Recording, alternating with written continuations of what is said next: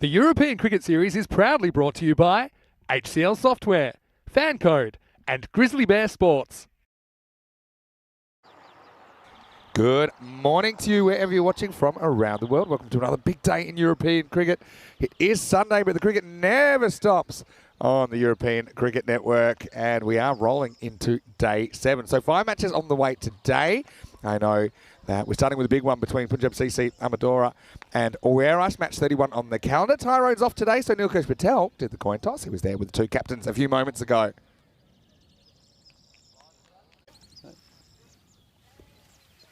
Heads. Yeah, it is tail. You bowl first? Thank you.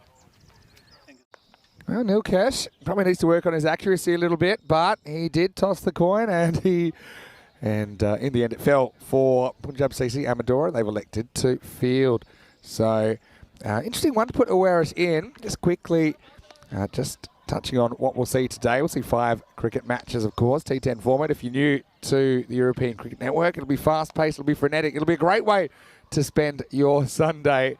But yeah, it's going to be an interesting one with Punjab CC Amadora playing twice. We'll see Oweras twice first up. We'll see Fighters twice as well. We'll see Gamblers a little bit later on, and also the Lisbon Supergiant. So it's a pretty interesting day in that we'll see 5 teams, but each of the 5 teams will be playing 2 matches. So yeah, it's pretty easy to follow today. And of course, Sunday, beautiful day to be here. Currently it's about 10 degrees for a start. It's going to get up to around about 23 in a little while. So a little bit of dew, pretty good conditions, blue skies as well. Just a light covering of cloud. We had a bit more cloud cover yesterday. So a good view of this Anthem cricket ground and the cube. That's where I am right now. And you can see that's our crew at Spring Productions do a great job in bringing you all the action. And so, Punjab CC Amadora and Oweras in a funny place at the moment. I mean, Punjab CC Amadora have been pretty strong 5-2, but Oweras can catch them at least at the 5 wins if they win their 2 matches today. Punjab CC will play Oweras first up, and then they play Fighters CC. Oweras, they play the first 2 matches. Obviously this one against Punjab CC, and then against the Lisbon Supergiants. A couple of ins there with Keegan De Silva coming in. Also Brendan Budenhorst coming in for Oweras. Punjab CC, Amadora, they've been strong, haven't they? Imran and Runasawa, probably keys for them. 110 to 102, 8-run favourites. Punjab CC, Amadora.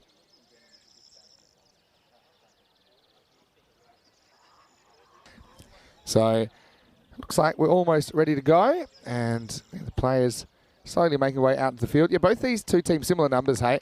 Averaging in the 130s, conceding around about the 110 mark. So I think it's going to be a really, really close game. And they're all pretty important ones at the moment.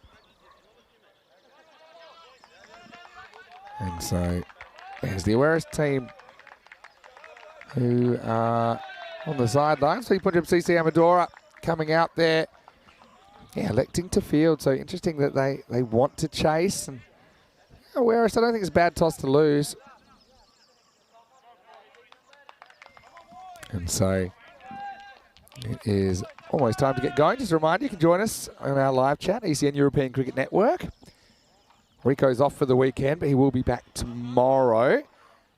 And had the pleasure of having Conrad Greenshields as our guest commentator yesterday. Probably hear a bit more from Conrad during the week as well, as I'll have a little mini break from tomorrow. But Conrad, you're not available to join me in the box this game. That's going to be out there in the middle. Probably see him in the 3 spot for Oweras. Oweras with the ECL representative team from Portugal after they won the league last year, winning the final over Friendship CC. We saw yesterday. Punjab CC Amadora, they're a pretty useful team. I think they're pretty well balanced. To look at their bowling, some of their top order hitting as well, pretty strong. In fact, they bat very deep, and I think that was pretty obvious yesterday. We saw Adnan Ali and Simranjit Singh doing some very, very good things, and they were batting down the order. As for Oweras, though, they've got Azhar Andani and Miguel Machado opening the batting. And I think the start's important. If West don't get in wicket trouble, I think they've got the power to, say 5 or 6 to pound a big score. But if they do lose early wickets, they're likely they'll have to take the brakes or put the brakes on a little bit. Just looking at these two teams and their performance throughout this series. And Werash, we saw them the very first game. They had a close game to Marlow. Just went down by 6 runs. And then they had a strong performance over of Gamblers. Werash at 161. As we're almost ready to go. Here's the start of day 7.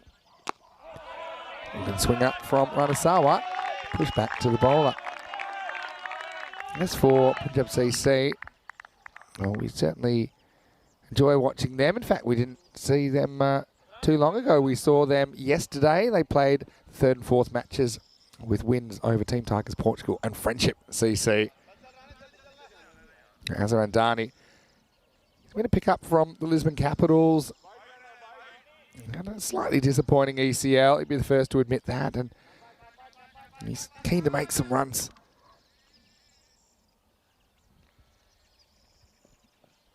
And he gets bowled. He gets knocked over. It's the in-swinger from Ranasawa. Andani probably crossing the line from aggressive to over-aggressive there.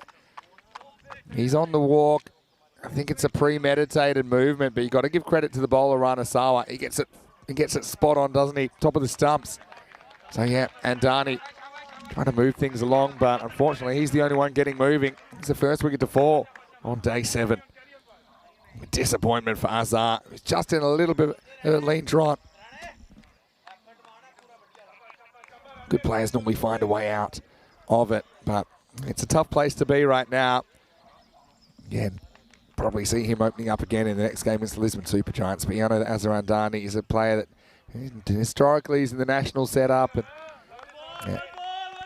hasn't quite been able to demand selection for the ECIs this weekend. But it's just it's a tough one. You need to have a bit of luck. You need to survive those moments. And that one could have easily gone over the top of the stumps. It clipped the top of the bails. And it's none for 1 after 2 balls. I want to say a big good morning to everyone. Maybe tuning in on Fan Code, of course, in the subcontinent. Here's Conrad. That's the first one go. The pop in the pitch. This is a newly laid pitch. It's only been down for less than a couple of weeks, I think. And Conrad was saying yesterday how it was laid, and yeah, I think there's a little bit in it for the bowlers. I think get the occasional ball popping off the length. I think it's good. Offers a bit of a balance. Conrad Greenshields, Portuguese national team skipper, off the mark, with a little push to leg. Key partnership this, no doubt about it. In the 3-over power play. So you only have 2 outfielders to contend with that time. But we have seen it creating a few wickets as well. I think having less outfielders means you have more infielders. So some of those kind of pop-up balls more likely to find a fielder than later in the innings. Steps across, and what a shot this is from Machado. He's not wasting any time. He got out of bed on the right side. Maximo. Wow, that is a very, very confident start. And that one's lost over the fence. I mean, he's seen it from the other end. He's seen that Rana's just bowled in swingers so far. So he makes a bold move to get out there and to go with the swing. That's a very, very good way to start the innings. So, yeah, that's the advantage, I suppose, of watching it from the other end so far. I want to say very good morning to Surov, asking how am I? Going very well this morning. Good morning to Silkesh, to Chande as well. I'd like to say hello. That was a great time. Anyway, let's see if this ball swings as much as the last one, because that ball is gone. Oh, he's nicked it. He's chased a wide one. And would you believe it, Ranasawa puts one the other way. I think it was a replacement ball. It didn't act like the last one. Machado chases one which is miles wide of the wide line. Again, this is the luck factor. I mean, it's quite easy to miss that, and you get the wide, but it's a big nick. And yeah, he told his story walking. He knew that Nilkesh Patel umpiring had heard that. And that's the end of the first over, 7 for 2. Yeah, speaking of those national squads, we will see the ECI happening next weekend. So that's just in about 6 days' time now. In Portugal, led by Conrad Greenshields. I think no less than 6 Irish players in that lineup as well. But also, you can see that a fair few of the other teams here in the European Cricket Series is well represented. Also, Netherlands and Gibraltar will be taking part in that tri-series. Should be a good one. And so this is going to be Syed Ali Naki, who's going to bowl over number 2. He's had some good performances so far in the series.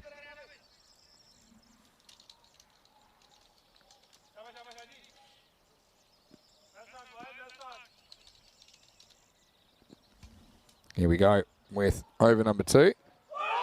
It's a good one first up. Just leaves Conrad Greenshield. So when you win the toss and bowl, you want to ask the right questions. And I suppose the CC Amadora have so far. Also, I mean, you can't discount that. A little bit of luck which you need to succeed in this form of the game. I mean, that ball from Ranasawa, 9 times out of 10 it's a wide. Even if you nick it, often it just goes away for 4, but it happens to go to the keeper.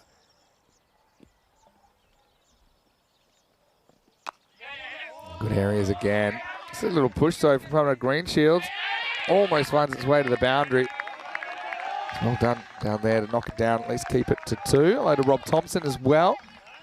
I'm saying it's an early 7:30 p.m. start in New Zealand. Because daylight saving end today, of course. Yeah, a few countries, mostly in the kind of Oceania region.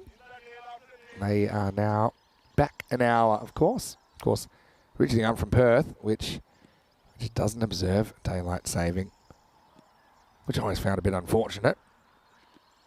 This is off the pad. And they'll like it, but I don't think there's any way it's going to be given out. Won't be a wide, though. Nervous moments for the batters whenever there's such a big appeal, though. I wonder if the umpire's going to take the bait. Hello to Chris Smith as well. He's watching from work. You can see that one was clearly off the pad of Greenshields, who acted cool, like he knew he wasn't going to be given out, but he would have had a few little doubts in the back of his mind. This one isn't a good ball. It's knee-high full toss. Greenshields gets bat on it and gets 4. So the counter-attack's going to come, you know it is. He's been joined by Brendan Budenhorst, who's playing for Irish for the first time in this series, though we have seen him before. And easy put away for the Portuguese national skipper. So, yeah, Brendan Budenhorst he's a player which I always enjoy watching. He's a powerful striker of the ball. There's the Irish bench. He's got our Greenshields. And there's Syed Ali Naki. He gets the right of reply. Oh, this is going to be a real bonus. It's actually going to be a no ball. No ball plus a bye. It's very harsh on the keeper because watch this hit the edge of the pitch. And I thought actually was going to go away for 4, but it actually was so wide that it went to the fielder at third man. I think Conrad is making it clear to Nilkesh that that hasn't hit the surface, and I don't think there was any doubt about that. It might have technically hit the carpet, but it certainly hit the join, which is why it reacted like it did. So Budenhorst, well, welcome to the series. You can start with a free hit. It's the old backyard rules. Can't get out first ball.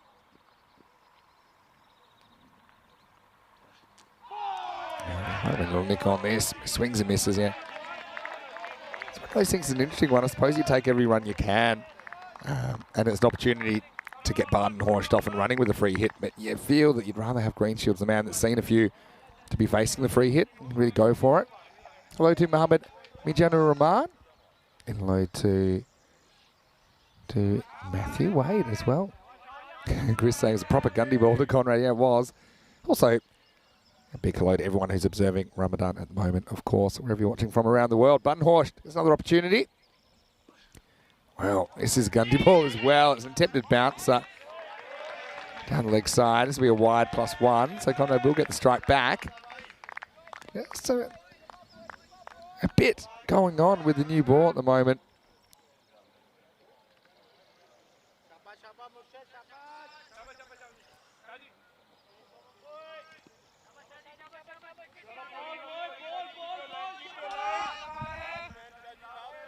Green Shields gets the strike back.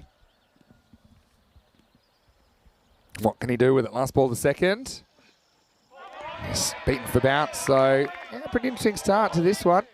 And it will take us to the end of 2 overs, despite the throw coming back from Simran, who has the gloves today for Punjab CC Amadora. Score is 17 for 2 after 2. Hello to Asif Salim, who's saying, let's go Awaris. And Silkesh saying, Vamos Awaris. Come on. Swan says Diego Mendonca. Hello, Diego. Nice to see you. And a few people watching on from the club rooms as well. This is the table, so 3 teams on 5 wins. Although I must say, Marlow haven't lost a game yet. They've got a couple of games in hand. Awaris, though, with a couple of wins today, could join the 5-win club. It's only 4. There's only 4 spots available in the semi-finals. It's a straight 1 versus 4, 2 versus 3 knockout at the moment. Yeah, there's certainly more than 4 in contention, probably 6 or 7 with semi-final aspirations. But yeah, but only the cream of the crop get to make it to finals day. That's the format. That is just to allow us to have the time to play the ECIs on Saturday and Sunday. Runasawa, 2 wickets in his first over, comes back for his second. A bit short, goes with the movement, and that's going to be 4. That's a confidence builder for Badenhorst. Mentioned into the lineup, work commitments just kept him out of the side. Of course, that's just a reality of European cricket, where we are at the moment. And nice little put away. Economy of movement. I suppose there you see the difference. That could be the same ball Andani got. Andani charged at it, trying to make something out of nothing.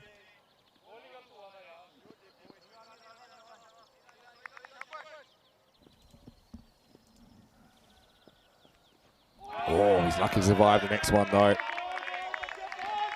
So, I tell you who was a big wicket was Machado, who came out absolutely banged a 6 first ball and then nicked it. And one that went the other way, really wide ball.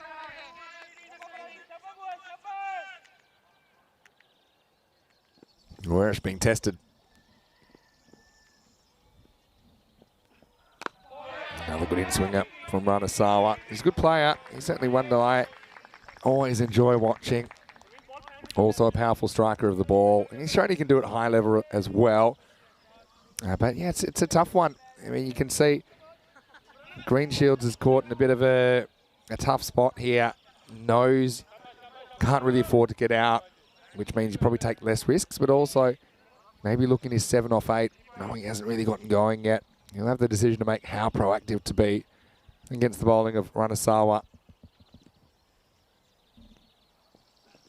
He goes walking, goes upstairs, runner.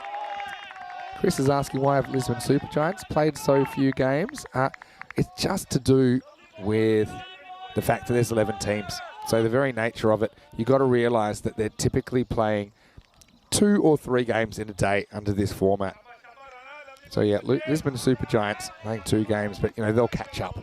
So some teams, just the nature of it, will play a few more up front. Some will play a few more at the back end.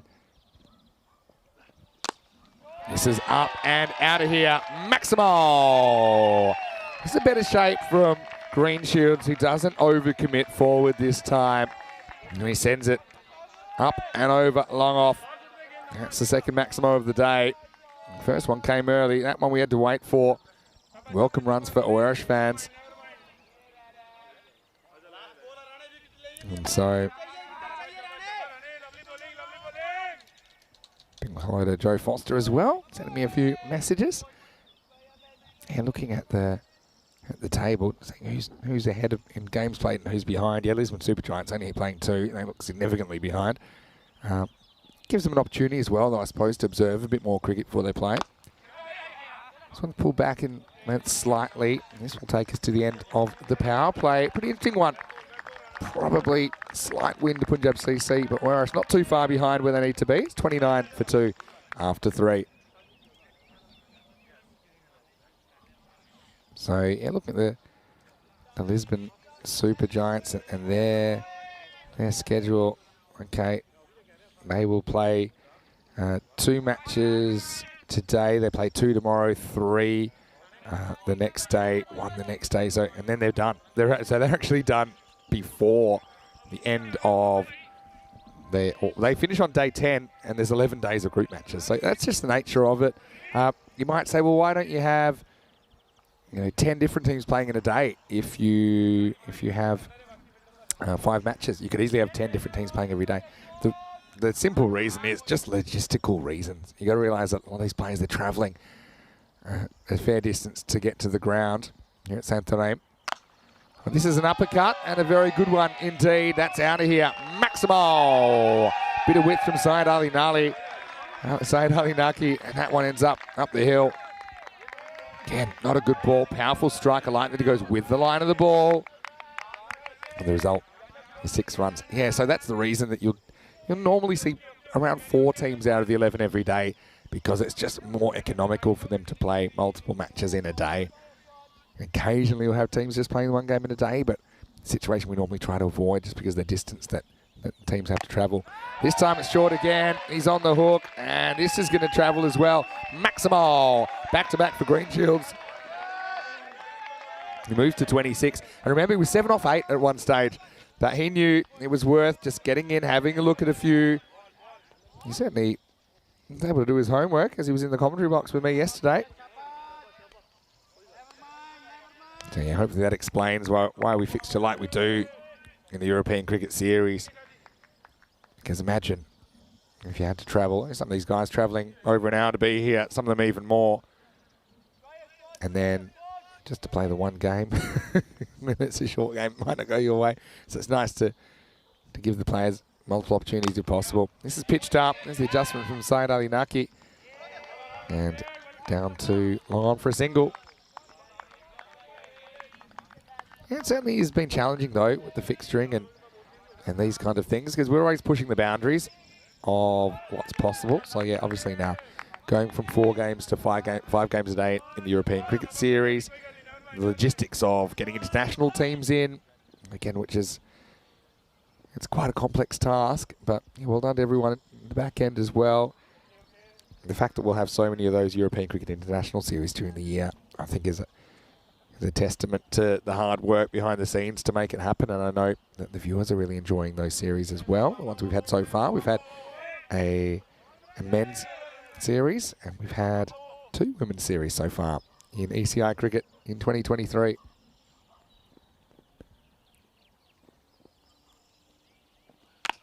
On the charge, he drills it, and he gets it over the fielder. Maximo. A bit of a risky one when you think about it, because there was a fielder right on that line.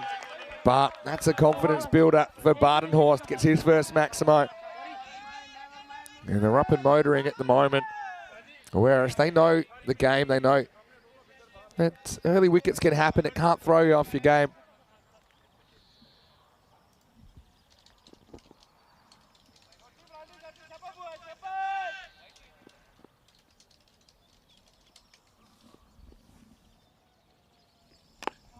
Yeah, good adjustment. Yeah, this is really good running. Yeah, so just have a look at Badenhorst here. He doesn't really know where the ball's gone, and he ends up just looking at Green Shields, who's running. So he's not really fussed where the ball has gone. And so many times I see run-outs that result from the striker looking too hard for the ball and not recognising what's happening at the other end. You've got to trust your partner. Something that was talked about yesterday.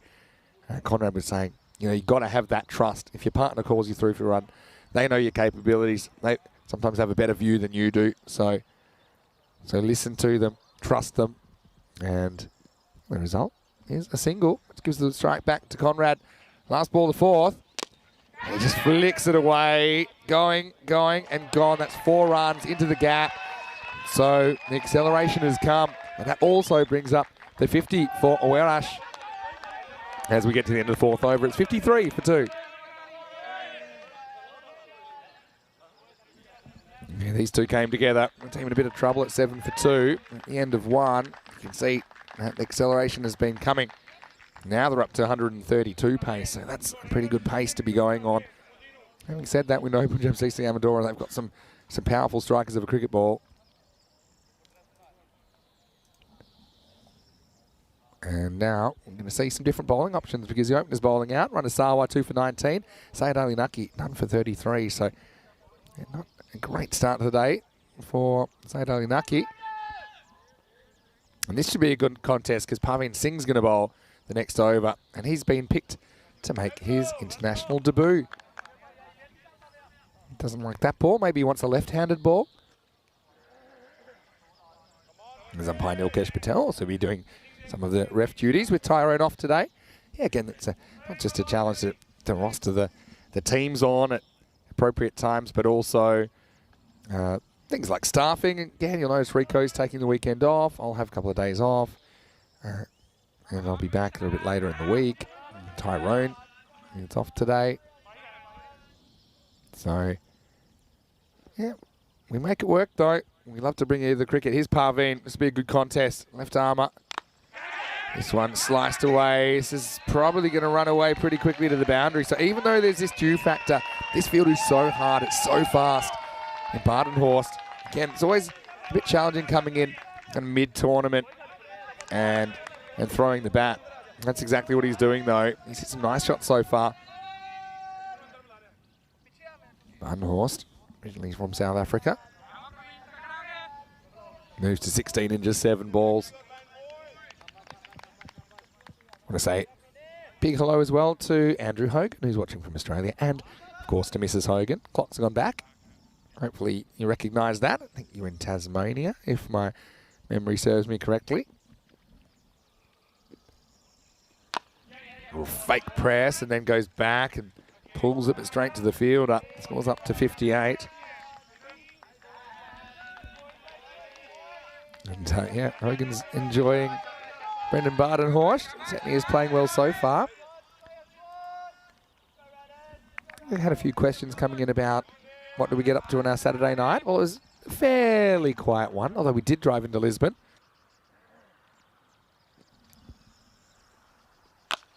This one's a little bit short, and there's a bit of swagger from Conrad Greenshields. He puts it out of the ground, literally.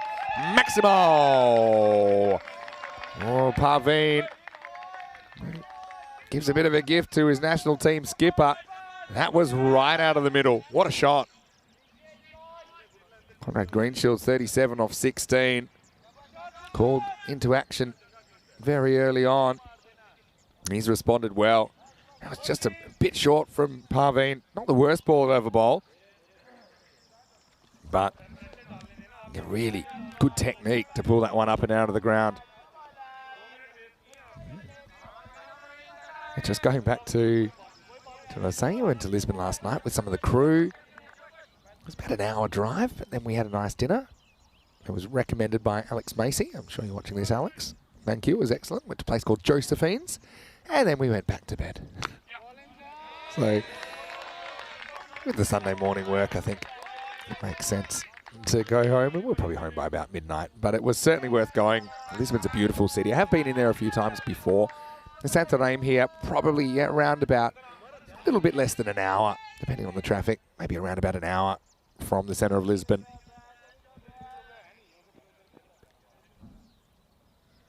$12 off this over so far. Badenhorst has been swinging it. That's what I think sneaks in. So perfectly executed by Parveen Singh. Yes, I do recommend Lisbon for sure. Portugal's a beautiful, beautiful place to visit. And Andrew Hogan, the reason I was laughing is because nice she's saying that Mrs. Hogan's making a chicken palmy for dinner. Well, I'd love to come over and visit. That sounds delicious. So I think Dars grab a bit of the line. And so Nilkesh Patel will be busy today. Like I said, probably help with some of the reffing with Tyrone off. And yeah, this one I think grabs a little bit of that line. If it touches any of the line as it's going past the bopping crease, that vertical line, then will be called a wide. You can see he's trying to stay away from Badenhorst. who wants a piece of him. Chops this, but straight back to the bowler. So end of the 5th over. Pavin goes for 13, and the score is 66 for 2. I want to say quick good morning to Diesel as well, Bruno Cavalieri. Nice to see you in the chat. I'm sure he'll be supporting Oerash. Oerash, the host club here. It's quite the story. If you look at the ground, that house in the background, that's the Buchimatsa homestead.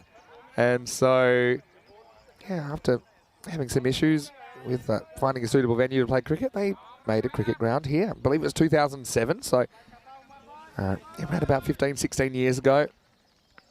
And yeah, using this land, it's turned into a beautiful field. It's improving all the time. It hosts international fixtures now. Pitch being relayed, I think, is a great positive step. The club rooms have been renovated as well. Every time I come, it looks even better. Umar Muhammad to bowl over number 6. Short. Oh, but he clunks it. He's going to be gone. He won't believe it. But Conrad Greenshields has got out to a Gundy ball. It was short. It was down the leg side. It clonked into the gloves. And Luck's a fortune. Simranjit Singh did the rest. Have a look at this on the replay thanks to Spring Productions. Yeah, just mistimed it and ballooned to Simran. That's a break, really, for Punjab CC Amadora. That's the way it goes. A couple of wickets falling off balls that probably didn't deserve them. There's Salvador Buchimatsa as well, who's running the water for Oerash.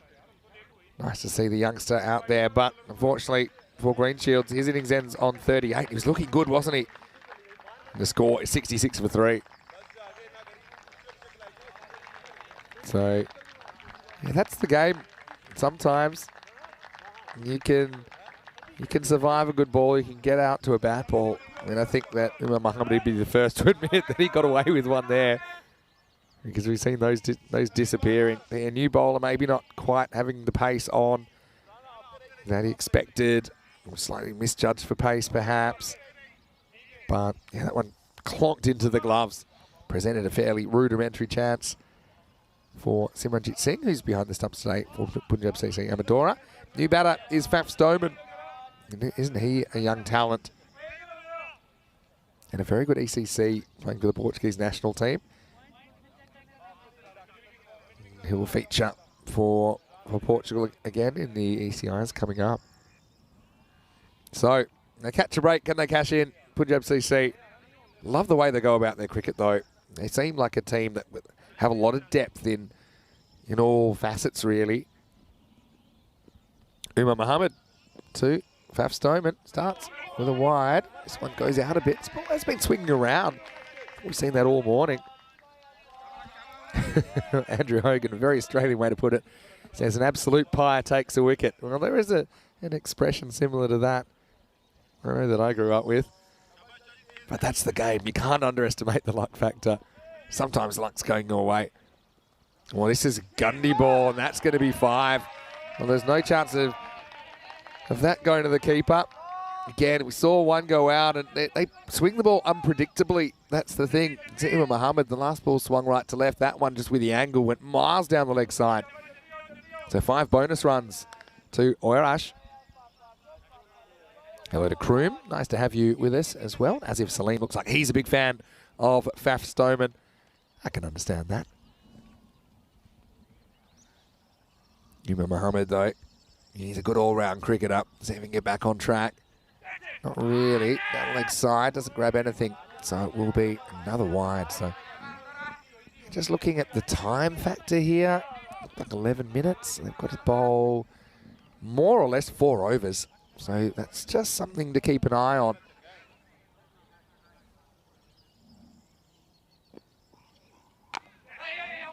Stoneman feels for this and will get a wicket. I'm going to get a run, I should say. Hello to Michael Pocock, who's watching from New South Wales, Australia. What part of New South Wales are you watching from, Michael? Let us know. Of course, I've been around a little bit. Hope everything's all right in the tower. Seemed like there was something that shook it up. Anyway, Badenhorst, he's still there, and he's batted pretty well so far. Oh, this is a really good shot. Look at the weight transfer here. Just gets in his arc, and he uncorks the wrists at the right moment. What a cover drive. That was absolutely belted by Badenhorst. bang. Oh, that was pure batting. Wasn't the worst ball, really. It was no half volley. And it disappeared at supersonic speed. So, yeah, they've lost some key wickets, but they'll still throw the bat. Whereas, of course, very experienced in the T10 format and a high-level T10 format. Recently competing at the ECL. Confident looking Badenhorst drives down the ground, gets one this time. Yeah, as I was saying, yeah, he loves the Stomans. And I'm sure they'd appreciate that, Asif. Yeah, Michael, watching New South Wales. I hope you hopefully put your clocks back. East coast of Australia, and I think New Zealand, all going back overnight now. He's got this one wrong. It's another hanger. Needs to be caught, and it is caught. So, a little bit short, and it's a brief stay at the crease for Stoneman. He took on the pull shot, but again, couldn't quite time it up. Look, he is tall. Probably the line of that ball made it difficult to pull. It might have been easier to cut than pull.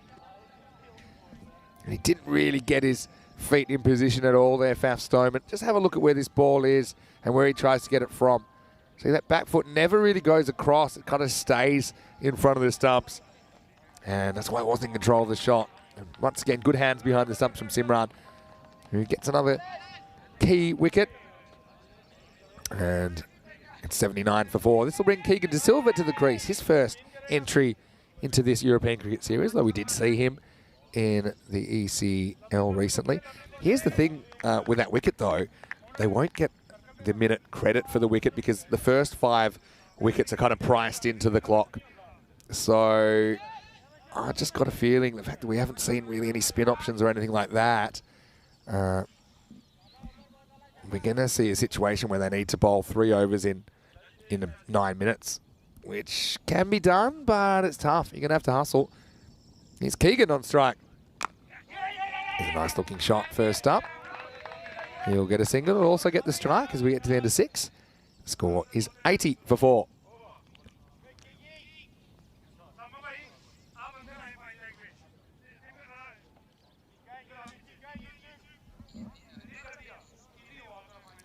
I'm trying to work out what happened. I know a few people are worried that someone shot the cameraman. No, he's okay. We still have pictures as Kirill's up there. So, yeah, everything's okay. Conrad Greenshaw's top scoring so far. 38 off 18. Simranjit Singh kept pretty well. Taking catches under pressure. 3 catches he's taken so far. Badenhorst is in and motoring 22 off 12. Just not seeing a lot of urgency between the overs. I think we could see a time penalty. I'm going to make an early call. 8.5 minutes to bowl 3 overs. And it's got that Sunday morning stroll feel about it, I've got to say, from Punjab CC and Medora. Pitched up and driven once again by De Silva. Onto the sweeper for 1. Diego is saying, a South African-based player, another one making us proud. Yeah, well, I don't know watch this guy. I just think he's a confidence player. You can see already he's got a few away, and he's just hitting through the line of the ball, isn't he? Now they're going to talk about the ball. He's already thrown one away, hasn't he? Umpire says this one's fine. This is not helping. I'm gonna make this call that I don't think they can sneak these overs in. So it's a full toss, and it's going, and gone. Maximo! Well, Parveen hasn't quite got it right so far here on day 7. He just rocks in and bowls more or less an knee-high full toss. That was miles out of the ground. What a shot. So they've just been pretty good, Awarash, at keeping the scoring going even when they've lost key wickets and key players. And again, getting that ball back takes time. Even if they get another wicket, they won't get a credit for it on the time. Oh, this is a lucky one. Simran tries to change direction, but he can't. This will be 4. So there's the luck factor. Maybe swinging back. Badenhorst is the recipient of a bit of luck. And yeah, it's a tough one for the keeper. He's expecting to go one way. Late deflection. Goes another. I don't know whether you should get an extra 5 minutes on the Sunday morning just because it's Sunday. but I don't think that's how it works. Yeah, they're going at 140 pace at the moment.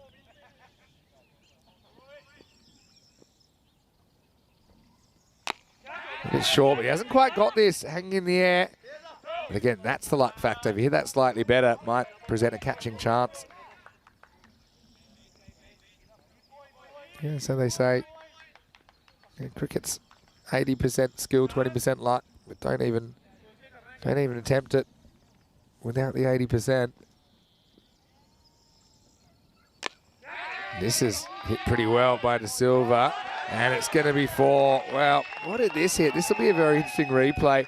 Because certainly the fielder had to change direction. And yeah, you could see there with the deflection, just completely did him. So you don't have too long to react on this field.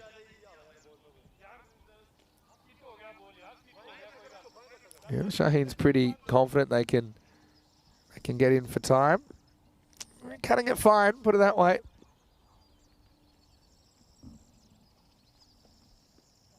Oh, it's a slower ball. Works out okay, digs into the pitch. I won't get a run in the end, so Badenhorst will face up as you get to the end of the 7th over. The score is 96 for 4. We have more cricket coming up on the European Cricket Network. In fact, we'll have cricket all year until at least December. I think our next day with no cricket is the 1st of October. So there's not too many in there that we don't have cricket. But we will have cricket every week, that's for sure. We're in Portugal at the moment. We have 2 weeks in Cyprus, a couple of weeks in Italy, in Milan, towards the end of April, start of May. Also, we'll be covering the T20 International Series in Gibraltar at the Rock, Europa Point. So hello to all my friends from Gibraltar that might be tuning in. Might be a few having a sticky beak at the ground they'll be playing at in about a week's time, because the Gibraltar national team will be playing in the ECIs, which will follow. So, I was checking. Looks like they have added a minute because a minute was added for the ball replacement and for extensive time trying to find a ball. So they get 1 minute, but I think they're going to need more help than that. It's a good system they got in place now. They make the adjustments in play, so you can see that clock. Anyway, this is up, it's in the air, and it's dropped. It hung, didn't it? Now we got a slip, and it almost causes a run out. Yeah, so have a look at this on the replay. All action all the time. And an Ali comes in, and you can see the catch went down, and then it wasn't just the catch that went down, it was Badenhorst that went down. So yeah, Imran Rao couldn't quite grasp it going around to his right. Now, swing and a miss. And Adnan saying, yeah, give it back to me. So he must know they're behind. And even then, he's not going to win any power walking championships at the Olympics, is he? He's getting back. When it gets down to this, and you start worrying if you bowl wide, for example, that's going to chew into the clock. And you can maybe not execute your skills when you're rushing as well, if you are rushing. Good morning to Cow Corner, of course. We'll look at that again in a second. Goes straight down the ground, but it'll hit a pocket of space. I think of 2, but yeah, just hasn't even left the infield, so they decide against it. All you Cow fans, we'll try and get you some more Cow Corner shots. Saw a few horses on the way to the ground as well. It's a fairly rural kind of area where this ground is. Nice looking shot, but I don't think it has the power to beat the outfielders. Badenhorst gets a single.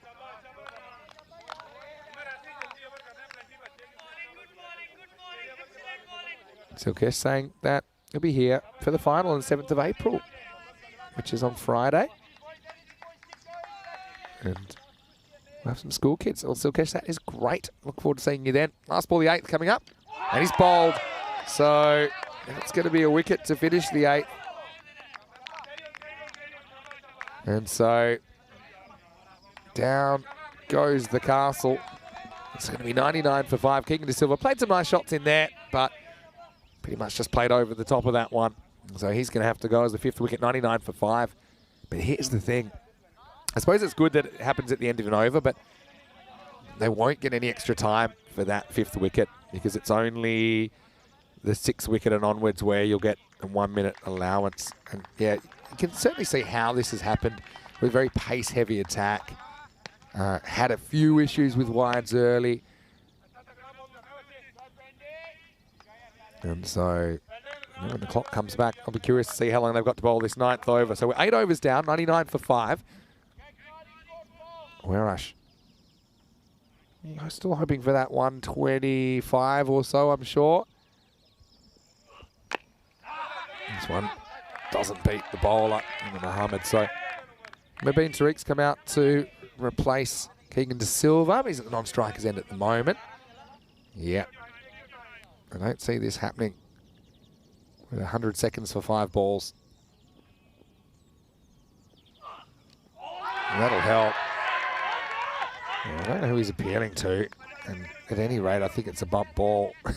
This is a funny one, actually. I like it that Simran, don't know how much keeping he's done, but he goes straight to the square leg umpire. All right. This is where you do get a bit obsessed with the clock. So we got 70 seconds for 4 deliveries.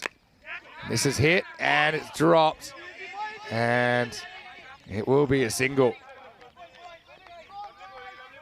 It'll be a great effort if they can do this. That one probably should have been taken. Another catch goes down.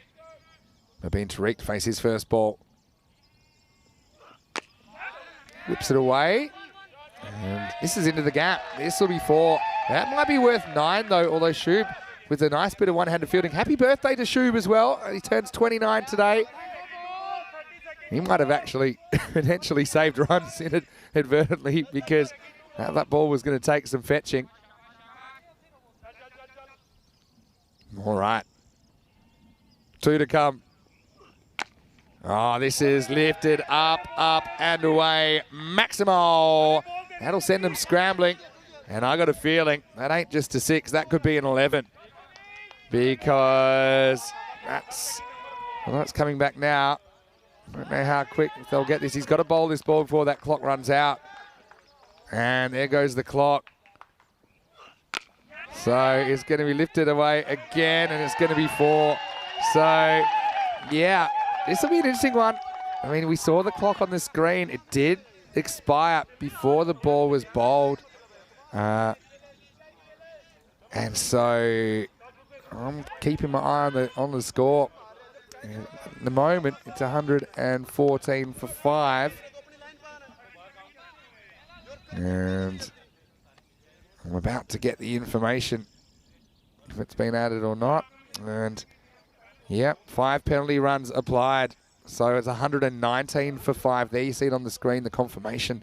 So, yeah, I mean, they did well to get so close. Yeah, there you see the signal from Malik. And, yeah. And the thing is, yeah, Imran's saying, hey, what about all this stuff? But the truth is they haven't really been urgent enough earlier in the innings. It's one thing to say, to look at things like, okay, in that last over, hey, can we have this? Can we have that? But they were miles behind. They almost made it back on track. But almost is probably the word.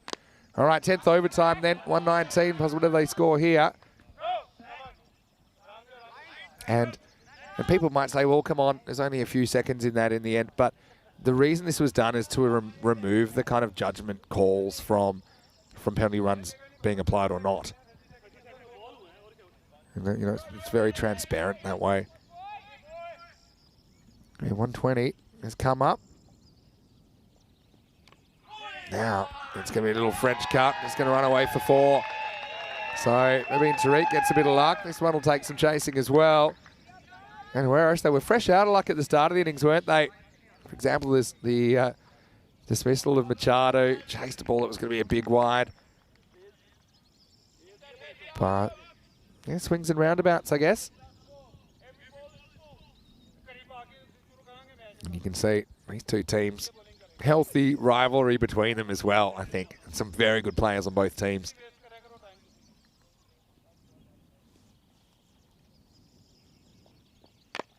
Yeah, pretty well bowled. by Adnan. And so you might say, well, he's not harsh on the fielding team. Some people, that's a valid opinion, but the batting captain also has the right to say, hey, that clock's expired. They haven't done what they're meant to do. Chris is saying here almost is not good enough. Yeah, true. Ain't that true in life? 3 to come. Low full toss. It's been a pretty good spell from Adnan. I think that he's done what he can do. Badenhorst hasn't had a bunch of the strike, has he? Since he's been there.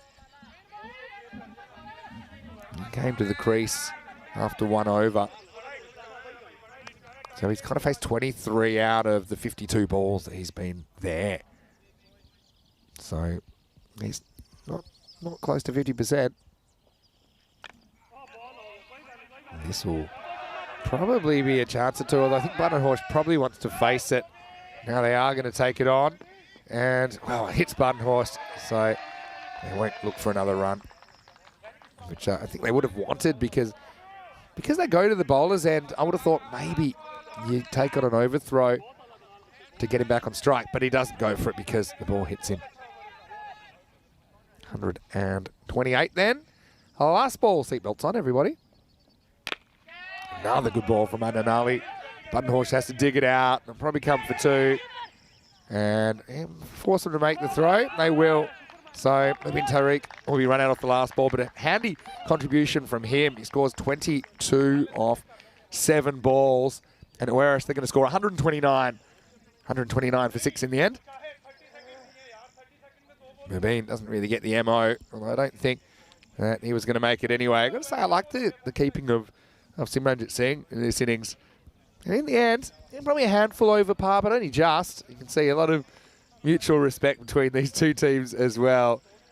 And it will be 130, the target for Punjab CC Amadora. 2 teams with semi-final aspirations going head-to-head. First game of the day here from the Santarém cricket ground, and it was a horror start for Antani, who went walkabout, never came back. That one clonking onto the top of middle stump. And what a start this was from Machado, who grabbed that in swing and he put it out of here. But then he chased a ball where he almost had to call for the bat extender. It was so wide.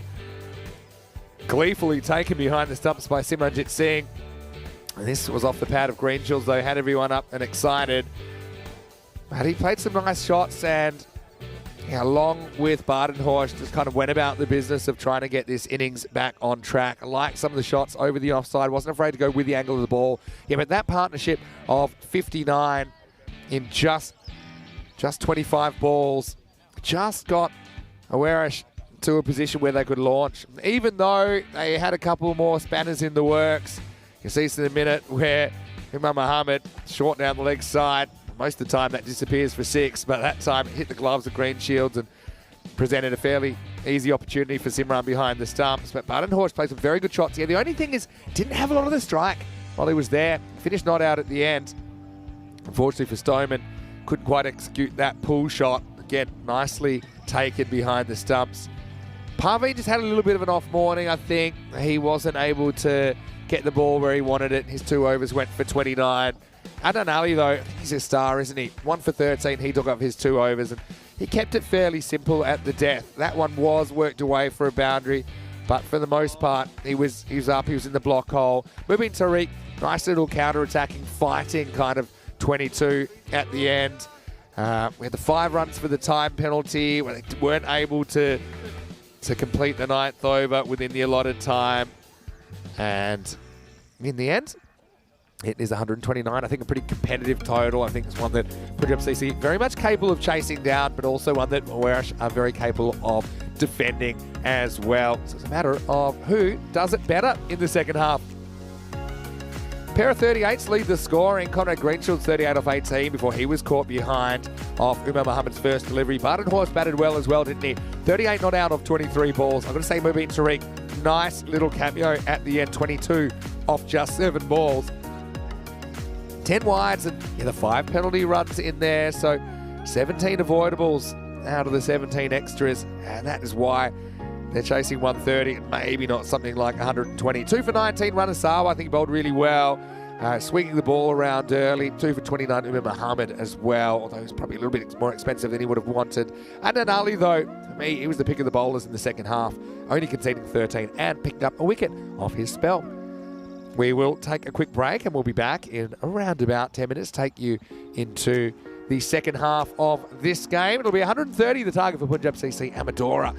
And it'll give them the opportunity to put some breathing space between them and the Pat Awarash. They're trying to get their semi-final campaign back on track. Join us to see what happens in just a few minutes. Vinny Sandu, Mr. Maximo with you for ECN. Back shortly with more Fan Code European Cricket Series.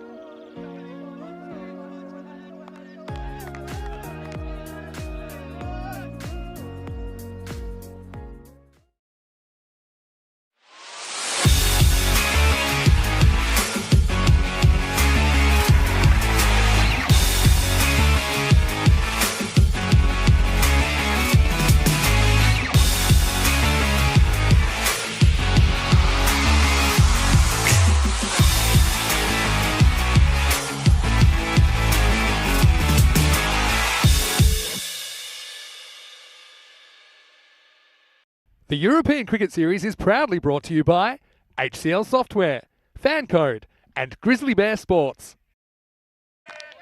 Hello and welcome back to the Santarém Cricket Ground in Portugal for the second half of match number 31. Should be a good one because we've got two real contenders, I think, to go make a deep run in this Vanco European Cricket Series. Whereas the Swans taking on Punjab CC Amadora in the first half of this match. It was Rao Imran, the Punjab CC skipper, that won the toss, and he elected to bowl first.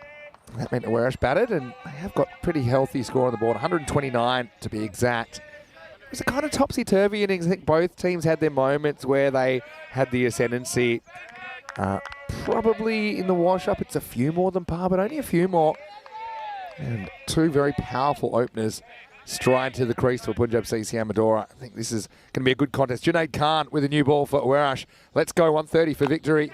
And it starts with a little pop-up. It's going to pop away to the boundary. Well, that is a bit of luck for Sawa early on. I mean, that wasn't really a controlled stroke. He just kind of popped it in the air. Didn't really try to keep it down, but because it was into the gap, it ran away. And it ran away for the first runs of the innings, 4 of them. So, Junaid Khan, he's a very experienced swing bowler. And so, I just think that he's on to take wickets. These are big wickets if he was able to pick them up. Swings in, but swing down leg side. And throw comes horning in.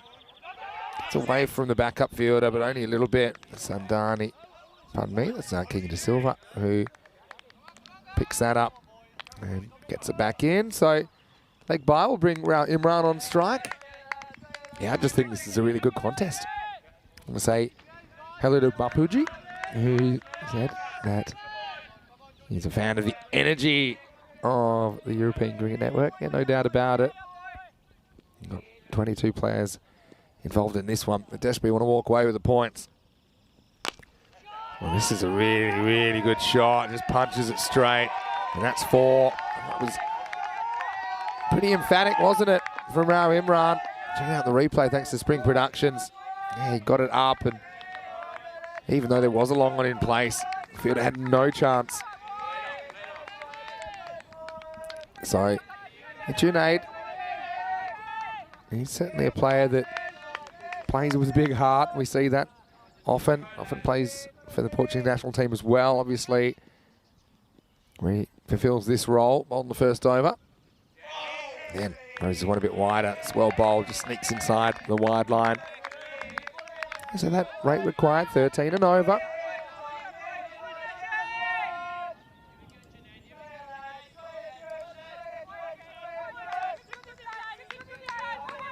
Again, you'd say the halfway point where with a slight advantage, but maybe only slight.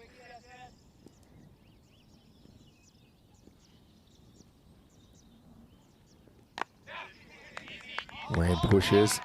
So intelligent stuff from these guys. They're not just sloggers, that's the thing. Manasawa and Imran, they're quite clever. They've got the powerful strokes, but also they've got the in-between game as well.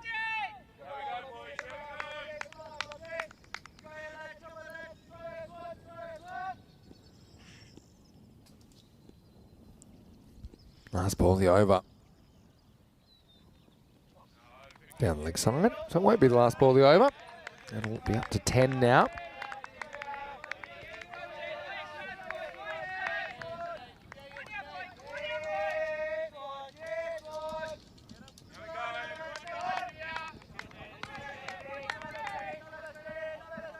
Always a nice chance to get into the chat as well. Thanks everyone for their contributions. This one, interesting. I think he might get away with one there, Junaid. Although the batter does move across somewhat. Not really. Well, he maybe just sneaks in. Umpire's call on that one.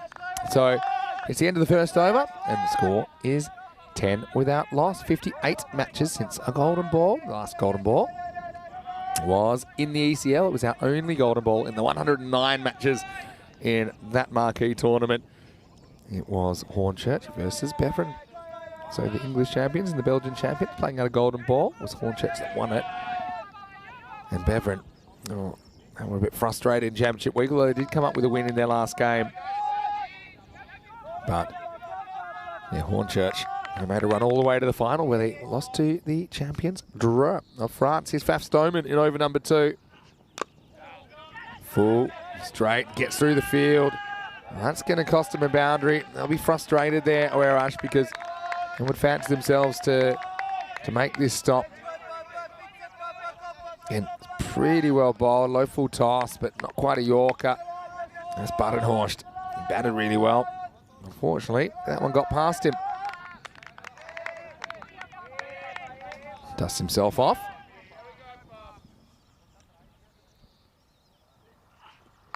This time gives a bit of length. It is hooked away, and it's going to go all the way. Maximal. Yes, Stoneman tries a different length, and the batter puts some length on it.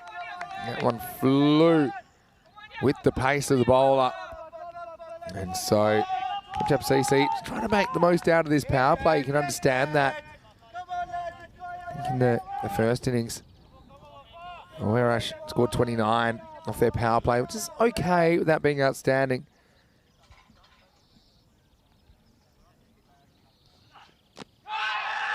One sneaks into the pad. Don't know if there's any bat in this or not. Now we've had a collision. Let's see what happened here. Was there a collision between the bowler and the batter? I was looking at the ball. Firstly, I think he gets down. I think he just comes off the bat. And yeah, well, there you go. I think the good thing is that he only really hits the bat mostly in the end of Imran. He gets around him. I hope Faf's okay as well. It was Ranasawa, pardon me, that was the man that actually collided with Faf Stoneman. But yeah, it's a tough one because neither player is expecting it. And then at the last moment, I think the batter, Rana, he realises there's going to be a collision and is able to sidestep. Wait. Luckily, there's no fallout from that, I don't think. But yeah, I think, was it given a run in the end? It seems like there's some bat in it. Yeah, maybe it was all bat. Now this one's pushed wide of the mark.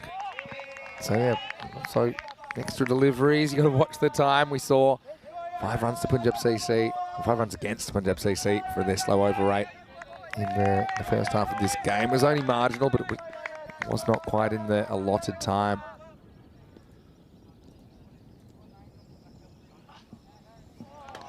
This is going to be another wide. So Stoneman moving it around, but just can't quite get the direction at the moment.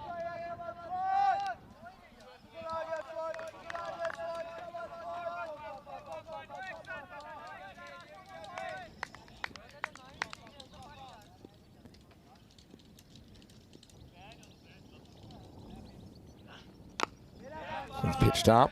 The fielder in place, Junaid. He does the rest. Yeah, so at the moment, yeah, 26 would be to be on target. So they're more or less there. You just feel it'll be whoever can win the big moments in these 10 overs.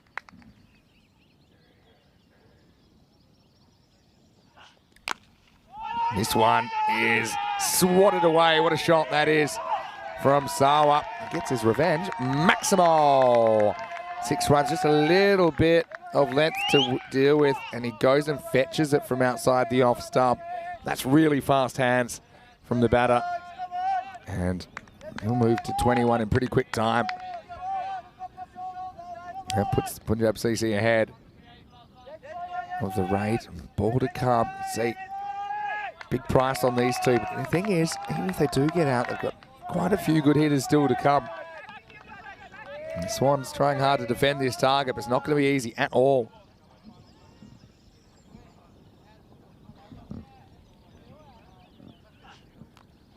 Oh, this is a fortunate one for the batter. It's going to get him 4. He's feeling for it. It's could have gone anywhere. Could have gone down onto the stumps. Instead, it goes to the rope, 4 runs. And at the end of 2 overs, the score is 34 for no loss.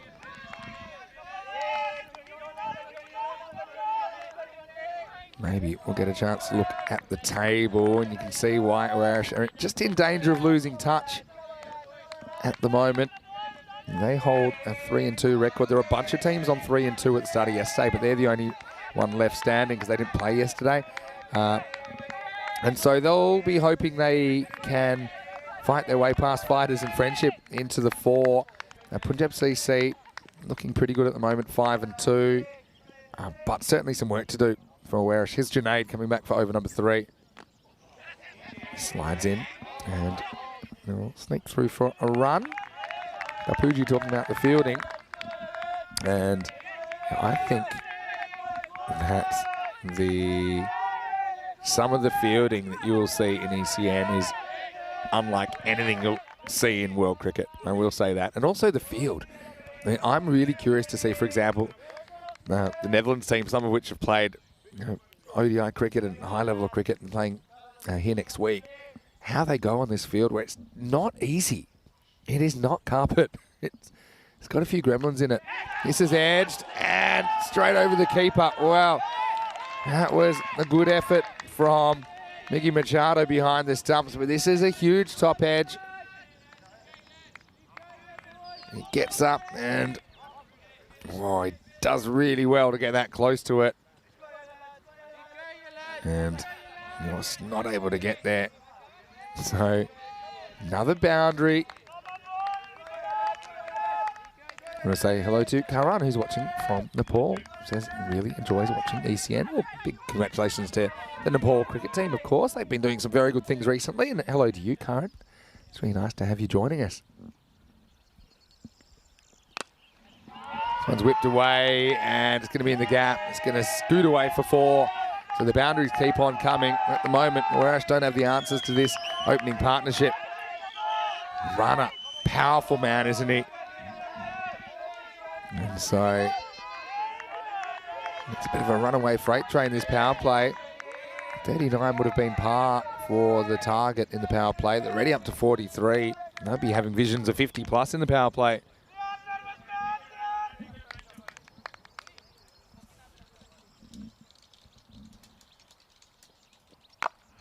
This is mistimed, a rare mistimed shot. It will be a single. And now we get to have a look at Imran and see if he can join the party. He has the 1 boundary so far in his 6.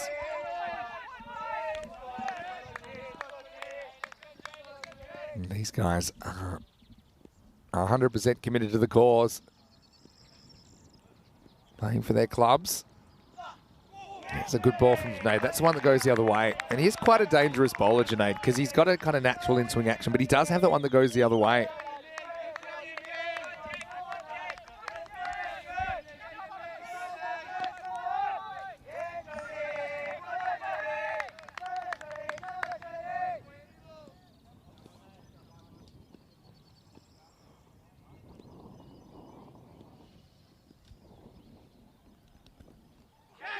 Wow, what an effort that was from Machado. I think this was off the gloves. Yeah, it was. So this was a chance. Flew away. Oh, it was a really good effort. Gets a glove too. Gets a fair bit of the glove on it as well. He saves the boundary, but it could have been a chance to get the batter and break the power play. Imran gets a life on 7. He moves to 8. And moves to 7, pardon me. So the end of the power play, it's 45 without loss. What an effort that was.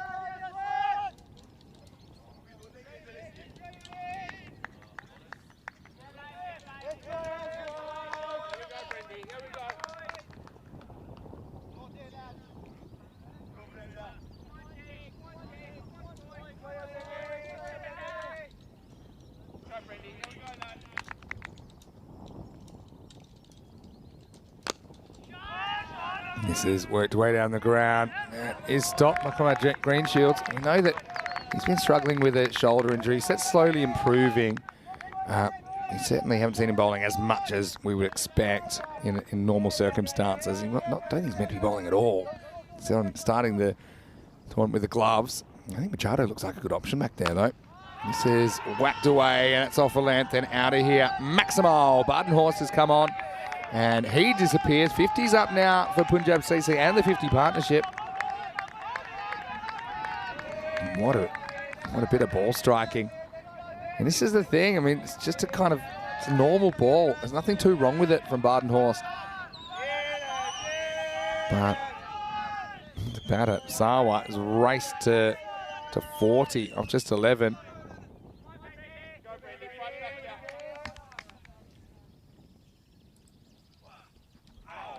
Now, swing and a miss. Yeah, good teams find a way to fight back though, but they better do it quick. The Werash right now staring down the barrel of a 3-3 record and kind of losing touch with that top 4.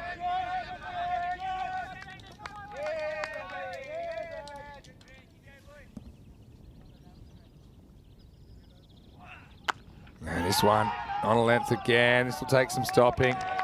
It's well knocked down though. Smaff Stoneman is a very good fielder. Keeps it to 1. You see whereas they'll just keep trying to keep their standards up.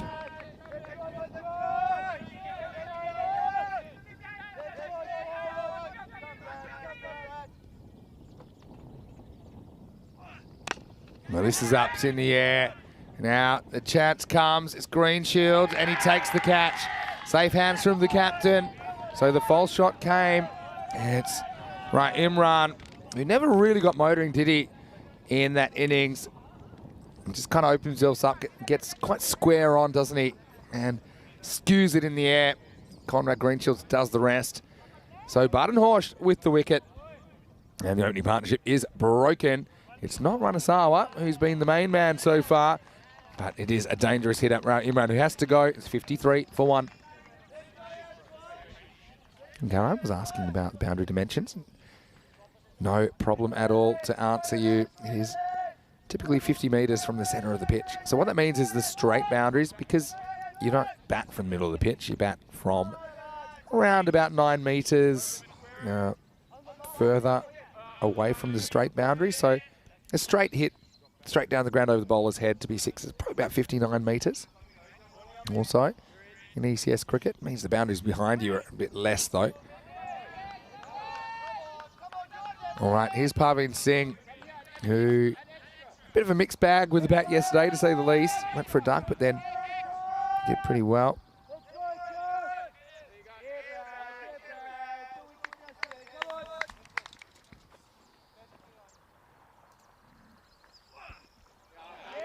This is a swing and a miss for Parveen first up. That one goes across him. So, I mean, it wasn't the worst over from Badenhorst. Despite going for a maximum, it only goes for 8.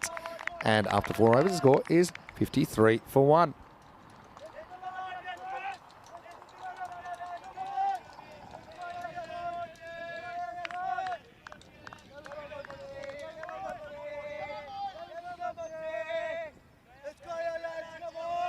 So looking at the red line, you can see there's a close one. So, yeah, Werash, 12.9 and over. Throughout their first innings. That's why the red line is set at 12.9 and over. Mubin Tariq with his off spin. This is a big moment in the game with the change of pace, and Sawa has been motoring. He goes after the very first ball and he gets it out of here. Maximo! And what a shot that is. As he just got a bit of length to work with, and he backs his power here, runner. It's a really good shot, and he gets full value.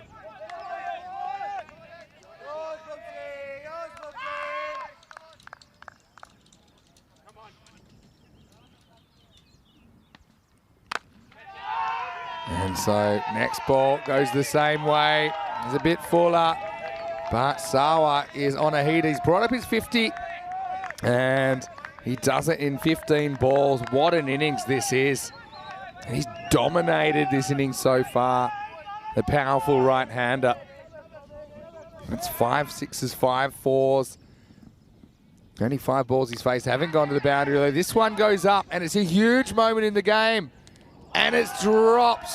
Oh, no. And, well, that's Kalu Butchamatsa. He puts it down well. What's happened here? He came down and, wow, Carlo, looked like the glasses flew off his. Let's have a look. Wow, It's actually knocked. Is that his what? Wow, what is that? I don't even know. It come off his wrist. Is it his watch? That's fallen off. Wow. I tell you, big moments. Now the next one is gone. So Parveen nicks behind. That's a great catch by Machado. What an over this is so far. And so that takes a big deflection. Machado has a great second reaction because it just bounces off him because of that deflection. It popped up in the air and he realized it had gone up, but he wasn't sure where. Look how much that hits him in the chest and then off his wrists, and then he is able to recover. So all happening at the SCG as it's going to be Parveen that has to go for a second ball duck. The score is 66 for 2.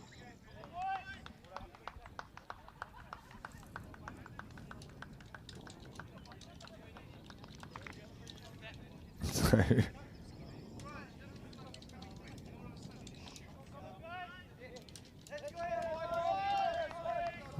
still coming to grips with what fell off Carlo Butchamatsa. And I want to say hello to Kai Bay, who's also watching from New South Wales. I know you've put your clocks back. That must be a nice feeling to have an extra hour's sleep. Kind of get credit for an extra hour's sleep anyway. We went the opposite way. And the clocks went forward around about a week ago now. So I'm happy. It just means that we're a little bit closer together to our viewers in Australia and New Zealand. Anyway, Adonali, pretty good player to be able to bring out. First ball. Wow. You can't believe this isn't a wide, and to be honest, neither can I. Yeah, that's a huge wide because he hasn't moved outside the off stump. He just stood in front of the stump until the ball was bowled.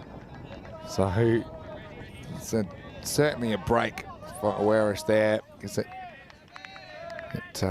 should have been wide and re-bowled. Anyway, bottom edge next ball. So this game taking another twist as we get to the end of the fifth over. The score is 66 for 2. And 54 of those runs come off the bat of Ranasawa. So you get him, you change the game. Badenhorst is going to come back. He had an interesting time, didn't he? Did get hit for a 6 by Rana, but did come back with a wicket.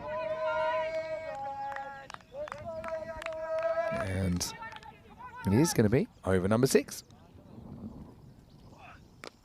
Well, this isn't a good ball, really. It's just off, but it's off enough. And Rana is on a rampage here in match 31. This is into the pads, and look at that. Lack of footwork, but he doesn't need footwork. He's got such good hand-eye coordination. He just stands there, he watches it, and he just waves that bat like a magic wand at the right moment.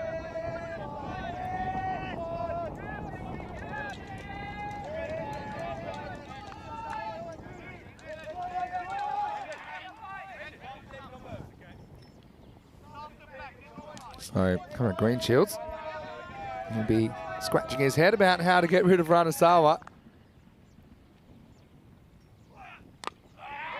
This is dragged. Slight false shot from Rana, a rare one. Now here's the problem though. Ranasawa is an issue, but you've also got some dangerous hitters at the other end, including Adnan Ali, including, say, someone like Simranjit Singh, who we're still to see. Pitched up, sliced away, and this is going to run away for 4. So Adnan Ali, he certainly has come up with some handy contributions for Punjab CC Amadora. Again, opens himself up and just throws the hands at it, basically. That's how you describe that. Gets enough bat in it to get away from 4 for 4. And this is such a fast outfield. It's fast, it's sometimes a bit unpredictable with the bouncer. So the 4s rate is actually through the roof at the moment in this series. Typically we see about 6 4s per innings. We're seeing about 9.5 4s per innings during this series.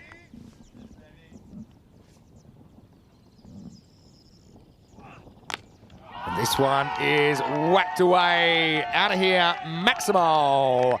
Badenhorst just kind of rocks him, bowls it on a length. That's right into the hitting zone of Adnan Ali. Again, see his footwork. He's a bit of a twinkle toes, but He's just backing himself to make good contact with the bat, and it doesn't get much better than that. They've got this rate down now to 11.3 and over. Still plenty of work to do. But Punjab CC Amadora certainly in the box seat in this chase. Edge and gone. So 6 it out for Adnan Ali. Badenhorst has just had a way of fighting back despite going for a few boundaries in this spell. And you see, this is the downside when you're kind of all hands and all hand eye with the no footwork. Occasionally you get one slightly wrong. That was a big edge through to Machado. He's done a pretty good job with the glove so far.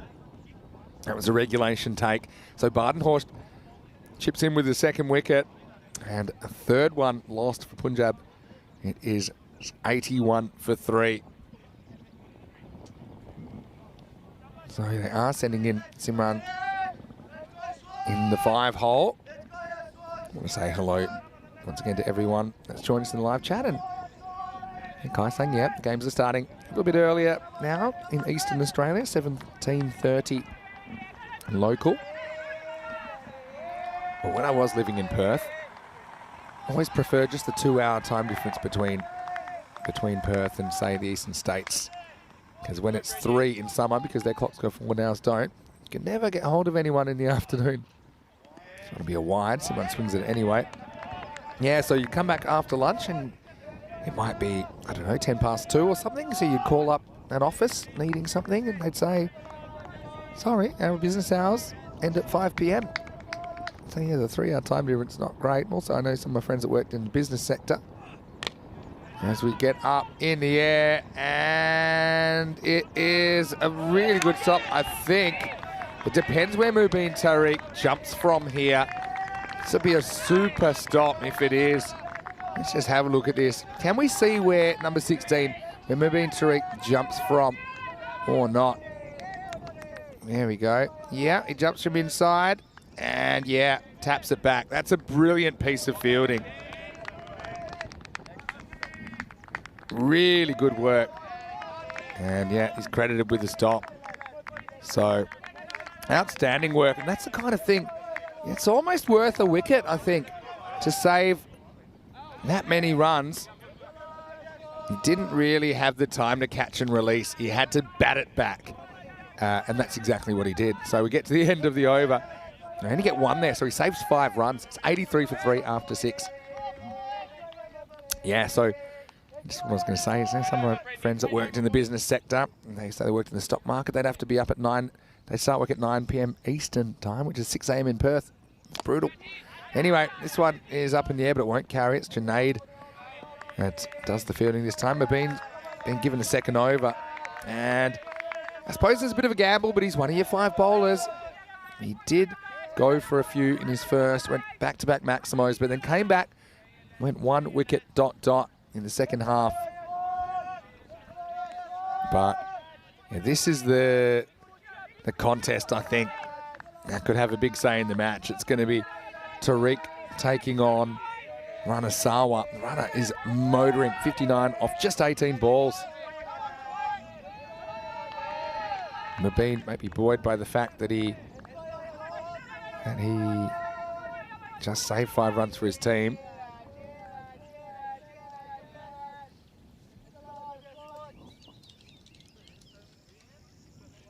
Let's just see, maybe it's just an issue with the scoring on that last ball, just confirming whether it was 1 or 2. That's all I can guess. But yeah, Kai saying this could be a close finish. Yeah, tend to agree.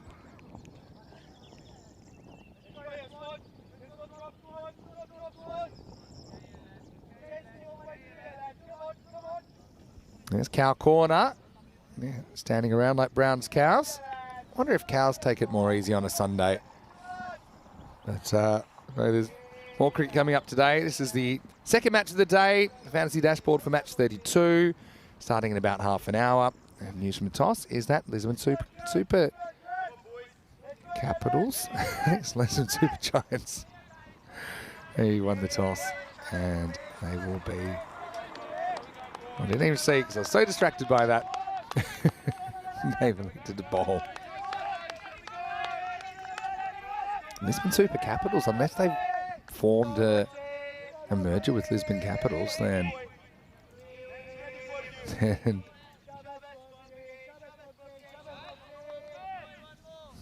yeah, I don't think we'll see them on the park.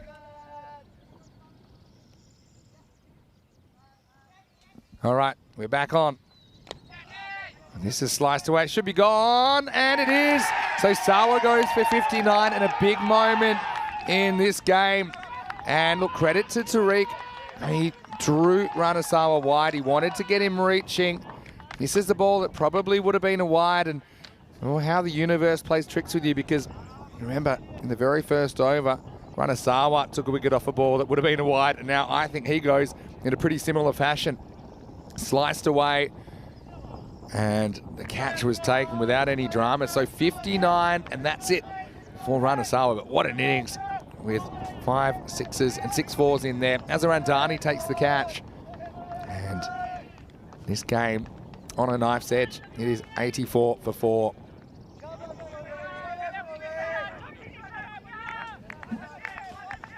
Hello to Bajendra Yadav as well. Kai saying they look like contented cows. I think that Mubin's pretty contented. Remember that Rana started the 5th over by whacking Mubin for back-to-back sixes. And hello to Danush. Hopefully you're well. Enjoying cricket on a Sunday. Umar Mohammed, he's a good striker of the ball as well.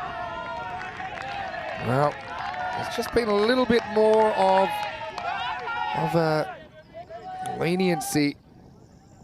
Okay, that's over the line. Maybe he started a toe outside off, so maybe that's fair enough. Now a dot, so he's still got some pretty good hitters to come, but they're not in, are they? The new batters. What a comeback this has been from Mubin Tariq. This time, swings across it. Just a single. It's amazing how sometimes if you do something in one aspect of the game, it can carry through to your others. So Mubin with his stop, where he saved 5 runs for his team, and he's come out, he's got the big man, Ranasawa. This one's a little bit too straight though, and I think this will disappear. And it's worked away over the fine leg, and this will be 4. So Quattro carreras as Simranjit Singh gets his first. And so just short of the rope, but yeah, handy boundary. Let's look at that run rate required. It's around about 13s. The score is 89 for 4 after 7. Let's have another look at what's coming up next. And that's a lot better. Werash versus the Lisbon Super Giants. And Lisbon Super Giants. Anthony Chambers in there playing for them. So it's a very good pickup for LSG. Werash, I feel like that's a winnable game. And it starts in around about half an hour's time. This is the start of the 8th over, and it's Alex Macy who's going to bowl it. Starts with 1. Alex Macy did some good things in the ECL, in the Champions League European Cricket, playing for Werash. Doesn't get a great throwback to him. Looking fantastic in the red headband, though. I think that's a good look. It's a solid look from Mace. Yeah, Thunder saying that the 6th save gave them confidence. Yeah, seems so. Still a lot of cricket to go in this one. That's not a good ball. It's actually a pretty good stop from Machado behind the stumps. Macy just completely loses his length there. Yeah, that has to be too high. So free hit coming up and another flash point.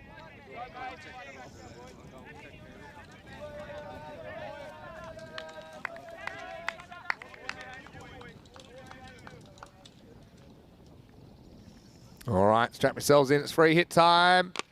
And he does hit it, but it seems more up than across. Mubin goes right back, needs to keep it in front. He does. Good stop. Again, he was just obsessed with keeping that in the field of play. Wasn't too worried about whether he held it or not, but if he dropped it, he wanted to drop it forwards. So he went right back to the line again. That's intelligent fielding from Mubin Tariq. And a solid set of hands, but it will go down as a single because it was a free hit. Macy, again, kind of challenge length, but the batter just decides to eat it and take a single. Yeah, very crucial. Couple of overs coming up for both these teams. And Punjab CC can really put some breathing space between them and some contenders, because they'll be the first team to reach 12 points if they can win it. Now, Werash, they can be right back in the mix with a 4-2 record. So at the moment, these teams are separated by 4 points. After this, it'll be either 2 or 6. Worse with some gains in the hand as well. And yeah, I hate to bring it up, but it is true. Remember that they didn't bowl their overs in time in the first innings. That incurred a time penalty, Punjab CC. I bet they'd love those 5 runs back now. This is well located in the offside channel. Umar Mohammed just hasn't got going so far in this innings. Sneaks across. Big swing and a miss. Macy not really hitting the block hole yet. The one he tried to bowl as a Yorker turned out to be a big full toss. That was a no ball. He's just challenging them on that length to go after it. This is a little bit shorter. They're under edge. And the fielding's important. Faf Stoneman, make sure that it'll just be a single. Yeah, so Macy's got out of jail a bit, hasn't he? Bowled that full toss. The free hit wasn't cashed in for a boundary. Again, hasn't actually gone for a boundary yet. Also, I've got to say, the keeping of Machado was great. Now, this is kind of a little helicopter shot, and it's going to end up in the hands of Faf Stoneman. And what an extraordinary piece of cricket. This was fuller from Macy, and Simran tries to make something out of nothing. Didn't have a lot to work with. He just whips across it. Have a look at the follow-through here from Simran. It was the helicopter special, unfortunately. It wasn't a perfect landing. Unless you're Faf Stoneman, he was happy that it ends up in his safe hands at deep mid-wicket. So Simran, the next man to go, building the pressure. He goes for 9. The score is 95 for 5.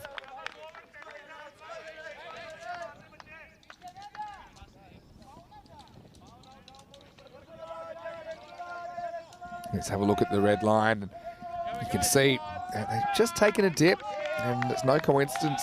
And that dip coincides with the dismissal of Ranasawa, who was picked up by Mabeen Tariq. Kala Butchamatsa is going to bowl over number 9. I'm still curious as to exactly what fell off his wrist. Maybe it was his watch. Let's have a look. Anyway, we're almost ready to go. And this is a huge over with 35 required off 2 overs. If he can keep this, 15 or less, it's going to have to be a magical finish if Punjab are going to get there. And he just rocks in. He's pretty consistent as well. You can see the fielding. Super important at this stage. Just a 1. That's a big win for Werash.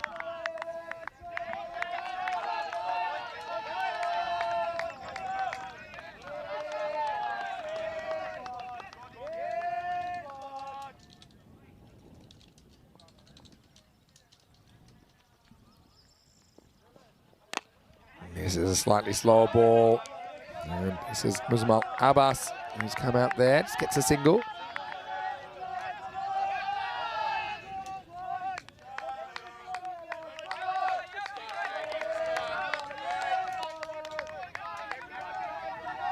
Yeah, a lot of chat now in the field. This is manufactured. Is it covering the boundary? It does. Maximal. So just what they needed. Connor Greenshield. Bit of a hard landing for the skipper. Now, I like this. He waits for it as a slow ball. And Umar Mohammed hasn't clicked yet, but they need more of this. Plenty more. 27 off 9. Let's see if Butchamatsa goes back to that slow ball.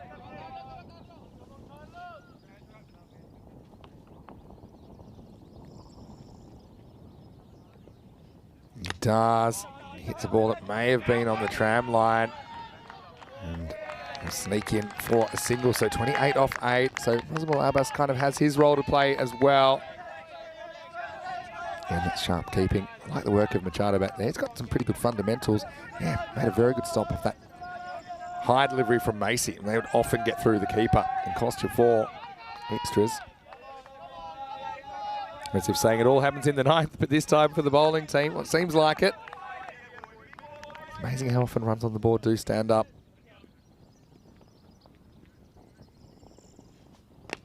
And this is another slow ball sliced up in the air. Greenshields comes around and takes the catch. Safe hands from the skipper. So Abbas goes for just a single. It's Buchimatsa that chips in with the wicket, and all happening in the ninth and all unravelling in the ninth for Punjab CC Amadora. That's the 6 wicket to fall. It's 104 for 6. And really, aside from Ranasawa, no one has really stood up for the men in red in this game. 59 for Ranasawa. Next best is the 11 not out from Umar Muhammad, who's still there. It seems to be a lost cause. Adnan Ali with 10, but yeah, get Rana, get the game. That's been the story of the second half.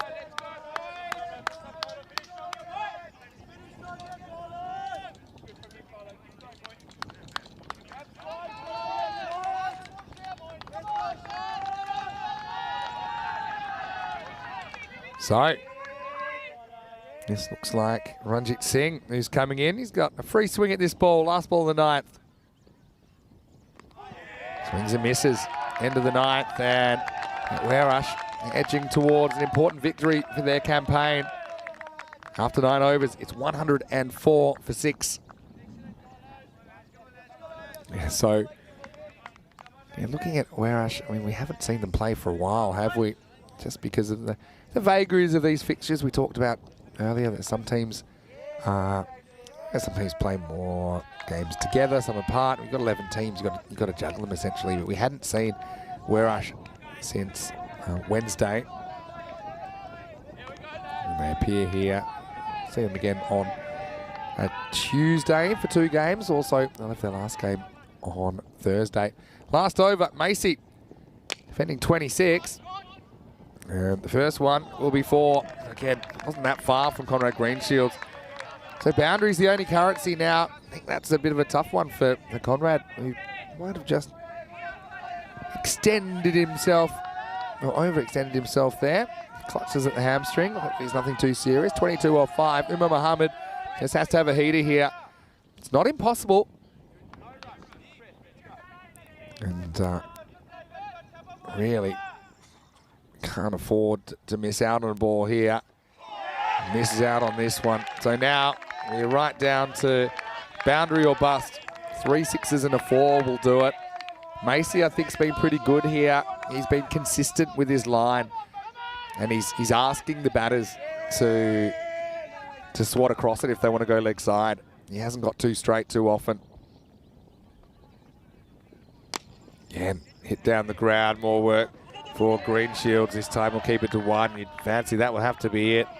Oh, he throws it away. Now they'll get another one. So, well, they get 3. They're looking for 4. And now, well, they just don't know what they're doing here. It's going to be 3 and out. So, I can kind of see what he was thinking there, but it was just everything was backwards. I think they were trying to get Umar Muhammad back on strike, but he was trapped at the bowler's end, so he couldn't really go because he'd be the one run out. You see? So they go again, and then he says, well, I've got to go here. So what are you going to do? Even though Macy throws a massive wide to Machado, it doesn't matter because they've got as long as you like. So I got that as 3 and run out. Does anyone agree with me? Yeah, 3 and run out. So, yeah, I kind of see where they're going for there. Why the 3 was important is because now, theoretically, even though it's unlikely, you can still hit 3 6s to tie the match. So that's why, you know, Macy should have never thrown it in the first place. But because if they just had got 2, then suddenly even 3 6s off the last 3 balls doesn't get you a tie, which can force a golden ball. Anyway, let's go. It is 6 or bust, and this is hit pretty well. But Greenshields is going to drop it, and he's going to drop it for 4. Well, if there is a time to drop the ball, that's probably it, because all he had to do was keep it in the field of play. And he does. He puts his hand up to apologise to Macy. Macy knows what it feels like to make a bit of a boo-boo, because he did last ball, even though he got credited with a run-out in the end. He just lost, I think, running into the sun there as well. Anyway, just needs to keep it straight now, Macy. Does. He's just going down the leg side. Oh, they're going to throw anyway. One for the highlights reel. And kind of, I wouldn't say losing the plot, but probably getting a bit emotional under pressure a couple of times. But I suppose even a 5 would have been okay if it went for 4 overthrows. Last ball coming up of a very entertaining match. Imam Mohammed, he smacks it away leg side. I think this is 4. I'm not so sure actually. Let's have a look. And we'll have to look at this for the runs. And they will get the win. Just looking at this first stop. Okay, that is fine. Now, now is he touching it next time? It doesn't matter if he comes from outside the field.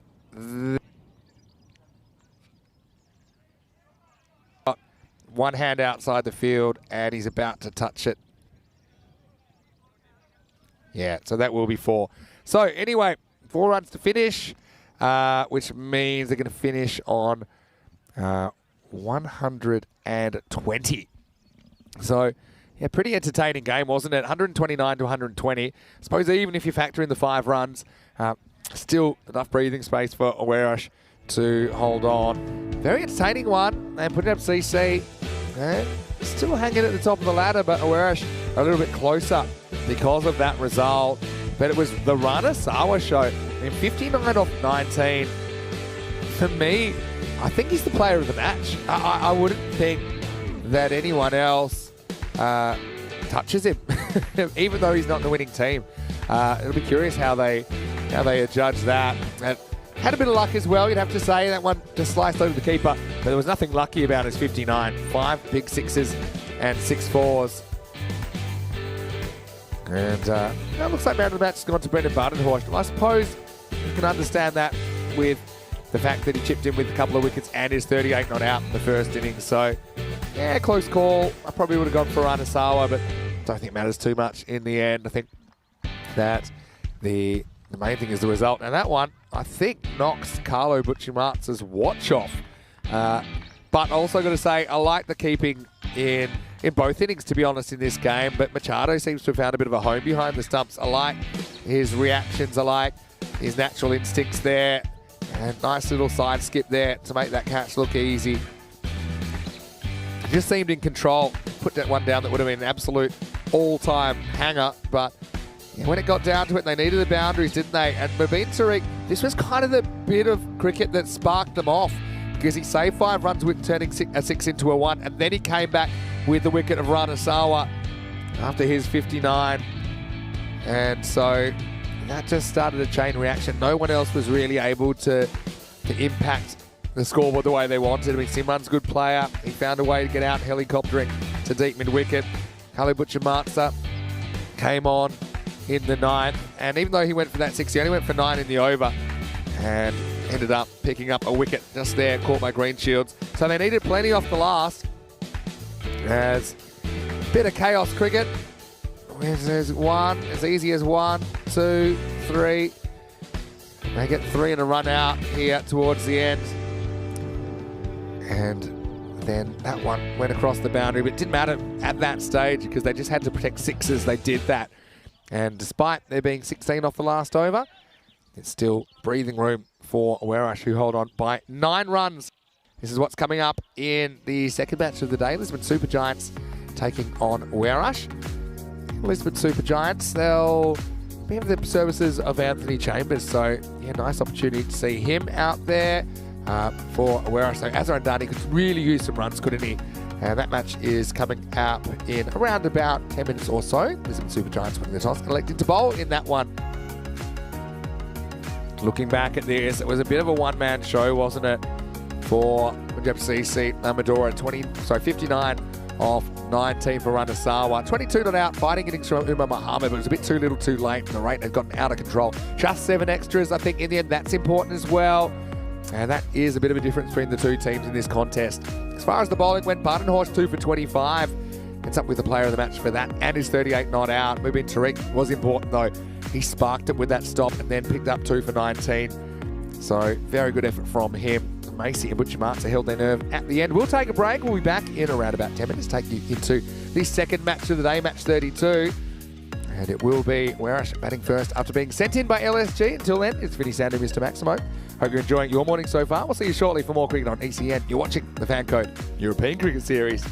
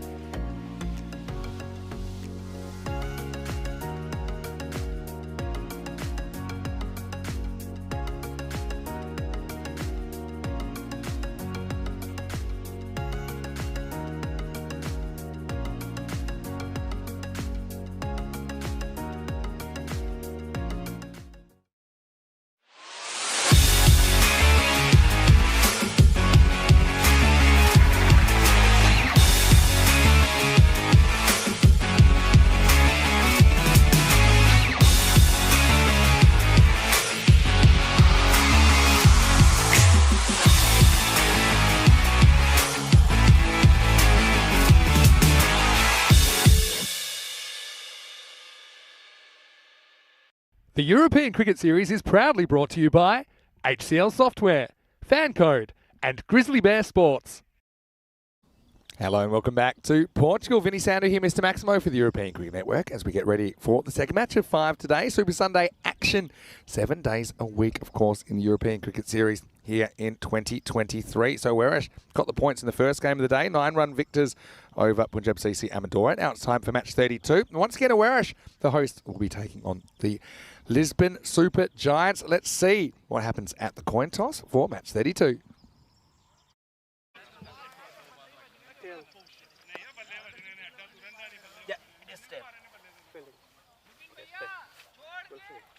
Thank you. Okay, beautiful. Thank you. So there you go. News from the coin toss is that it has been won by Anup Kumar Srivastav, and he has elected to field first. So Werash will be batting first. And I don't think they'll mind that too much. I think that they are a team which have a fair bit of power. Azarandani is a guy who can definitely use some runs at the top of the order. You got Miggy Machado, made a strong start but got out soon after in the first game of the day. Greenshields and Bardenhorst did most of the heavy lifting for Werash in that first game of the day. They posted 129 and they were able to keep Punjab CC Amadora to 120. Lisbon Super Giants without a win so far in the series. They are fairly new to ECN cricket. They certainly had some promising moments. Good to see a fair few youngsters in there. The one name I'm looking at, though, Anthony Chambers. He's one guy with Portuguese national team experience, so I expect to see him opening the batting in the second half of this game. Werash versus Super Giants. Well, no surprises at the more experienced Werash side are big favourites.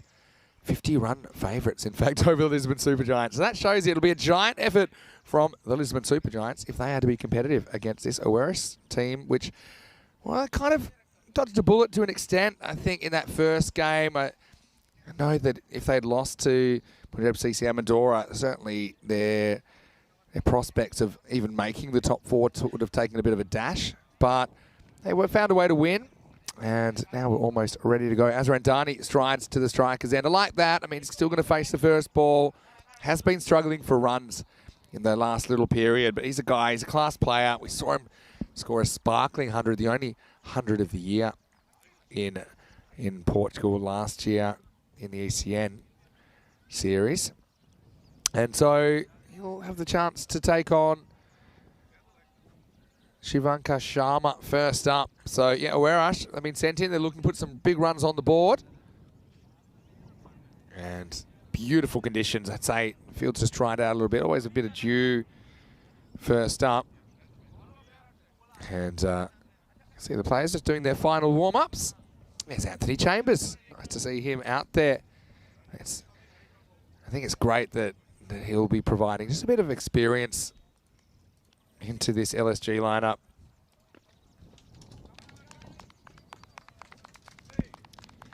Well, there's Cow Corner. I obviously can't wait for things to get underway either. Here we go with the first ball, and it's going to be a wide. Just grabbing a bit of the tram line. So, yeah, opening with spin. It's an interesting tactic. And Dani just needs to get some confidence. I think once he gets confidence back, I can see him scoring some big runs.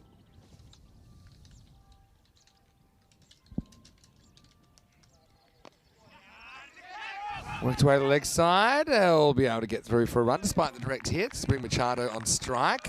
Not a bad start. And yeah, I like the fact that they are opening with spin.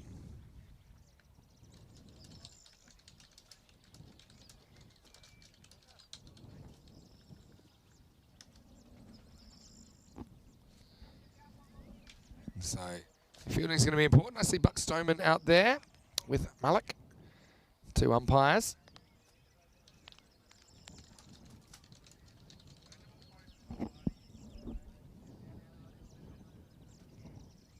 Short and whacked away. That was pace on to Machado. He knew what to do with it. Puts it back to the fence. 4 runs. And so, yeah, probably not the best delivery to bowl to Machado.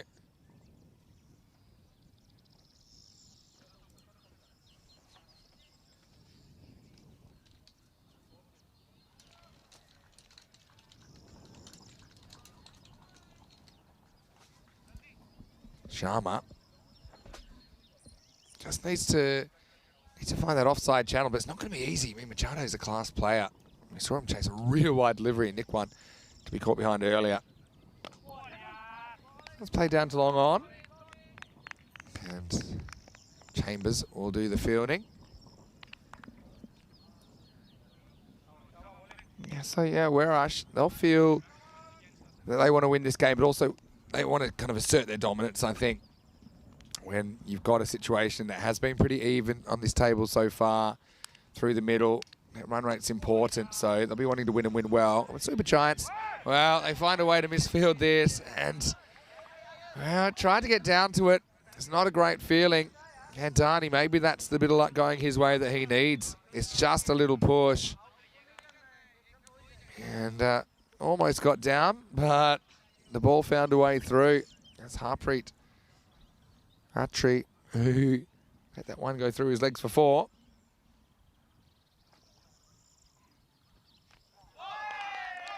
Swing and a miss this time. It's a much better channel.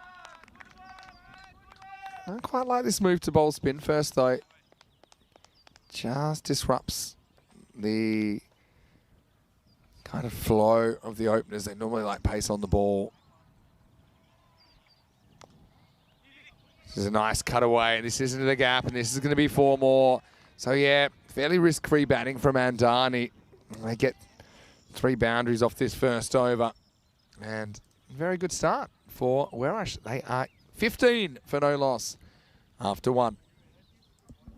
Looking at the squads for this weekend, or say next weekend actually, in around about 6 days' time, we'll be starting the ECI Portugal. This will be the day after the finals on Friday in this ECS. So Portugal, Netherlands in Gibraltar. I talked about Portugal a little bit earlier. We'll say Netherlands look like they're going to send a very strong side. A lot of ECC winners in there, led by Sebastian Brandt, and Gibraltar as well. I mean, that'll be competitive. I think some good young talent there, good mix of youth and experience in that squad. So stay tuned if you want to know more information about European Cricket Internationals. Just go to our website, europeancricket.com.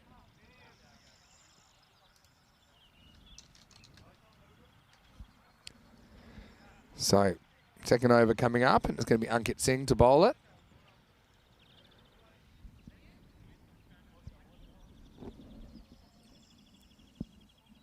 Just trying to peg it back. I mean, Werash still have visions of going 150 plus here if they can keep their batting unit there. First ball from Machado is whipped away viciously over the leg side. Maximo! Wow, it wasn't the worst ball ever. I mean, it was in kind of probably off stump line coming in to hit the top of off, but at that pace, Machado with a flourish sent it out of the ground.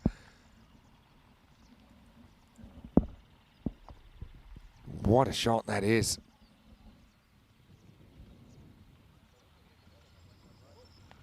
Yeah, so just some info from Silcash saying Mohak Patel is under 17. So yeah, one of the juniors getting an opportunity for the Super Giants.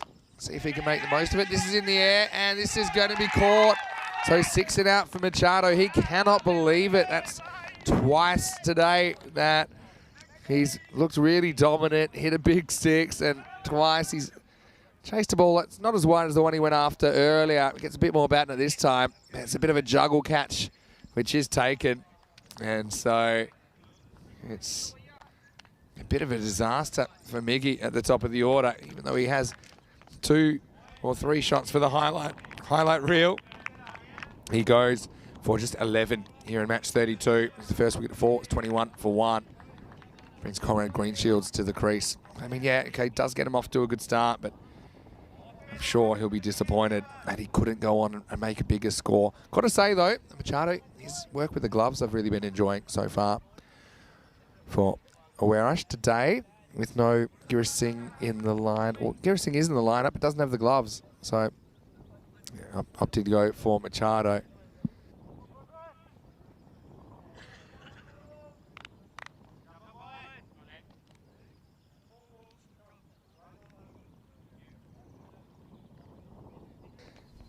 Conrad Greenshields is coming out at 3. Again, a fair few spectators arriving for this Sunday action at Santarem.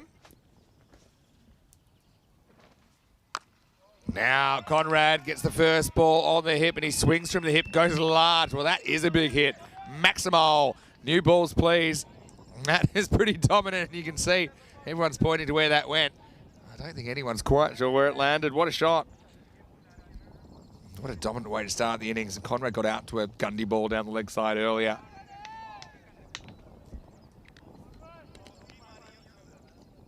This one was dispatched. Now goes through the offside and finds the gap and gets 4 more. There's a nice, free, easy swing. It wasn't the worst ball really from Ankit Singh, but a bit of width. Again, throws the hands at it. Doesn't try to go over the top this time. Drills along the ground and gets 4 more.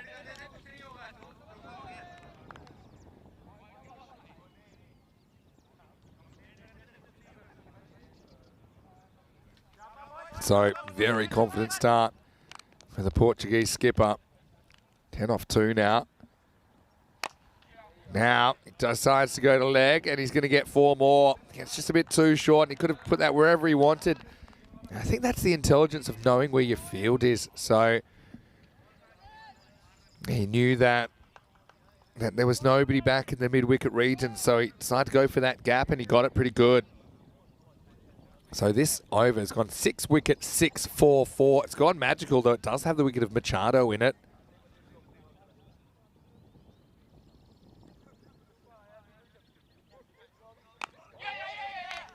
Pitched up and just use the soft hands to push for 1. And it will take us to the end of the second over. The score is 36-1. So Andani and Green Shields together for Werash. Quick look at the table as Werash, they have now joined a couple of teams on 8 points with 4 wins. And they have played 1 more game than Fighters, who have a couple of games in hand.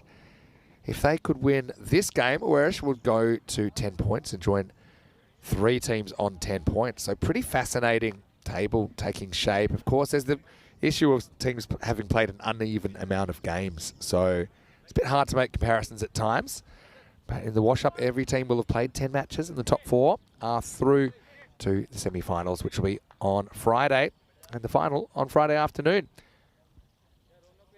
Hello to Kai as well as Chris, and nice to see John Gray in the chat as well. Why don't you drop in and have a word, ECN European Cricket Network. It's going to be Jignesh Kumar Maheta to bowl over number 3. This is a whitish ball and it's dropped, and oh, that could be a nasty one for Singer. Oh, and this is one I think it's just burst through the hands. Probably going to need to be looked at. That is nasty, but it was also a big moment in the game because Green Shields, he has a life on 15. It was just a similar kind of shot to the one that got Machado out. It was Shivankar Sharma that took the catch on that occasion. That time it was Azan Singer in the hot spot. He couldn't hold on. And now next ball is driven through the covers and Andani gets a boundary. This one was into a gap. Did get a boundary earlier by pushing through a fielder's legs.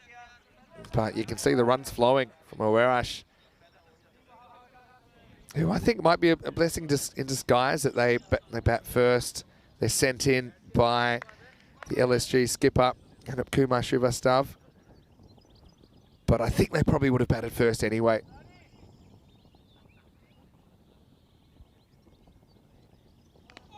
This is wide, outside the off stump, and called. So it's just hard to see how they're going to be able to slow this down. This field is very hard to defend.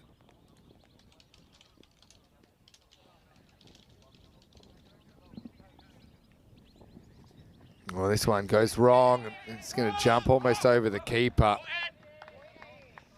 This will be a no ball because it does pitch just before the stumps, around about the crease, and you keep it well to kind of at least knock that down or knock it up to make sure it didn't go to the boundary. So free hit coming up. It's going to be Green Shields, the man to face it.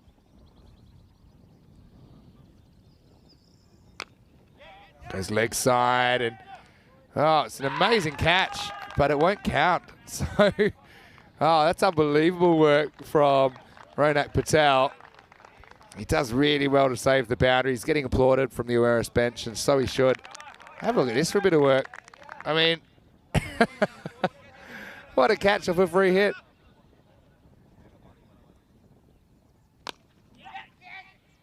And Dani checks his shot. The ball's played on and then played back. They're going to go for two. They're going to get there. That's really good running to get to there. I love the footwork, though. Look at Harpreet. He had a bit of an issue earlier. He kicks it and then he puts it back for his teammate. But still wasn't enough to save the two. What an interesting power play this has been.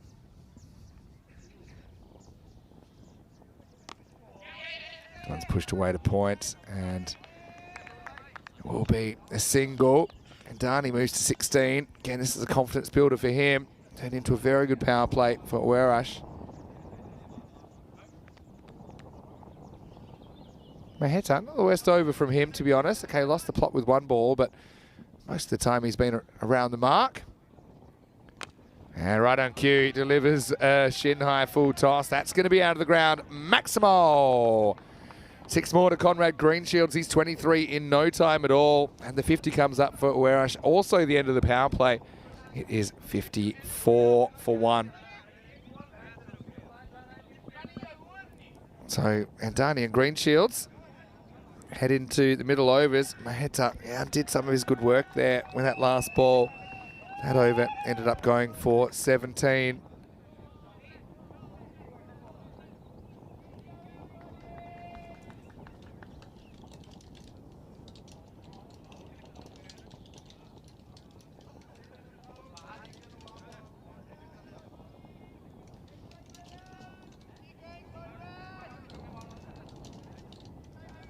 So time for over number 4. And yeah, going back to Shivanka Sharma. He delivered the first over. Wasn't the worst one. Went for 15. So, and Dani gets first look at Sharma here in the 4th. Push and run. And they'll get a single. Greenshields, top score of 90, not out on the network. Very experienced. Also now the Portuguese national team skipper, having qualified for Portugal during the 2022 summer. Tries to make something out of this, but I think he's probably going a little bit over the top. Checking out the replay. Yeah, climbing and probably a bit of bat in there as well, I think.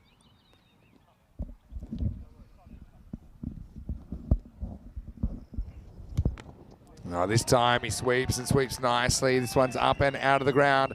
Maximal! 6 more to Greenshields, and he is continuing to look dangerous. You don't want to drift into his pads. Anything outside that left knee. I mean, I suppose if you look at his dismissal earlier, where he found a way to glove a Gundy ball to the keeper, you'd think maybe that's a way to get him out, but I think that was just a bit of a freakish moment where he found a way to get out to a ball like that.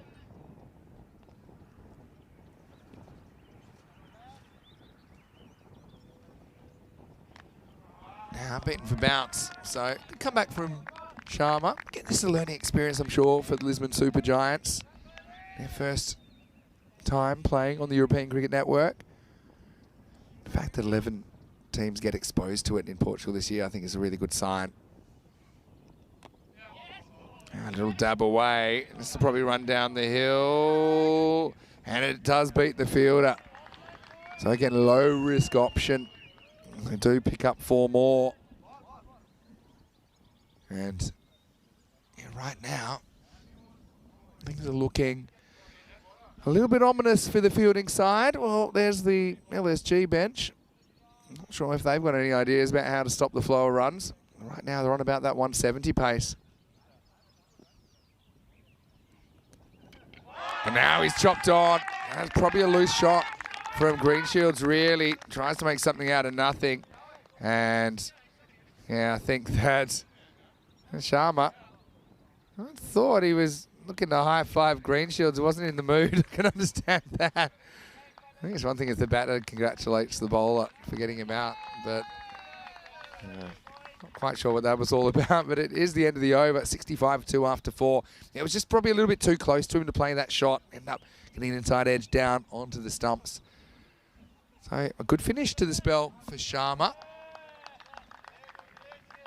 He's going to finish with figures of 1 for 26. Greenshields goes for 33 off 12 balls. So certainly wasn't a long innings, but a pretty useful one for Uerash. And this will bring Badenhorst to the crease. And he scored 38 not out earlier. Thought he batted very well on his return to ECN action. And he's a player we didn't see during the ECL due to other commitments. So he gets his opportunity at number 4 once again. Adani still there, 17 off 9. Again, confidence building in for him so far.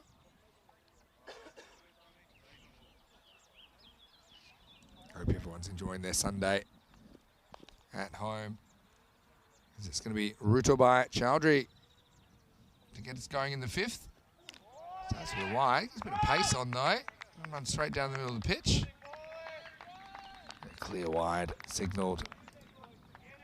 I think Malik's just having a bit of a word about running in front of the umpire.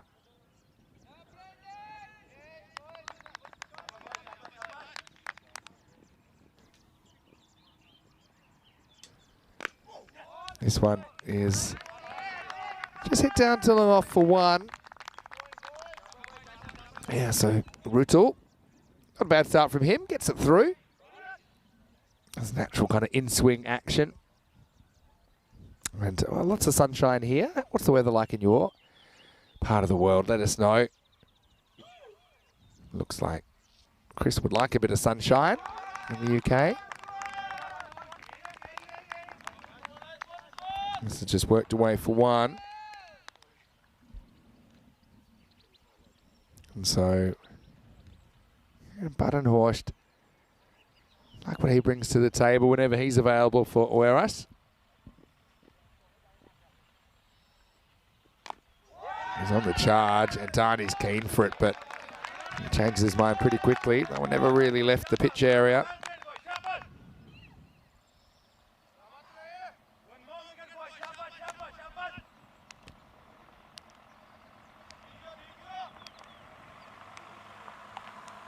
Yeah, Lisbon Super Giants. Yeah, he's trying to serve it up to Uerash here. Trying to peg things back. Oh, they do. What a ball that is from Rutul. And he blasts that Yorker past the bat of Badenhorst. That's a 3rd wicket. That's really well bowled. Have a look at this Yorker. Spicy one. Leg stump. And fired up, why not? Super Giants have had a bit of tap so far in this 5 overs, but they've had their good moments as well, as Badenhorst can't move the needle in match 32. He goes for 1, and the score is 69 for 3. I don't care who you are, that's a really difficult ball to play. And so it's a very good bit of bowling. I think it would have got a lot of batters out. Just surprised him for pace. So yeah, you see he bowls with good rhythm and good pace, but I suppose yeah, the accuracy is the thing which will determine if he's successful or not. Rutul. So yeah, a couple of big fish going in pretty quick succession. That's the beauty of cricket. I mean, at the end, it's a one-on-one contest, bat versus ball. And so, yeah, despite what the game situation is looking like, I think you always need to be trying to win that next contest. Here's Faf Stoneman coming to the crease at number 5.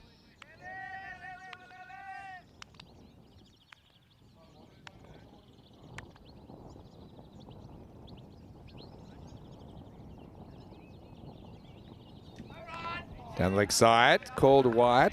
Yeah, so that for me, for Rutul, that'd be a second warning because he's run right in front of the umpire.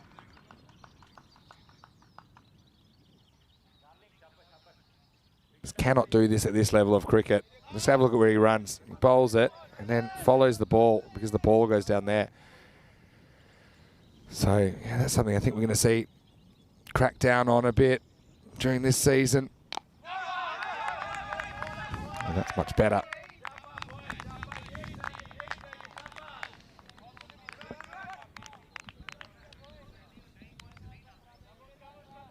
Nice ball, the over coming up.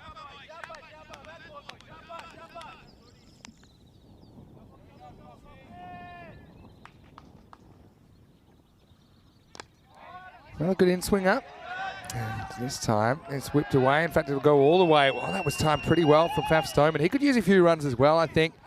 He's having a bit of a lean trot himself with the bat. Still contributing in other areas, but yeah, when he's at his best, he's a very talented stroke maker. Made a lot of runs last year in the domestic competition. That takes us to the end of the 5th over. The score is 74 for 3.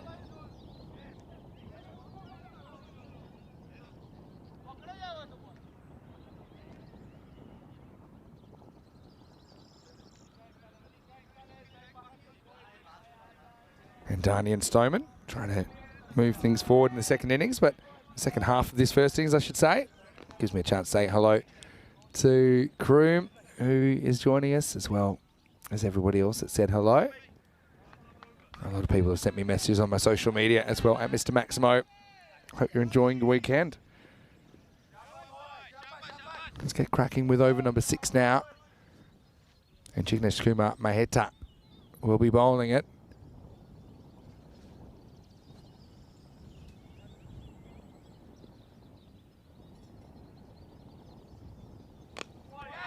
Yeah, pitched up, and Darnie with a pretty powerful looking drive, but picks out the fielder. They look for 2, but it's not quite there. And 2 players at the crease with a lot of national experience for Warash at the moment.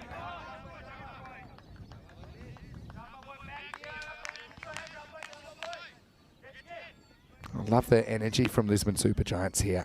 They're really trying to press, really trying to restrict as much as they can.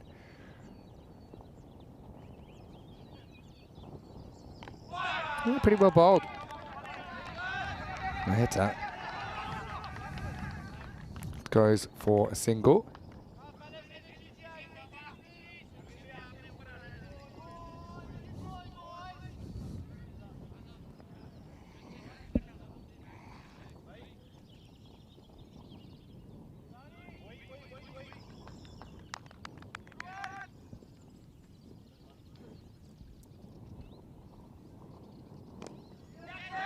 This is just whipped away. It's up here. It's going to get through the field. It's going to be 4. That's disappointing. And that looks like Vishal Kumar Patel, who's come on to the field. Perhaps, I think it might be Arjun Singh that's had to go off with that injury sustained during that catching attempt earlier in the innings. But yeah, he's not able to deal with the bounce. There's no easy stops here. That one results in another 4 for Warash. Yeah, you don't have to take undue risks on this field, I think, to get value for money for your shots. I think when you're batting, yeah, you can just hit the ball hard, hit it pretty correctly, and it's not easy to field.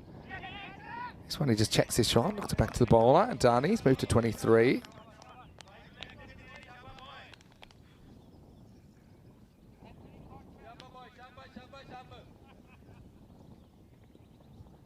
Maheta. Couple of balls to go in his spell. Yeah, that's a good one. Yeah, he's certainly had some good moments. I suppose I said this yesterday. Sometimes it's just a matter of trying to sustain the periods for longer when you're playing probably upper level. You know, you'll find actually, you know, we've got some of our bits of cricket as good as their bits of cricket, but the good teams do it for longer and for more of the game. This is up, it's in the air, and what a catch! Unbelievable catch. That's Chambers who comes. He's got a very good pair of hands. Well, and he gets his national teammate. Anthony Chambers, low full toss, came in and, well, I question his choice of headwear, but I cannot question his commitment in the field. As it was just whipped across, wasn't it? And Andani, well, just when you thought he was getting going, he finds a way to get out for 23, but that was brilliant from Chambers. Outstanding bit of work. That's the 4th wicket to fall. It's 80 for 4 after 6. And a bit of a reward for Jinesh Kumar Maheta in the end. He'll finish with 1 for 23. Not a bad spell at all. So pegging things back a bit, having a look at the scorecard. Again, they've just found a way to get out, haven't they? Especially the top 3. I mean, Buttonhorse got a good one, I think, but Andani as well as Machado and Greenshields will all be kicking themselves, I think, about their dismissals. As we head into over number 7.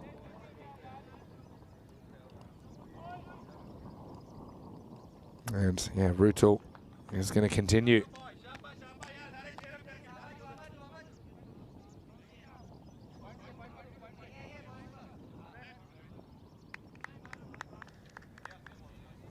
Faf Stoneman. Again, a real good opportunity for him to try and get amongst the runners. He's been joined at the crease now by Keegan De Silva. Rutul starts with a wide. Yes, what I've noticed, see, that one, it doesn't even look to run in front of the umpire, but often I think when bowlers bowl a ball that they lose down the leg side, they tend to follow the ball. They start to think of themselves as an extra fielder. So it's not really a consistent follow through that you're getting. You're kind of following the ball all the time. That's where his issues came from. See there, that one's straighter, so he runs straight down the middle of the pitch. It's just something he's going to have to work on again. This is called a wide, rightly so. I was discussing it with Conrad yesterday when he was in the commentary box with me. Conrad was saying, you know, maybe that should just be a no ball if you cross the middle stump in your follow through, because it just makes the umpires job so hard.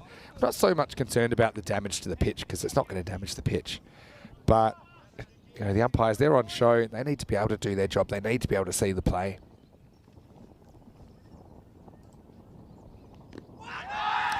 Nope.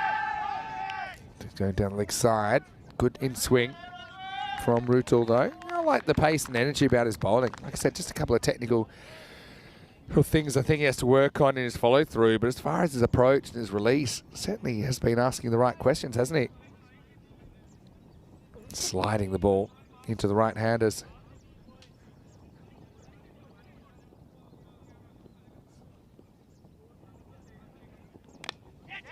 This is sliced in the air and it goes down. Well, it wasn't an easy one. In fact, it'll even go for 4. De Silva slashes away, likes to hit through that point and cover region.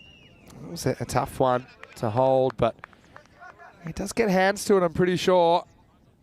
But yeah, with this outfield, it's still so fast. Ends up going to the boundary, so Keegan De Silva's off the mark.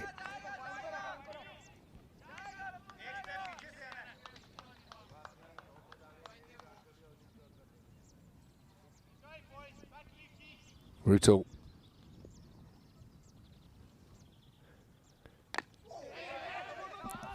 This is an edge, which is going to sneak in, and they're going to run so well here. They're going to get 2. That is brilliant running. And both these two are super quick. And so, yeah, De Silva probably didn't deserve 2 for that shot, but he'll get 2. Again, it's good teamwork.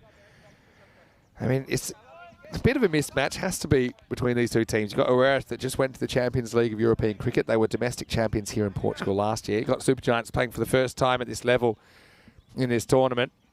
So, yeah, Super Giants probably learn a few things in this one as well, but they're holding their own. Slightly mistime pull shot here. And I'll get through for a single.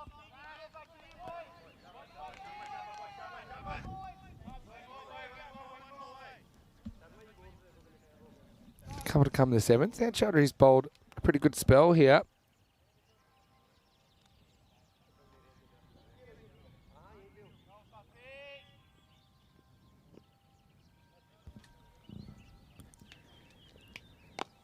Oh, clever slower ball as well. Almost befuddles the batter. It'll just be a single. They've done well to peg it back. Remember at one stage, Oeiras were on for about 170. Now it's down to about 130 pace, and who knows, they might even be able to keep it below that. Then, of course, the question will be where will the runs come from? But they do have Chambers, who's a pretty experienced campaigner, into the lineup. Ankit Singh listed to open as well. This one's called wide, down the leg side. And so that will be re-bowled. Yeah, Steve's saying if you run down the middle, you can't get caught behind, or you can't get a caught behind a decision or an LBW. That's so true, Steve. So the issue is we've seen umpires missing wides as well when bowlers are walking down or running down the middle of the pitch. So I think that's probably an issue, which in this form of the game, it's a bit more crucial than in a longer form of the game. So, yeah, if the batter doesn't get a wide call because the bowler's blocked the umpire's view, I mean, yeah, as a batter, I'd be pretty annoyed about it. Bowled him, and Rutul gets 2. De Silva swings across this. It's straight through the gate, and great work by the Super Giants. Well, maybe they're Super Giant killers, because they've brought themselves back into contention in this game. There's Keegan De Silva. He wanted to go large, but couldn't make any contact, and that is the end of the 7th over. The score is 93 for 5. It's a reminder that we will be heading all around Europe this year on the European Cricket Network. Of course, we're restarting, I should say, the ECS in Portugal after we had a series in Malta to start the year. But then we'll be heading to Cyprus and then Milan for 2 weeks apiece. And yeah, 2 weeks to follow in Austria, Bulgaria. Plenty more locations as well. So join us throughout the summer, on the European summer that is, on the European Cricket Network. Over 1,500 matches potentially that we'll broadcast this year. Should be the most matches we've ever done in a year. And the reason is that we're getting a lot of support out there. So a big thank you. And if you don't already, make sure you subscribe to our YouTube channel, ECN European Cricket Network. And also tell your family, tell your friends about the European Cricket Network. Comes to our new over. This one almost decapitates Mubin Tariq, who's new to the crease. And, yeah, this is Suman Bomik, who comes in, and we'll talk about getting your eye in. This one almost knocks Mubin Tariq's eye out. Like he's got the helmet on.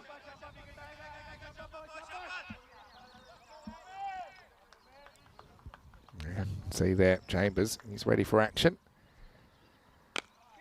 And this is up, and it's in that direction, but it's going to be over the head of Chambers. Maximo! Mubin Tariq played a really good cameo in the first game of the day, and I think he wants more, and he might get more. And Mubin Tariq, yeah, I like the way he stays pretty still. He just elevates that one up and out of the ground. Good batting. The Bomik wasn't the worst ball, but you can see under 3 overs remaining. Weresh brought up the 100. They want more. Mubin, though, it's a bit more of a top edge. It's hanging in the air, and they're not able to turn it into a catch. And what's worse, it's going to be 4. So Mubin, he's just given that the old up and under job. And the fielder, he just couldn't quite get in the drop zone, could he?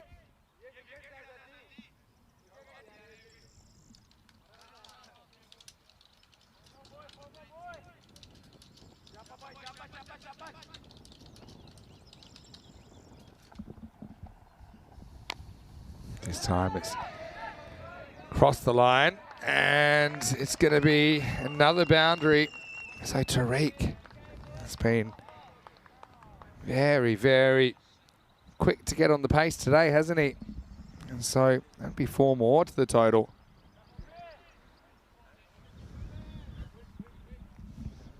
See there, a few preparations in the Weresh dressing room for the second innings. Trying to keep themselves loose.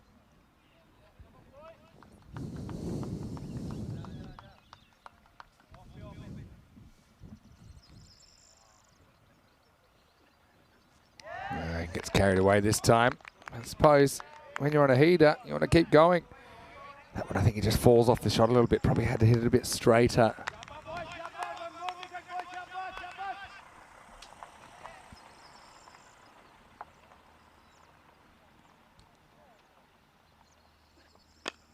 This time he does go straight up, and it'll pick the gap. So, well, didn't quite have the legs to go for 6, but it will be 4. We'll check this out in the replay, thanks to String Productions. We didn't get a lot of it down towards the bottom of the bat. But yeah, one bounce and over the line. So it takes us to the end of the 8th over. The score is 112 for 5.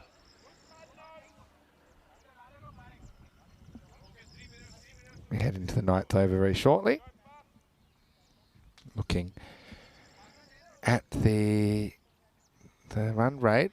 Took a bit of a dip, coinciding with wickets in the 4th, 5th, 6th and 7th overs. Yeah, they have done well to take 5 wickets in this innings, Lisbon Super Giants, but yeah, still, it's a lot of runs, and Stoneman, again, he hasn't quite clicked yet, but he'll be hoping to as we start the 9th over.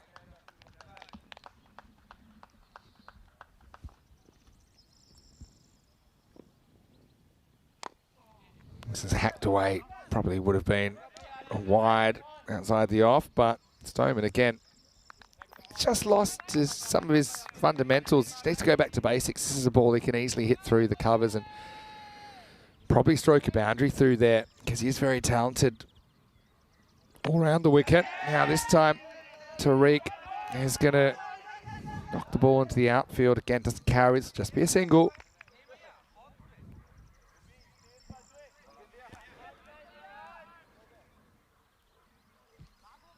Stoneman faces up again. They should be okay for time here. They have cut it a little bit fine.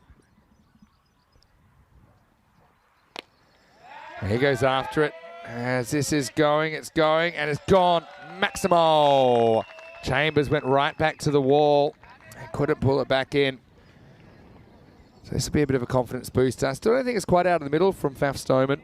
It will get him 6 and give him a bit more of that confidence than he needs with the bat.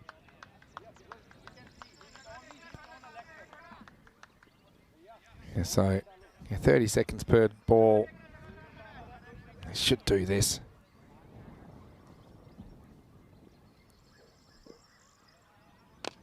Well, it goes straight again, and it's going to be the same result. Maximal, back-to-back for Stoneman, who moves to 20 in quick time. And so Uerash just continue to grow this score. It takes him up to 126, and so again, that's the difference between hitting the block hole and just missing. Now he reaches again. Does he have enough this time? Well, he will. That's gone all the way. Maximal has Chambers. Well, you can't fault his effort. He's fielded well in this innings, but he's not able to pull this one back from the beyond. Yeah, maybe just caught a little bit out of position. So 3 on the spin for Stoneman as this has sprung to life in the 9th for Uerash.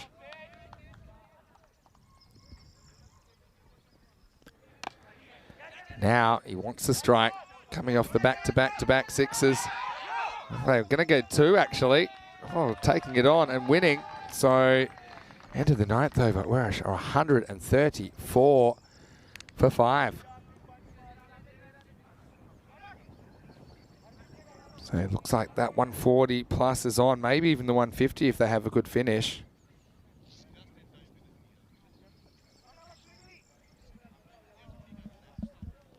And so, yeah, Rutul Chaudhry, 2 for 22 off his 2 overs. Also wickets for Shivanka Sharma, Ankit Singh and Jignesh Kumar Maheta. Going into the last, it's going to be Ronak Patel to bowl.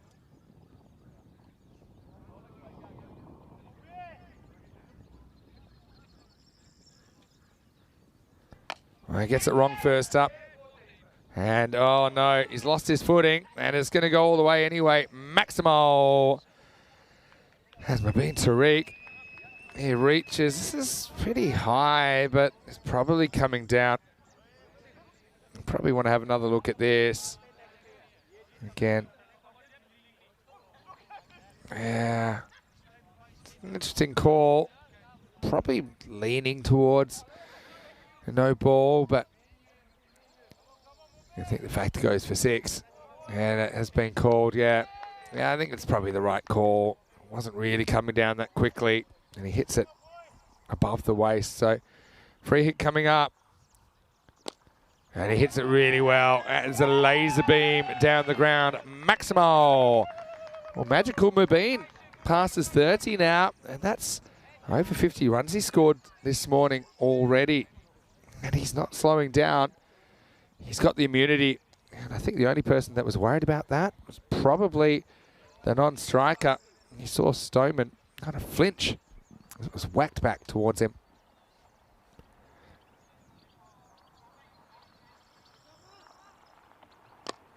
Now, you see Stoneman running hard. He wants to give Mabeen the strike back, but he's picked out the fielder. Chambers won't allow it. Just a single.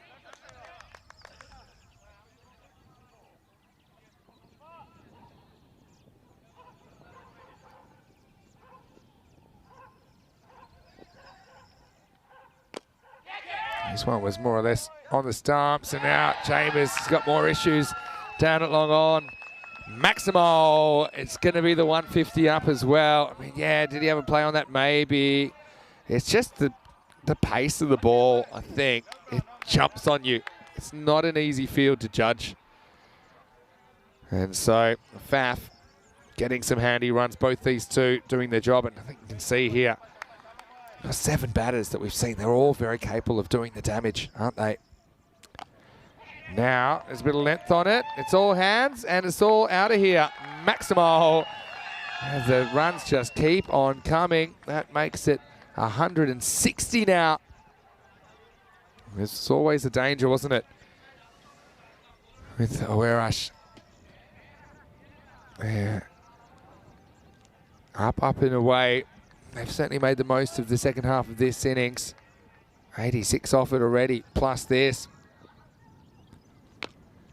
And he tries to make something out of it, and he does once again. That's great hands from Stoneman. He's 46 now.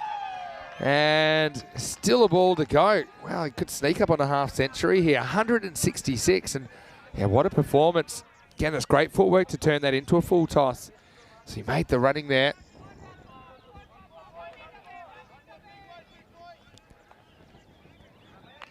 Last ball of the 10 coming up.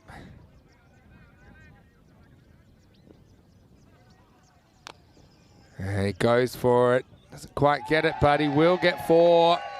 And what a fantastic performance that is from Stoneman. He brings up his 50 in just 14 balls. He sprung to life there at the right moment, didn't he? And he's going to finish with an even 50. So those 14 balls, he hits 6 sixes and 2 fours. And yeah, he needed that, didn't he? I mean, Mabeen was also excellent in that partnership. Things just got out of control, didn't they, for Lisbon Super Giants? I mean, didn't start well for them, to be fair. And you can see all the Awerash batters, they had that kind of attacking intent, didn't they? That's the way they play. Machado, again, looked like he could go big, and he did a couple of times, but then he found a way to slice himself out. Greenshields came to the crease. He put the first ball into the cow paddock, and he looked very good while he was there. I feel that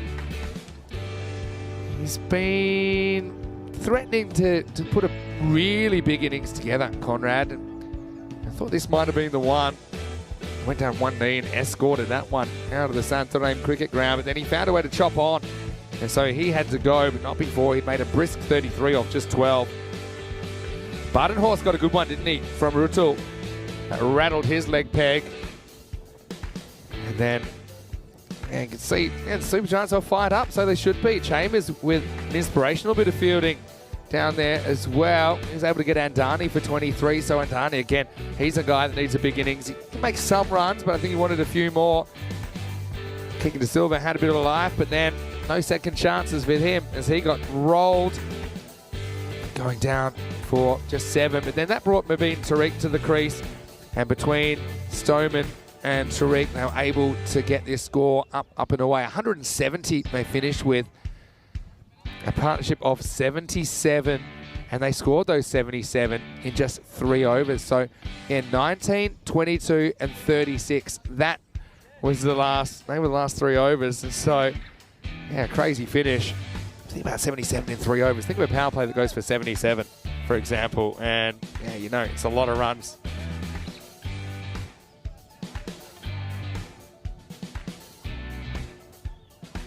But you sit back and enjoy the hitting.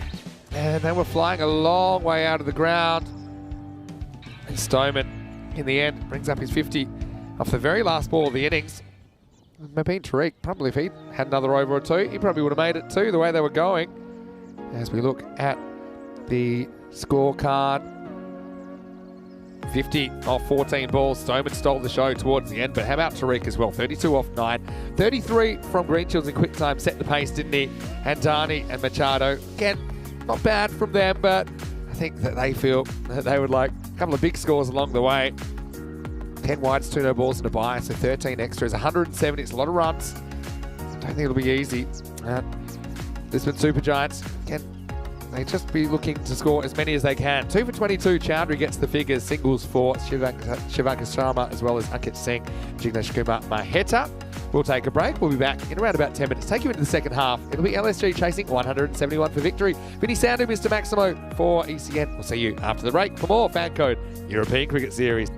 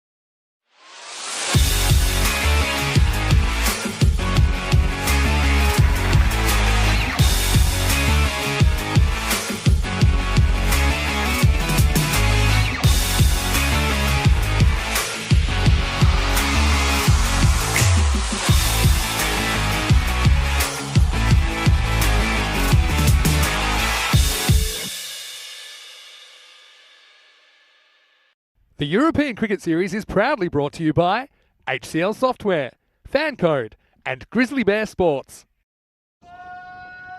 Hello and welcome back to the Santholm Cricket Ground. It is Sunday action here in the ECS Day 7. It is Andy here, Mr. Maximo for ECN, and we're halfway through match number 32. So it was Awareness that was sent in by Lisbon Super Giants. They put on 170, so 171 to win. And Atri, he's batting like someone that is chasing 171 to win. Big swing and a miss. Junaid Khan is the opening bowler for Awareness. I think it was an interesting innings, wasn't it, the first half? Awareness certainly attacking all the way down. Even when they lost wickets, I think the guys coming in, they know the aggression required and they'll back their teammates to do it. They still get a very healthy score. Atri skies this one and it's going to be gone. So it's perfect start for Awareness. Goes dot wicket. It's Conrad Greenshields that takes the catch, just hovering in the cover region. So without a run on the board, we have a wicket. Vinny Zander here, Mr. Maximo, special guest commentator. And I don't even know what to call it. I know she's a project manager here in Portugal. She's also an umpire, international umpire last week for us. And pretty much everything else. Meta Dab. Meta, welcome to the commentary box. I know it's not your first time here with me, but yeah, it's nice to be back in Portugal, isn't it? Thanks, Vinny. Yeah, it's awesome to be back. Yeah, that's a early wicket. Have you seen? It's Anthony Chambers in there. Anthony Chambers. He's a very good in for Lisbon Super Giants, isn't he? He's a guy with national experience, and I'm sure he knows it's a pretty big task, but a chance for him to get some runs. Anyway, tell us about how your week's been in Portugal so far. I know that I was a little bit late to the party, just arriving on Tuesday night, but we're very well looked after here, aren't we, the ECN crew? It's always my favorite event to do. Obviously, apart from ECO and ECC, they are just special events for all of us. But yeah, from the ECS events, it's always my favorite. It's so nice to be welcomed the way we are here. And the teams are all really friendly, very organized. I think it's the first event where I did not have a single captain coming late to the toss. Wow, that's good to know. Yep. There you go, you run a tight ship. Here's Junaid. And Kit gets about at 3. I also think it's great every time we've come to Portugal, we seem to have more and more teams involved. I think we had, well, the first ECS I was present for, I think we had 7, and then I think 10 last year, 11 this year. So it's a sign, and we were speaking to Conrad yesterday as well, that you know, they've grown from something like 5 to 18 teams in a pretty quick amount of time. There's divisions now. I think that it's really a step in the right direction. This one's a little bit wrong from Junaid. Yeah, it would be interesting to see a side angle here because that must be really close. Yeah, going for the Yorker. Let's see how high it actually was. Oh, yeah. That has to be a no ball. Has to be called. Yeah, so no ball. It means the free hit is coming up. And so, yeah, a little bit of an opportunity for LSG. But isn't it great to see them mixing it up? And look, I know they went for 170. They had some moments, though, where they were quite competitive against Awareness. And they picked up some pretty handy wickets along the way. I suppose this is the thing. Teams that are a bit lower down sometimes they struggle to get the consistency in their performance. The free hit doesn't go too far. It definitely started well, but between all the wickets, there were some runs coming in. That last partnership was just took it. I think it was 80 runs or something. It just took it over the edge. I think it's just hard to chase 170. Going at 17 and over is just. Yeah, the last 3 overs went for 19, 22, and 36. And it wasn't the 6 sixes, but there were 5 sixes in it, and a no ball, and a 4 and a 1. So that's how you get to 36. So yeah, Ronak Patel, unfortunately with him, didn't really go the way that he was planning, but still an opportunity to try and put a competitive score on the board. But it won't be easy against Awareness because Awareness are hunting up. They didn't have the greatest start to the tournament, and won a tight one against Punjab CC. This is their only other match today, so we'll see 5 teams, each of them playing 2 matches today on day 7. This is sliced away, and Nabeen will keep it to 1. Yeah, I mean, Orange really needs this win, and they need to win big because they need to put some effort in here to get their net run rate up. There's, I think, currently sitting on the 5th spot, so they need a big win to get up there because only the top 4 are going through to the final stage. It's going to be competitive, isn't it? With certainly more than 4 contenders for those semi-final spots. Put the long off back now. Chambers gets his opportunity. bit of a mammoth task for him to try and take on, but still, it's nice to see him out there. You can see he's quite organised, and he's a player we saw playing for Portugal in the ECC last year. Took a memorable catch to seal a win against Spain, and we loved that because it made Corey very grumpy, didn't it? As we get to the end of the first over, it's 3-for-1, 59 matches since the Golden Ball. But yeah, it's always great to get back on the domestic circuit. Obviously, ECL was really exciting for us. And exciting, I think, for European cricket with Drew, the champions. What did you make of that? Well, yeah, I mean, Drew is such a team. When if Nabi fires, it's obvious that they are always going to be very, very competitive. I think like the past 2 ECLs they participated in, they looked very good, but because Nabi and also Hamzani is a bit on and off back then, it could always happen that they drop an important game. Yeah, exactly right. We wondered if they could do it consistently and against the big opposition. You can see that just a single, as Chambers not too keen on a 2. Yeah, but it was certainly pretty memorable. Uwerish as well, we saw them in the ECL, and we know that they've been working very hard on their cricket, trying to get to the next level. I mean, they mixed it up with COIMS. I mean, they beat COIMS from Ireland, a team that ended up finishing 3rd in the whole of Europe. But as you can see here, I mean, these games aren't gimmies for them. They've been tested domestically, and I think it'll be a very interesting domestic season in Portugal as well. Who knows who'll be at the ECL next year. But this guy impresses me. Good young player. Worked hard on his bowling. Faf Stoneman. Here he is. And a good contest between him and Chambers. Chambers knocks it out and has to work hard, but gets a single. Yeah, I'm happy he went well in the batting innings. I think he was a bit down on confidence after the last 2 performances. I think he didn't bat as well as he probably expects from himself. Then he went for plenty against Punjab CC as well. So I'm happy that he got a 50 here in the first innings just to get his confidence Needed those up. runs, didn't he? Yeah, his confidence just looked a bit down with the bat. He's a very good player technically, and scored a bunch of runs last year in the domestic league. You can see Chambers and Kit Singh not really on the same page, I think, with the running between the wickets. This can happen when you haven't really batted together before, especially when you're in a pressure situation. Yeah, but big ECS calendar. I know the events you'll be doing coming up. I know we're doing Cyprus, and then will you be in Milan? I will be in Milan, Yeah. so I have a little bit of time off because my lovely colleague Sam Williams taken over for Cyprus. They'll come over for 3 days. I'm going to visit you guys in the second week to soak up a little bit of that Cyprus sun, and then travel on to Milan. We've been blessed with plenty of sunshine this year, haven't we? And we've been a bit lucky with the weather. I know we had some issues in Malta with just a bit of flooding. Yeah, I think we just like soaked up all the rain we would have for a year within like 3 days, and I think now we deserve it. We deserve having a lot of sunshine after that. We probably did. Yeah, so the robots in the chat saying Meta is one of the most important people in the game for European cricket development, starting with her background in Germany at a young age. We have talked about this before, but yes, you certainly came from a cricket family, didn't you? I did. And it stuck. Yeah, the love for cricket was just born into me. Big swing and a miss from Ankit. He takes out the long handle, can't get any of it. Into 2 overs, the score is 5-for-1.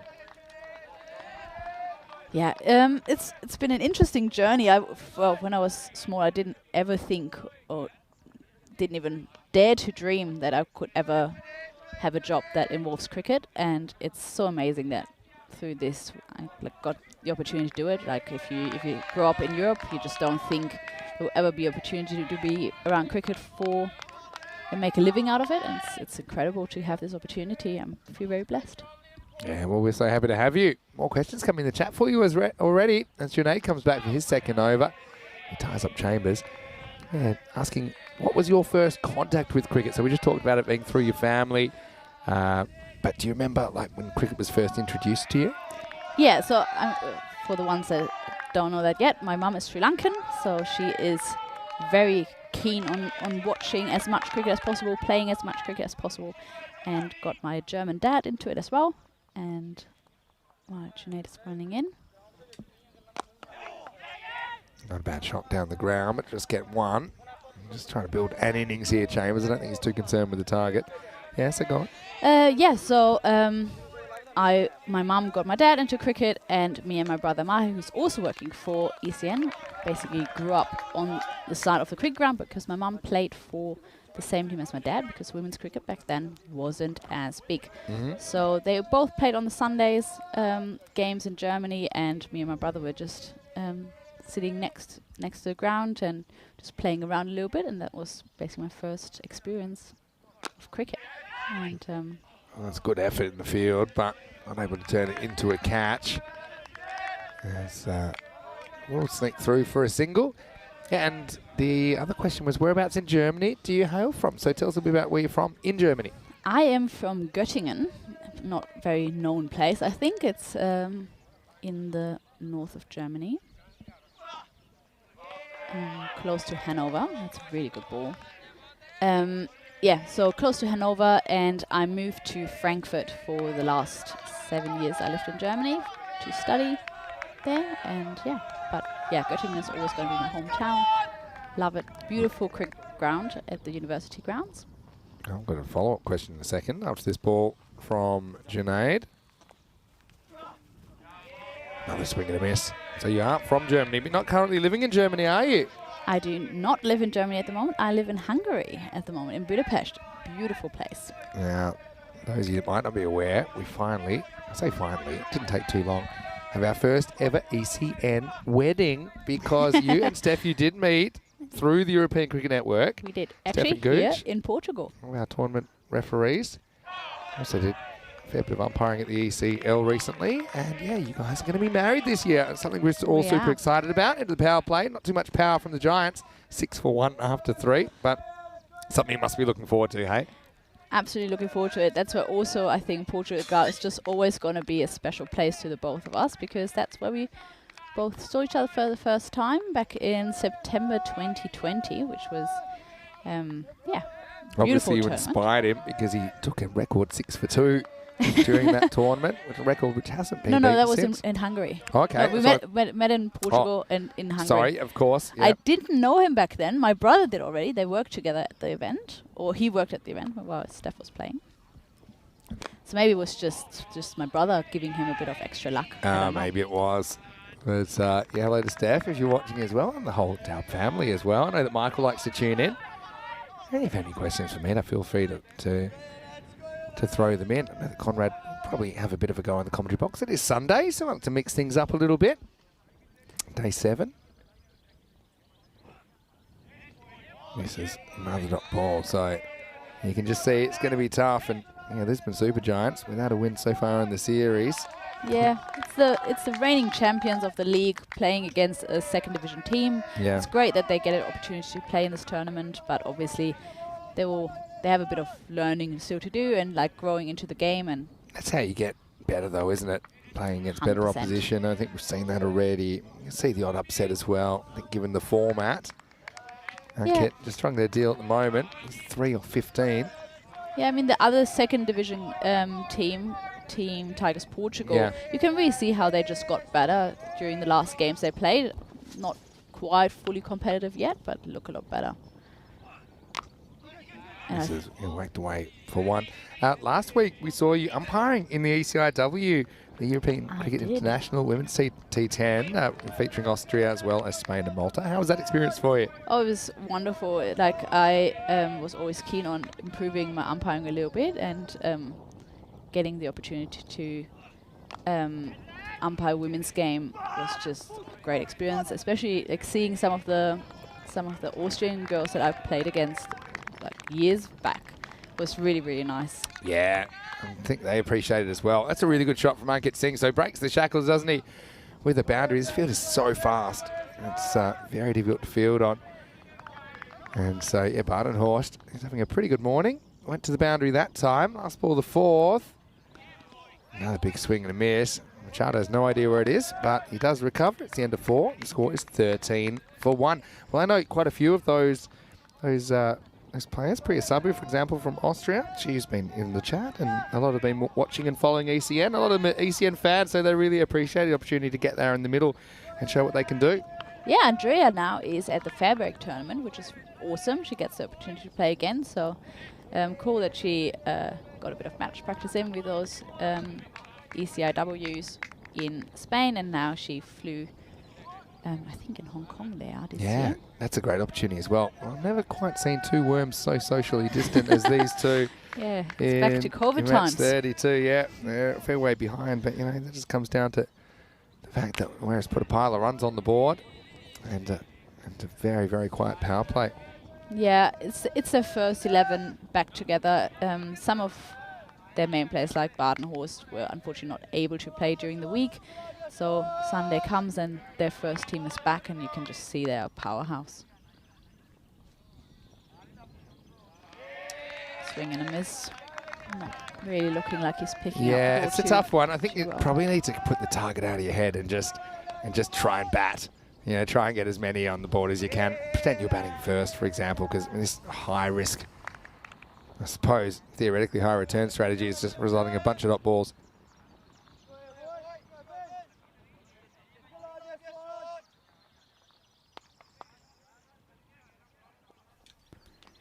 And this is a nice bit of keeping as well. I like Machado back there. It looks like he's done the job before. I've had a few issues with the keeping spot, or just on deciding who they should have keeping. Yeah, without any offense, like I think it was a good idea to not have Conor McGreevy having the gloves anymore. He didn't look too good in that first game, and Did okay in the ECL, I thought, actually. You know, he did some good things.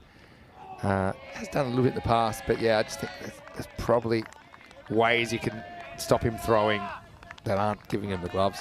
Now, look, got a few things to take care of in the second half of this game. Now, I'm going to leave you at the controls, Mita, okay? Thank Do you you think very you can handle much. that? But I want everyone in the Absolutely. chat to make Mita feel welcome. yeah, fire in some questions. I'm Yeah. happy to answer, and we go through the rest of the game while Vinny's taking a little break and having some important things to do and prepare. Yeah, of course. But, you know, we'll be back. And right now, you can see it's pretty quiet on the Super Giants bench. It's, we'll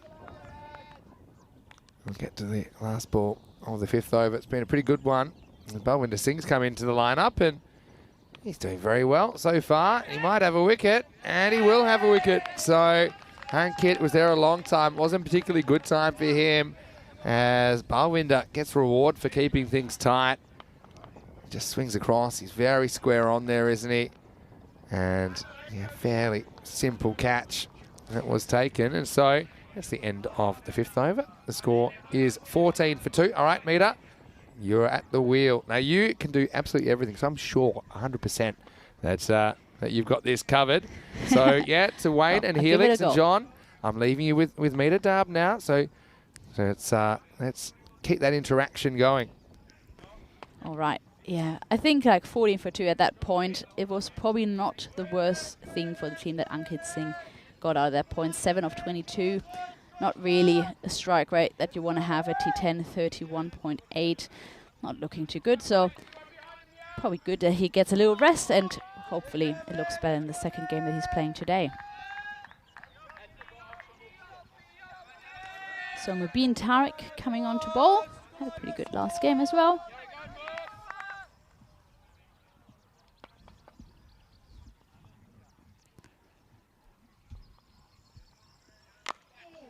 Shot from Anthony Chambers through covers, but straight to the fielder. Just for one. Definitely have to work a little bit on this run rate here. 14 of just 5 overs is not really competitive. Machado definitely looking a lot better with the gloves than the other players have been having the gloves so far for Irish. I think Girish looked quite good. I think he's the second team keeper for them. Swing again. Suman Bomik is coming out for them now after Ankit Singh got out. Let's see what he can do. Another dot ball. Mubin Tariq looking very tidy over here.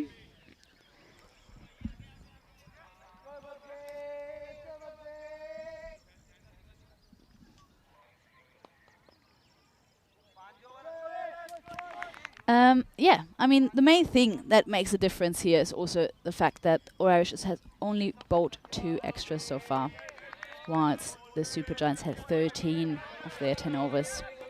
Makes a big difference. Machado just making the umpires run there a bit. Taking the bails off nearly every ball. And again, wasting a little bit of time there. And as we know from the last innings, being slow in the over rate can theoretically even cost you a game. Punjab, CC, Amadora could have definitely gone without those 5 penalty runs that they got in their first innings.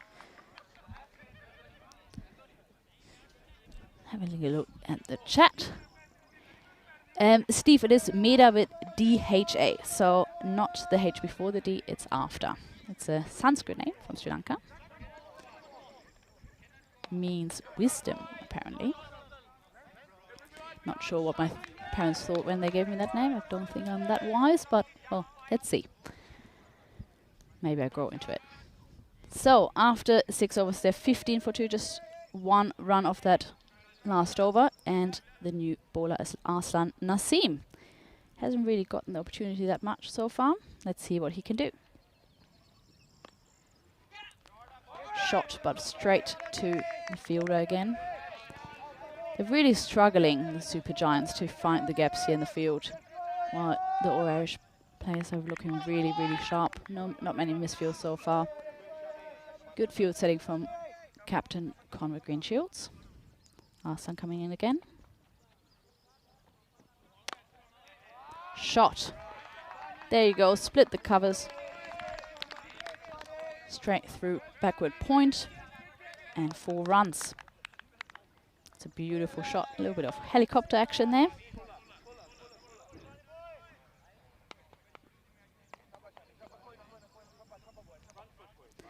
So, what are Germany's chances in the T20 qualifiers next month? Well,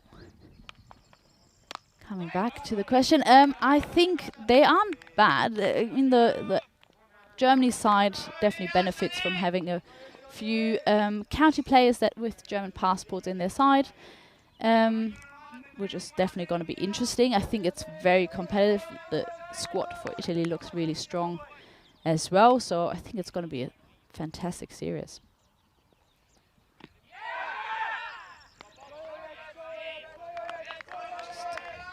Just small little shout there for LBW, but I think there was bat involved. Let's have a look at that. Yeah, also going, no bat, but definitely going down leg. Good call from the umpire.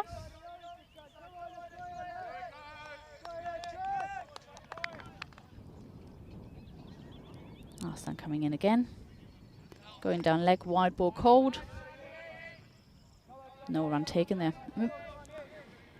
In my opinion, the Super Giants will have to work a little bit on their running. I think a little bit more aggressive in a T10 format, but as we mentioned earlier, it's their first T10 tournament that they are playing so far, so they might be a bit new to this. Last ball of the over. Straight back, beautiful shot. But fielded by Junaid Khan, and that is the... Oh no, one to come, sorry about that. So 6 from the over so far, 1 to come. Forgot about the wide.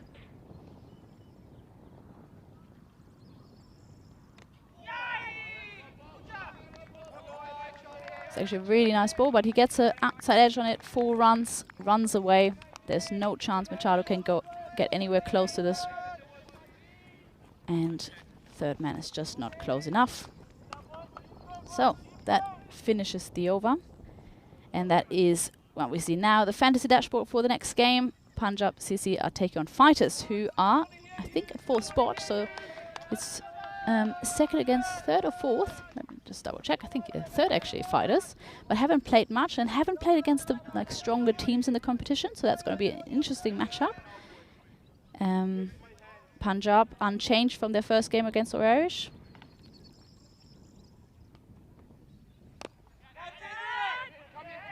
Bhavinder Singh getting a second. Oh, good effort there in the field. And a little dramatic roll from Junaid Khan there. Didn't quite get there, but definitely good effort. Made a lot of ground there. Straight up in the air.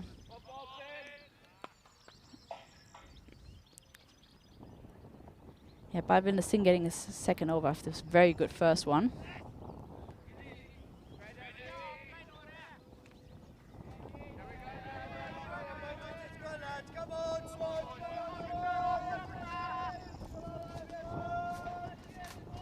Yeah, 27 for 2 after 7. It's not very competitive score, unfortunately. I was really hoping they would be a bit more competitive with Anthony Chambers in their lineups, but unfortunately that score, a bit of a mix-up.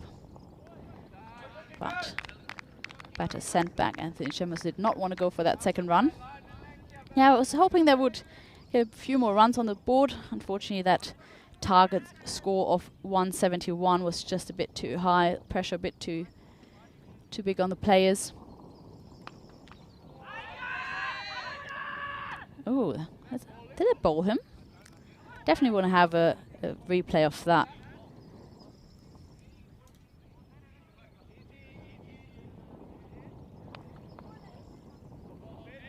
Oh, that's hard to see. We definitely have to slow this down. Let's see if that bowls him. I think that takes the bails off. I think that's bowled. Sure, tournament ref is going to have a look at it. Yeah, and it's given out. It's bowled. Just took the top of the bail off there. Interesting one. Yeah.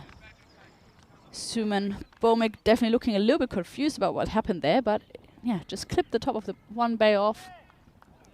And Bhavinder Singh is getting his second wicket.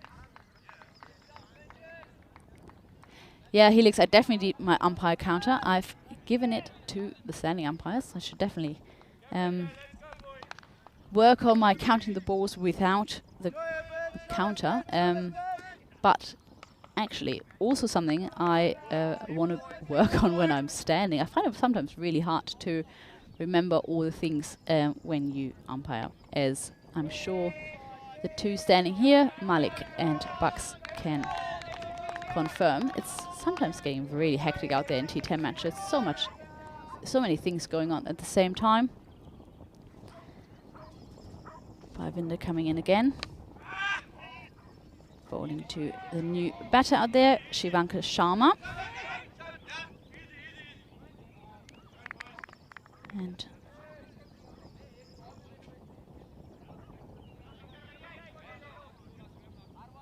I think it's his first game as well for this tournament. Hasn't played in our format yet. And last ball for Bhavinder Singh. Beautiful shape. Just can't get bad on it. Anthony Chambers, 13 of 16. Not too great. After 8 overs there, 29 for 3. 2 overs to come. It looks like a massive win for Warish. It's going to be really, really crucial for them to just get a better net run rate after they had a few close encounters before. Their net run rate was not as good as the other ones that are competing for the semi-final spots. And looking at the Worms, you can see there's not really any danger in those last 2 overs with Mubin bowling the 9th. Swing and a miss once again. And Miguel Machado just can't stop taking the bails off. A bit overexcited there.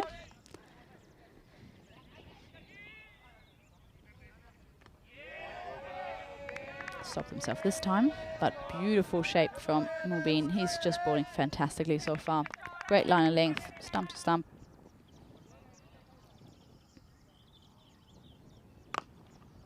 Gets bat on it, drew it down the ground, but Junaid Khan safe at long off. There's no issues fielding that. I mean, the ground is a bit of a slope, so it definitely sometimes gains a little bit of momentum, the ball, when it's drilled down the ground.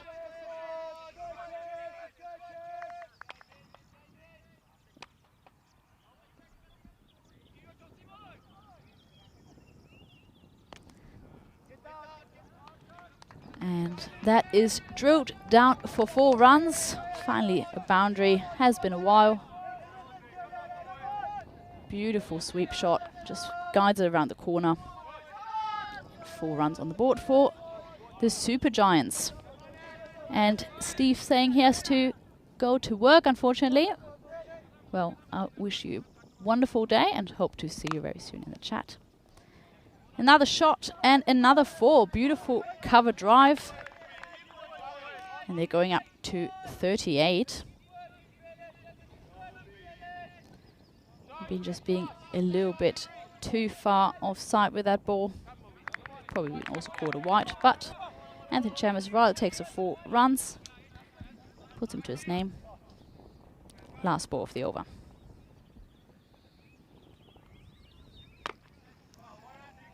And another shot, and 6 runs, Maximo, as Vinnie Sander would say. So, slightly too late, but some runs coming onto the board. Anthony Chambers finally finding his rhythm and the middle of his bat. And absolutely belts this for 6 over cow corner. And they're finishing on 44 for 3 after 9. And one last over to come with over 120 runs needed. So it's already done, this game. Who's going to bowl the last over? Looks like number 5, Girish, is getting a ball. Normally keeping for the second team of Orange. Let's see what he can do with the ball. Not much pressure on him with 127 to defend, but let's see. He's going to bowl a few medium paces. Going down leg, but chip back at him, so just dot ball from this one.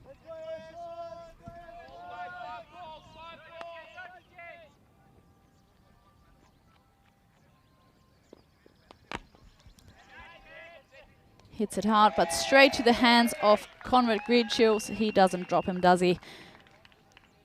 After a little bit of a struggle there from him. Shivanka Sharma does not find it. The middle does not find the strength and can't clear the boundary, even though he tried. So he gets out there 44 for 4 with 4 balls to go in this innings. Let's see who comes out next. Maybe next batter can do some more damage. Just get that score a little bit higher.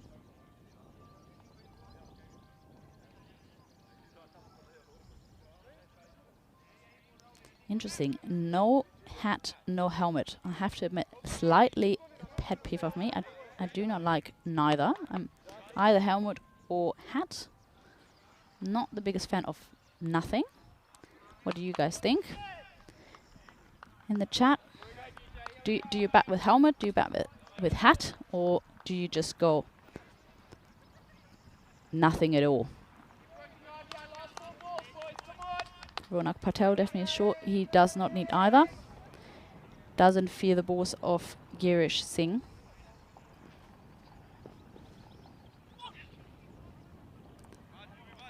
I think you got a little bit of pad on that.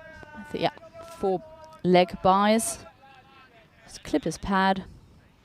No chance for Machado. And 4 runs. Yeah, Conrad Greenfields going to be in the commentary box with us later today. Led his team through to a really, really big win, and seems like he has found his timing as well, found his rhythm in this tournament. He hasn't been too great so far, but seems like today has changed his momentum a little bit as well.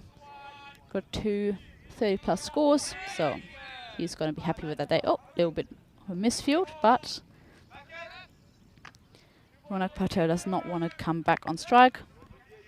Might have give it to Anthony Chambers, who's 27 of 19, so basically scored all of the runs for the LSGs. Second last ball. Straight to the fielder, so just a single. So Ronak Patel gets to hit the last, or face at least the last ball of this innings. Yeah, John Gray says, I hope they'll at least make it to 50. They have done that at least. Let's see what they can do from the last ball. Big swing, but straight to the fielder, safe hands, and another wicket. Girish finishing on 2 for 2, pretty good for a keeper. Safe hands, just straight in there. I think that's Mubin. And it is, they end up 50 runs. That is a very convincing win for the Orange boys. They win by 120 runs. When we have a little look at this innings, started off with an early wicket, safe hands from Conrad Greenshields. A few shots in between from Anthony Chambers, who was the top scorer with 28 of 20 for the Super Giants, but it didn't stop Irish boys to take some wickets in between. They really never really found their momentum. A couple of edges here and there. One goes for 4. The dramatic row of Junaid Khan in the middle that did unfortunately not get the wicket, and the very strange wicket where Suman Bomek got bowled but did not realize that he did. In 9th over, Anthony Chambers went to attack the bowlers a little bit, got 2 4s and a 6 before in the last over Girish Singh takes another 2 wickets, one caught by Con Greenshields and the last ball getting caught by Mubin. Convincing game by Irish, who will have done that to finish their 2 games for the day. Next we see Punjab against the Fighters. We will be back in about 25 minutes and Conrad Greenshields will be joining me in the commentary box. I wish you all a pleasant break and see you then.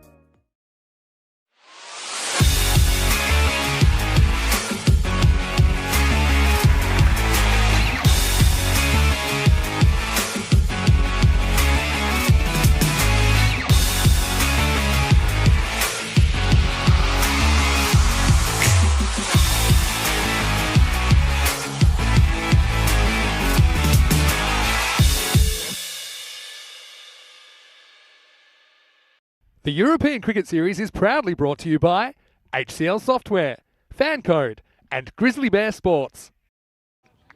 Hello and welcome back to Portugal. We're at the Santarém Cricket Ground, the SCG, on a sunny Saturday, and we are heading into the third match of 5 today.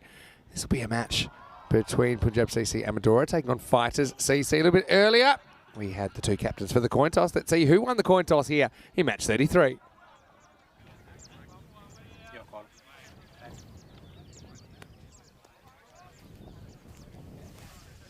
That is the 10. Well, Nilkesh Patel, he had no problem locating the coin there, and you saw that it is Punjab CC and Medora. They won the toss and they've elected to bat. No surprises there. They went down to Awerash by just 9 runs in the first match of the day, so a chance for them to get their 6th win of the series. Again, no teams at this stage have 6 wins, and Ranasawa had a real heater in that game. He scored 59 off 19 balls. It was dominant, but aside from that one, no one really clicked with the bat. Fighters CC, though, they've had a pretty good time of it so far in this series. They're 4 wins out of 5 matches, and this is a team that didn't win a game last year. They were 0-8. So Punjab CC Amadora, 6-run favourites over Fighters. And I just think it's a good toss to win, put some big runs on the board. But Fighters, they'll also feel that with the Punjab CC batting lineup not really clicking earlier in the day, there are a chance to run through them. Won't be easy, though. This is Baljinder Ram, who is going to open up. And yeah, he is a class player, isn't he, for Fighters. Yeah, Fighters back in 2021, they made the final and went down to Marlow in a pretty tense affair. We're only 6 runs in it in the end. But yeah, they'll feel if they can grab this, they're in great position to make the semi-finals. Punjab CC again, they'll be a little bit stung by that loss earlier.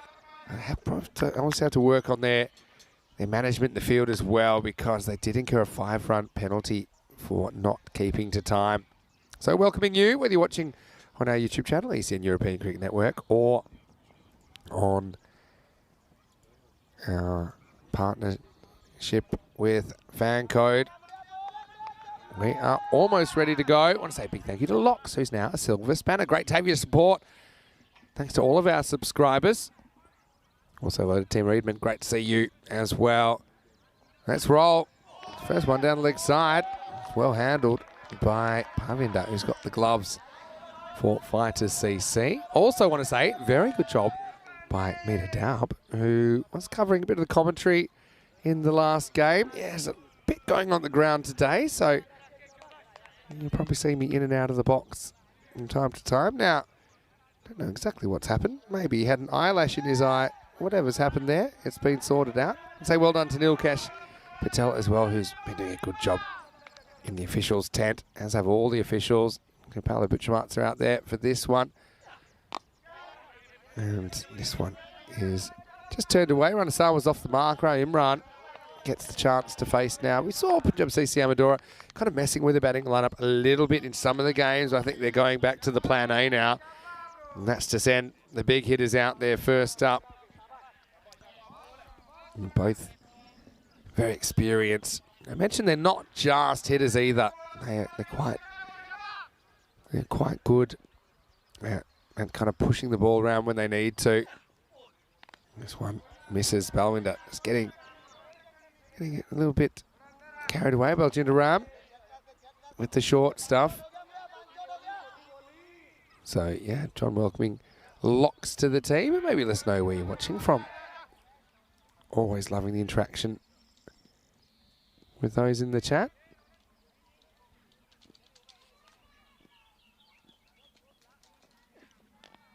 Goes short again. And so, I know that these two, they do like to kind of get forward and pound the ball. We know that. Just got to be a bit careful of that sideline at the moment as well. At this time of day, it's hard to tell, but Baljinder getting a little bit wide of the crease. There's the Punjab CC Amdora dressing room.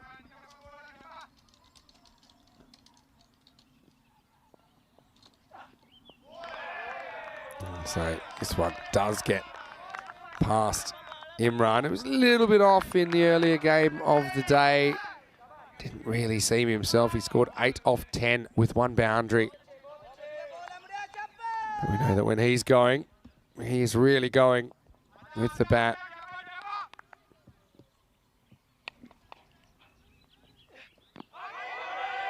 Off the thigh pad, bit of hesitation, but they're going to go.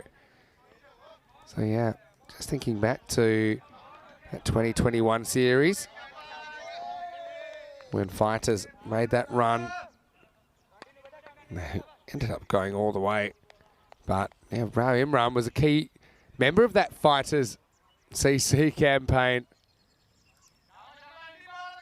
And so was Ranasawa. So yeah, you got two people playing against Fighters that were key back in that 2021 series. Baljinder just cannot find his radar at the moment. That's going to cost him 5. That hurts. And that's 9 runs on the board. There's only been 1 off the bat. Yeah, that's pace bowling for you. Sometimes you got it, sometimes you don't. And here is a person that has always got it when she's at the ground. Made a doubt, made a welcome back to the commentary box. Great job in the last game. And a bit of a rough start this one for Baljinder, hey? Oh, yeah, it's definitely not what he was hoping for. As I said in the last game, it's the first game of the Fighters really where they're like facing one of the top teams in the series. They've had a pretty friendly draw so far. This one sliced up in the air. It could be gone, and it is gone. So, will you believe it? Sawa is the man who's going to have to go. And so, it just kind of didn't get the length that he wanted there. And yeah, it goes very wide of the crease and sliced up. And they needed to take it, they did. And that looks like that's Lalit Kumar that takes the catch. So the first wicket falls, and it's a big one, isn't it? And one game can change everything. Rana goes for just 1, and it's 9 for 1. Big man goes. And so, yeah, one man goes, another comes. It's Parveen Singh, the left-hander. He's been the ultimate hit and miss batter so far in this tournament. But yeah, hasn't been a very good over at all from Baljinder. But I think he'd quite happily trade the 9 runs he's given up for the big wicket of Ranasawa, who scored 59 earlier today. Yeah, he looked on fire in that first game against Ocean. I did not see them taking that wicket. I thought he was going to take that to the wire and just finish it up for them. And to be fair, like, it was just 9 runs difference in the end. If you take away the 5 penalty runs they received for their slow over rate, it would have been a really, really close match. Yeah, one swing of the bat could have decided it. I suppose you start micro-analysing, don't you, after these close games, especially when there's a golden ball or something very, very close, like 1 run. You start going, oh, you know, there's a 1 run there. There was 2 there. Oh, it's bringing out the short stuff at the moment, but it's a pretty good hook from Parveen Singh, who gets it away for 4. And Baljinder, he runs the wrong way after he bowls it. And a few people are running after that ball as we get to the end of the first over. It's 13 for 1 after 1. Hey, how exciting to have more international cricket outside of the marquee tournaments. I am so excited. Yeah, this is going to be a good one. This is the men's series between Portugal, Netherlands and Gibraltar. Just talk us through some of the names you're looking forward to seeing, Meta. I mean, we're seeing the reigning ECC champions coming over here, especially like looking at their squad. Sebastian Braat, Aryan Dutt, who is, I think, just playing in the series in South Africa. Yeah, so it's like some big names coming for them. For me, I look forward to seeing the Zulfiqar triplets, and I keep working on telling them apart. They're sensational. That's what I'm going to be working on. I'm hopeless. I'm pretty good, actually. I think that Saqib and Sikandar are identical. Yes. Asad is fraternal. Yes. So that's a bit of an easy one. But I think I've got a bit of a trick. I just visualise them bowling. And, of course, Saqib's a leg spinner and Sikandar bowls seam up. So that's my tactic. So sometimes it works. Okay. So 50% of the time, I'm right every time. I'll have to say something completely different now. Go on. I'm so sad we don't have a commentator's camera because you are wearing Santarem Cricket Ground merch. Got my Sunday best on, and I have made a purchase. Oh, is this out? Oh, this one Definitely comes back. see that again. And I think this is pad first. Oh, he's saying bat. There is bat, but have a look at this. To me, it's hit him outside the line. Okay. Okay. Yeah, so it's definitely pad first, pad to bat. It's actually a really good decision. Yeah, but Because I just saw the umpire signaling it was bat first, so it was the right decision in the end. I'm not sure if he gave it not out for the right reason, but regardless. I'll tell you why I think he makes that signal. Because he's not necessarily saying that to the fielders. I think, you know how he'll give a little bit of a side signal to the scorer saying, look, 100%. it's not a leg by, there's bat in it. So I don't 100%. necessarily think he was saying it was the inside edge. Well, we don't really know what Malik's really thinking. But in the end, he gets it right. And that looked to me live like it could have been out. It was really good work. Anyway, this is going to be worked away, and it's going to be smacked away by Ray Imran. It's taken a bit of time getting going, but that'll help Maximal. 6 runs. I'm really keen to see more of Parveen Singh because I have heard from the other players around here that he is an absolute machine, and he hasn't really fired properly in the series yet. Yeah. I'm intrigued to see if we finally see what Parveen Singh can do. Yeah, I mean, he's been the ultimate hit and miss, like I said. But has also gone across the line into indiscipline. Anyway, this should be gone. They're forming an orderly queue, and it's out. So Imran goes 6 and out. A really good start for the Finers. That's 2 big hitters gone, and it's 21 for 2. It looked like a little emotional support group there. Just 3 people standing behind him, just waiting for the little bounce behind it. It looks sensational. Yeah, it looked like, they're about to launch the Flying V, if you've seen the movie Mighty Ducks. Because I get it's quite clever. You don't want to put the guy off, but you do want to hang around because in case that pops up, there might be scraps. And we've seen some team catches. Varinovac also looked like in case he stumbles, he's going to hold up the fielder just in case. Yeah. He looked ready for whatever's coming his way. They knew it was going to be a big moment, and they were up to it. So, yeah, both openers gone. So Parveen, the left-hander, he certainly is a powerful striker of the ball. He's just arrived. Umar Muhammad comes to join now at number 4. Yeah, I kind of suspect Adnan Ali to come out. Yeah, maybe. I mean, they've got a few that are kind of interchangeable. We'll say that Mandeep Singh, the Fighters skipper, has been brilliant in this series with the ball. Just continues to take the big wickets. He almost takes another one here. That was really close. Yeah, Fighters, I like the way they play the cricket. I mean, it was a tough one for them last year. They were really competitive, but they just could not get a win to save themselves. They were 0 and 8. They missed out on the quarterfinals. This is where they are at the moment, 4 and 1. So some games to make up with some of the teams above them. Of course, Marlow are one of the 4 teams on 10 points, but Marlow undefeated, have games in hand. Had a question earlier about, well, how come, for example, the Lisbon Super Giants have only played 3 games, but that's just the nature of the fixturing because teams will generally play 2 or 3 matches in a day. So just depending when your playing days are. Some teams play earlier, some teams play later, but they all will end up playing 10 matches. Yeah, and what we can't forget, obviously, is that a lot of these players aren't, or most of them aren't professionals, so they have to work. Yeah, so this is something I talked about earlier. It's Baljinder gets that one whistling past the outside edge of Parveen Singh. That you could have, for example, 10 teams playing in a day, playing 1 match, and that, okay, probably in a perfect world, we'd probably do that. But that's a lot of logistics of players having to get here and only playing the 1 game. So I think they've done a very good job with the fixture. Yeah, and I think if I remember correctly, Lisbon Super Giants were quite happy about having most of their games in the second week. Yeah. Fit their work schedule a little bit better. Yeah, so these are the things in the background. We're always trying to make it as convenient as possible for the players who do have to make certain sacrifices, obviously. Sometimes they use up leave. Sometimes they have to organise things with their employers, obviously family time and things like that during the European Cricket Series. Yeah, Baljinder is dealing this morning, isn't he? He's really come out there breathing fire. It's been a bit wayward, but I do think he's bowled probably the quickest we've seen him bowl the whole series. Yeah, Parveen looks like he has the cement boots on. Not really coming anywhere close to that last ball. Can be a bit of a nervous starter, Parveen, I've noticed, but once he gets going, he's hard to stop. Yeah. Baljinder wants his wicket here. He's got 3 to come.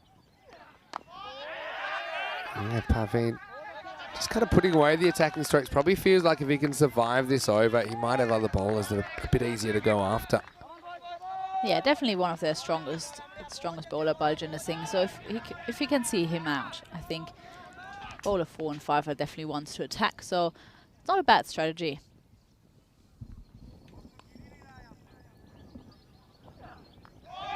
This is down the leg side, but grabs a bit of the leg, I think. It'll be leg bias. Yeah, my leg bias signalled.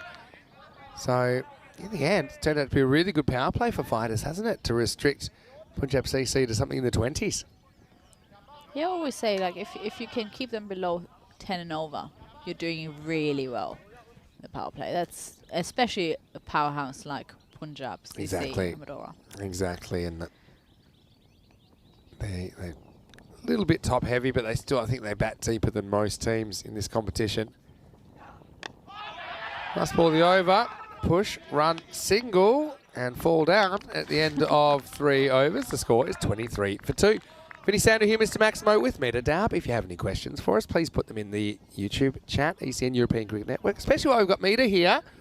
And yeah, you've been project managing for a while. A lot of people might not understand what that is. I don't even understand what it is sometimes, some of the stuff you have to do. Try and explain what your role is here at ECN. Well, at the event, it's a little bit of a firefighter role. So at the event, I'm here to make sure everything runs smoothly. If there is anything going wrong, it's my responsibility to make sure everything goes smooth from that point on. But the biggest thing that I do is the preparation before the tournament. So I register all the players to the teams. I'll make sure the fixtures fit for everyone, and work closely with James Cantor, who is our head of Head of operations. Head of operations, thank you. Judith's got a bit nervous then. Yeah. Operations, and he helps me with the pre-tournament organization. That's what we do together. No, I think it's incredible because no one's ever attempted anything quite as ambitious as this in cricket or maybe sport. So the fact that I think something like over 7,000 players have played down the European Cricket Network, hundreds of teams, and no one want to give that opportunity. But also, yeah, the logistics, the back end of it, obviously. Yeah. Everyone's got to play a profile, everyone's got their stats and all of these things. And the fact that we're able to bring it to you with the help of Spring Productions in the way that we do, it's a phenomenon. And it wouldn't happen without your hard work behind the scenes. And, of course, Sam Williams, our other regular project manager. A shout out to Sam as well. This is an in-swinger. He goes after it. He picks out the fielder and he's gone. So Virk this time doesn't have company, but he still has another catch. And Parveen does not click in this match, match 33. He goes for 5 off 9 balls. It's 24 for 3. What a great start this is for the fighters. Yeah, this surprised me a little bit. I felt like they're going to struggle a little bit against the stronger teams in this series, as they had, as we mentioned earlier, the slightly easier draw in the beginning of this tournament. But they're doing really well against one of the best teams, in my opinion. Yeah, and winning is a habit, and confidence is contagious amongst a team that is winning. Yeah, so you're looking at fighters, and they've had an interesting kind of run so far. Like you said, they played Lisbon Super Giants, they played Werash. They went down to Werash by 20 runs, and they had Team Tigers Portugal. And apart from that, they played Indian Royals and Lisbon Capitals. So, yeah, 5 games that, yeah, probably teams that aren't necessarily... Yeah, apart from Oriash, I would say it is maybe not the semi-final contenders. Yeah, Is that not too harsh? It's hard to say, but... Yeah, 100%. I don't want to sound too harsh, but I would say it's maybe not the favourites of this tournament. So they play Punjab here, they play Gamblers later on today, and then they'll play 3 games on Wednesday. They play Marlow, Friendship, and Gawker 11. So, yeah, I mean, it's... Put it this way, if they do make the semis, they're going to do it off the back of some strong performances against good teams. And so, yeah, who knows? Once we get to the semis, everyone's 2 games away from the trophy. So I've got to say I really like this format. And it's quite a lot of cricket, obviously, having the 5 matches instead of 4. Maybe it's not as clean as just having the double headers, which I kind of like the double headers because one team gets a right of reply. But what I will say is it means we get to see 11 teams instead of 10. Typically, we'd have 10 teams in the series last year. And I suppose the top 4 get rewarded for their group play. The fact that only 4 teams out of 11 make it through to the semis. And so yeah, it allows us to then freeze up 2 days, doesn't it, for the ECI, which is going to be pretty awesome. Of course, yeah, a lot of our friends from Gibraltar will be here as well. They've been looking forward to it. They were talking about it all the way back when I was in Gibraltar for the ECIW. Yeah, a lot of the Lethbury Lightning players that Yeah. I think performed sensationally in the ECL are going to be back representing Gibraltar this time. Yeah. I think they played really well, exceeded my expectations a bit. Yeah, To be on the honest. rise. They look like a good unit. They look like they're playing well together. They look confident. Yeah, and I think there's no coincidence. They're playing better with the facilities now have been upgraded there at the Europa Point Stadium. 28 for 3 after 4. And Punjab CC still being held to something fairly pedestrian so far in the first 4 overs. So, yeah, I'm sure that a lot of the Netherlands and Gibraltar players will be taking note of this ground. And it's a beautiful ground. What I will say, though, is fielding is difficult on it. I'm intrigued Yeah. to see how the Dutch players are going on this because, as we know, the grounds in the Netherlands. Oh, by the way. Yeah, by the way, again, blink and you'll miss it. This is getting smashed away over cover. Have a look at this. It is going to be... Well, one more look at that. Again, it's a pretty powerful up and under shot. Let's see if we can have a look at this one more time. Yeah, it's gone all the way. In fact, it's gone so far that you see it there. And yeah, it does carry the rope. So Maximo time. Yeah, so yeah, what do you think about Netherlands and Gibraltar trying to field on this as we see another ball turn around the corner? Netherlands, okay, probably not quite any fields quite like it that I've seen in the Netherlands anyway. Yeah. And Gibraltar, their field is now AstroTurf. Yes, and it has been for a little while. Yeah, So a couple of years now.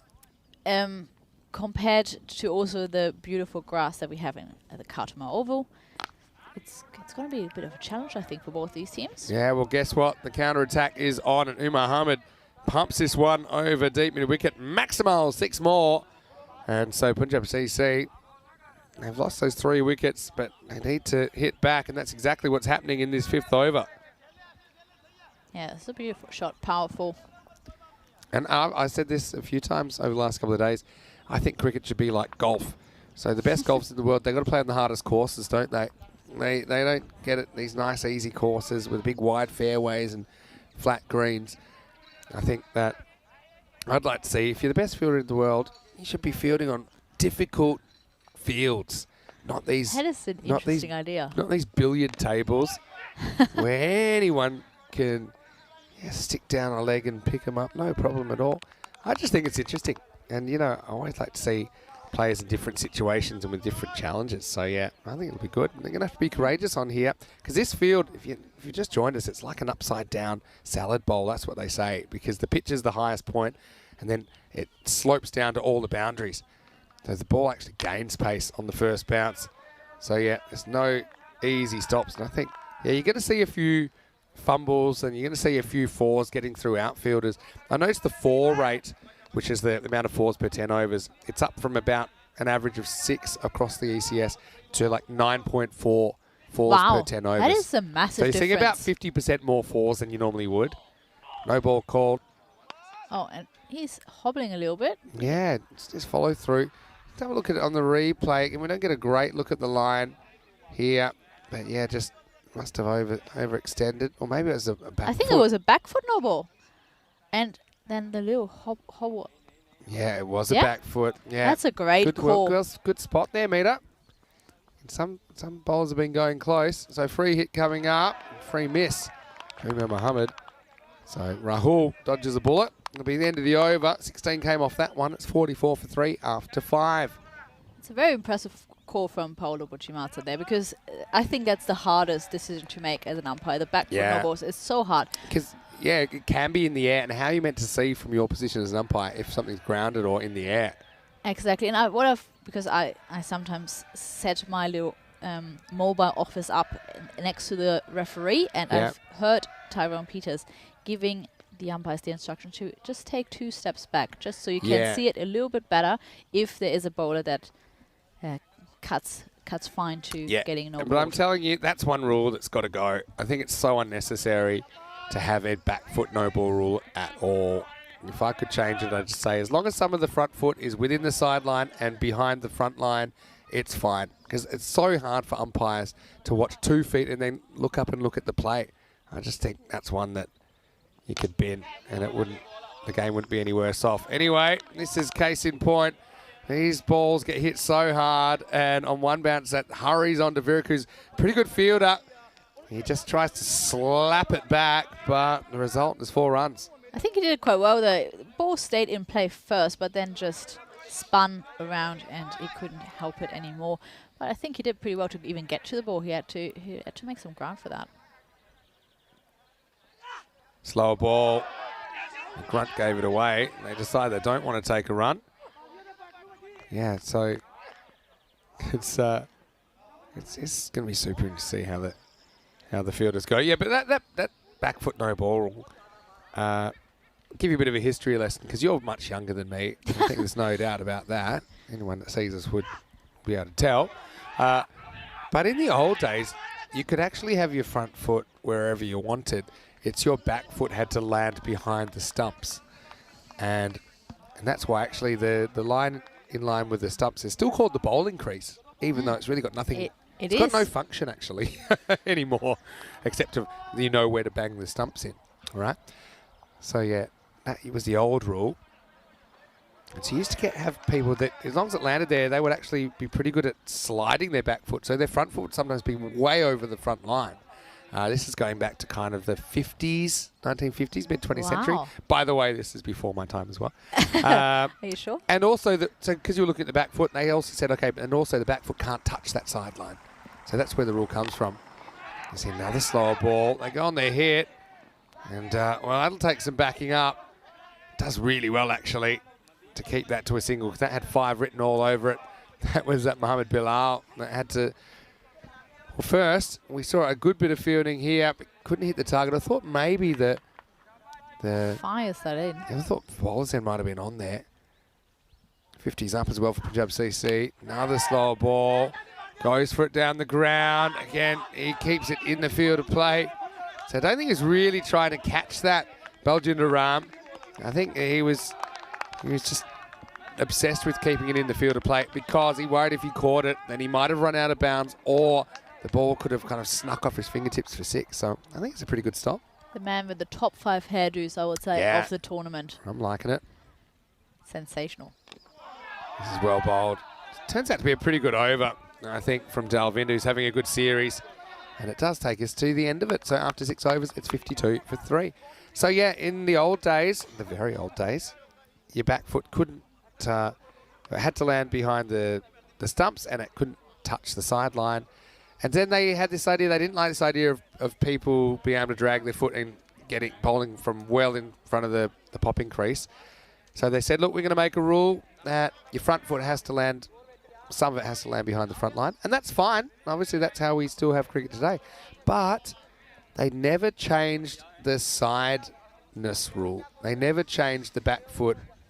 Yeah. So they you're changed saying it's outdated. It's outdated. They changed half the rule and they never finished the job.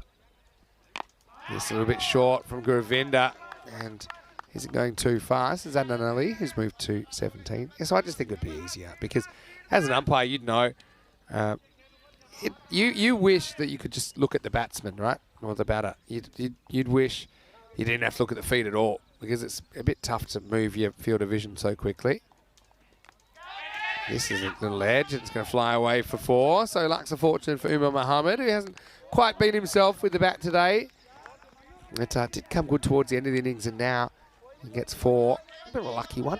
Yeah, so that's why even at international cricket now, I think the front foot no balls or no balls are pretty much left to the third umpire now. That's the way the game's going. They'll have a quick check every ball. We don't really have the resources to do that. But interesting, like, you know, when you see DRS and stuff in international cricket and high-level cricket, As we see this one whipped away, and I think that is going, and, well, drop, but a good drop because it doesn't go over the boundary.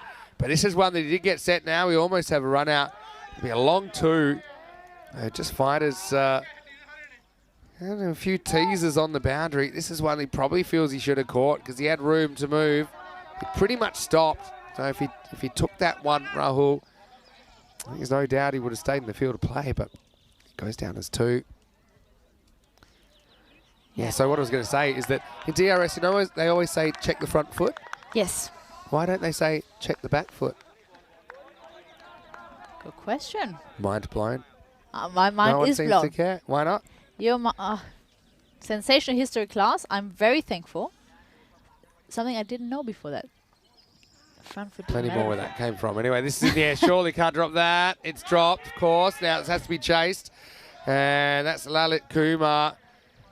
And well, just when they needed a bit of company around there to give him a hand. I mean, this one just burst straight through his hand. He doesn't judge it, does he?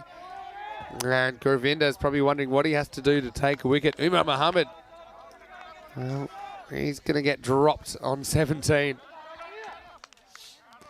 Yeah, talking about like my job as a firefighter, just got a message from the Gamblers captain. They're having a flat tire, so that is exactly what my job is, to make sure they get here on time. I'm sure they will. And Gamblers, we will see them in the 4th game of the day. So the one that follows this. Just a reminder as we get to 61 for 3 off 7 overs here at the present, but we have more cricket coming up. We've got cricket from Portugal in this 2 weeks, finishing with an ECI. We've got Cyprus for 2 weeks. Isn't it going to be great to be back in Cyprus? You said you'll be visiting. Not really working the 2 weeks, but... No, I probably won't be at the ground, unfortunately. Just visiting my brother, Maher, and my partner, Steph. Yeah, interesting you put them in that order. And then we'll have 2 weeks in Milan. And this is one thing we're enjoying. A little bit of the wildlife. I'm not sure how wild that is, but... It's a cow corner. Yeah, that's cow corner. Looks like they're all having a feed. Anyway, this has to be out, surely, and it is. So it's going to be Dalvinder that comes out and starts the 8th over with a wicket. And this is a very strong performance from fighters, CC. Look, even though a couple of catches have gone down, I think the bowling has been top-notch. They haven't really given Punjab CC Amadora too much room to move. And so Adnan Ali, who's a powerful striker, he has to go for 18. Let's keep on fighting the fighters. It's 61 for 4. Punjab Lions sounds like you're already in Cyprus, because I think they will be playing there. Yeah, if I'm Punjab not wrong. Lions, I'm sure, will be playing. Of course, they competed as well in the ECL. The last 2 ECLs, actually. Punjab Lions Played next really season. well. We one against Pakakare. Pakakare, and nearly won in the finals as well. In a rain-affected match. Rain-affected. Pakakare ultimately got through that Group E, and they swept aside all the competition to win Europe back in 2022. This is a push and run. I think a throw was probably not worth it. Simranjit Singh, also another good hitter of the ball, coming in at number 6. So I think they've just done really well to restrict the run rate. Okay, yes, they've done that partly by taking wickets, but you know, outside of that first over, it was pretty wayward from Baljinder since the first wicket. They've been flying. Anyway, this is flying out, and out of the ground. Maximal. Umar Mohammed will move into the 20s. He is a bit of a key because you can see he's got the long levers, and that's just on length, and he wasn't running, was he? As you knew, as soon as he hit that had the journey.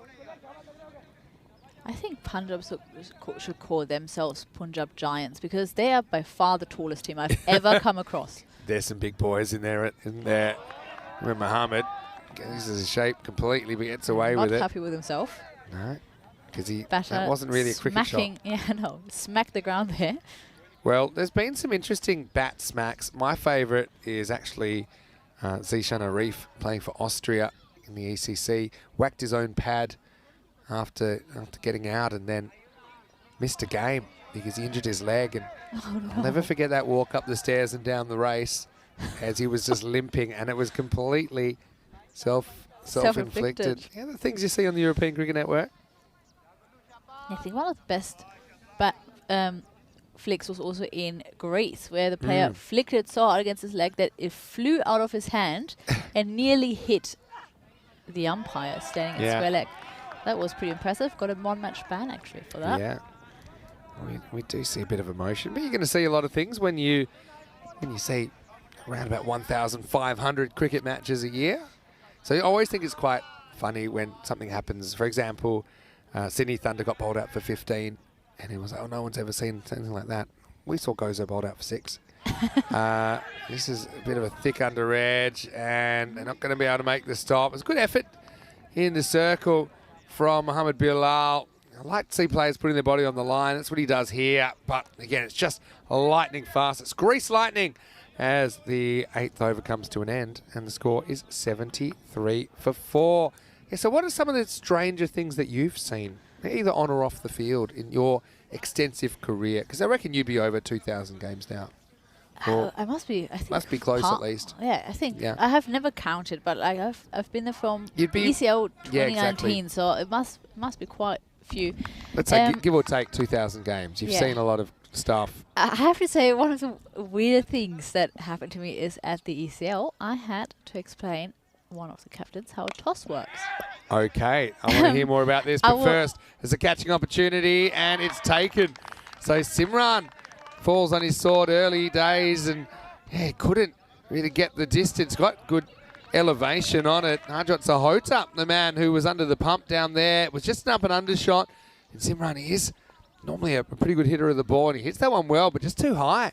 And so Govinda, he comes back with a wicket, and he deserves it really, because he's had a couple of chances go down. The 5th wicket fall, 73 for 5. So yeah, Punjab CC in danger. I mean, if they drop this game, they go without any points, and that'll make it really interesting at the top of the table as well. Yeah, that would open up a spot for other teams, like for example the Gamblers, Yeah.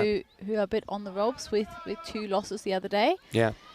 So I'm sure they will be happy. They will probably So watch you the said second innings. you had to explain to a captain Yes, how toss works. I'm not going to say who that team was and Oh, I who their hope you captain do. was.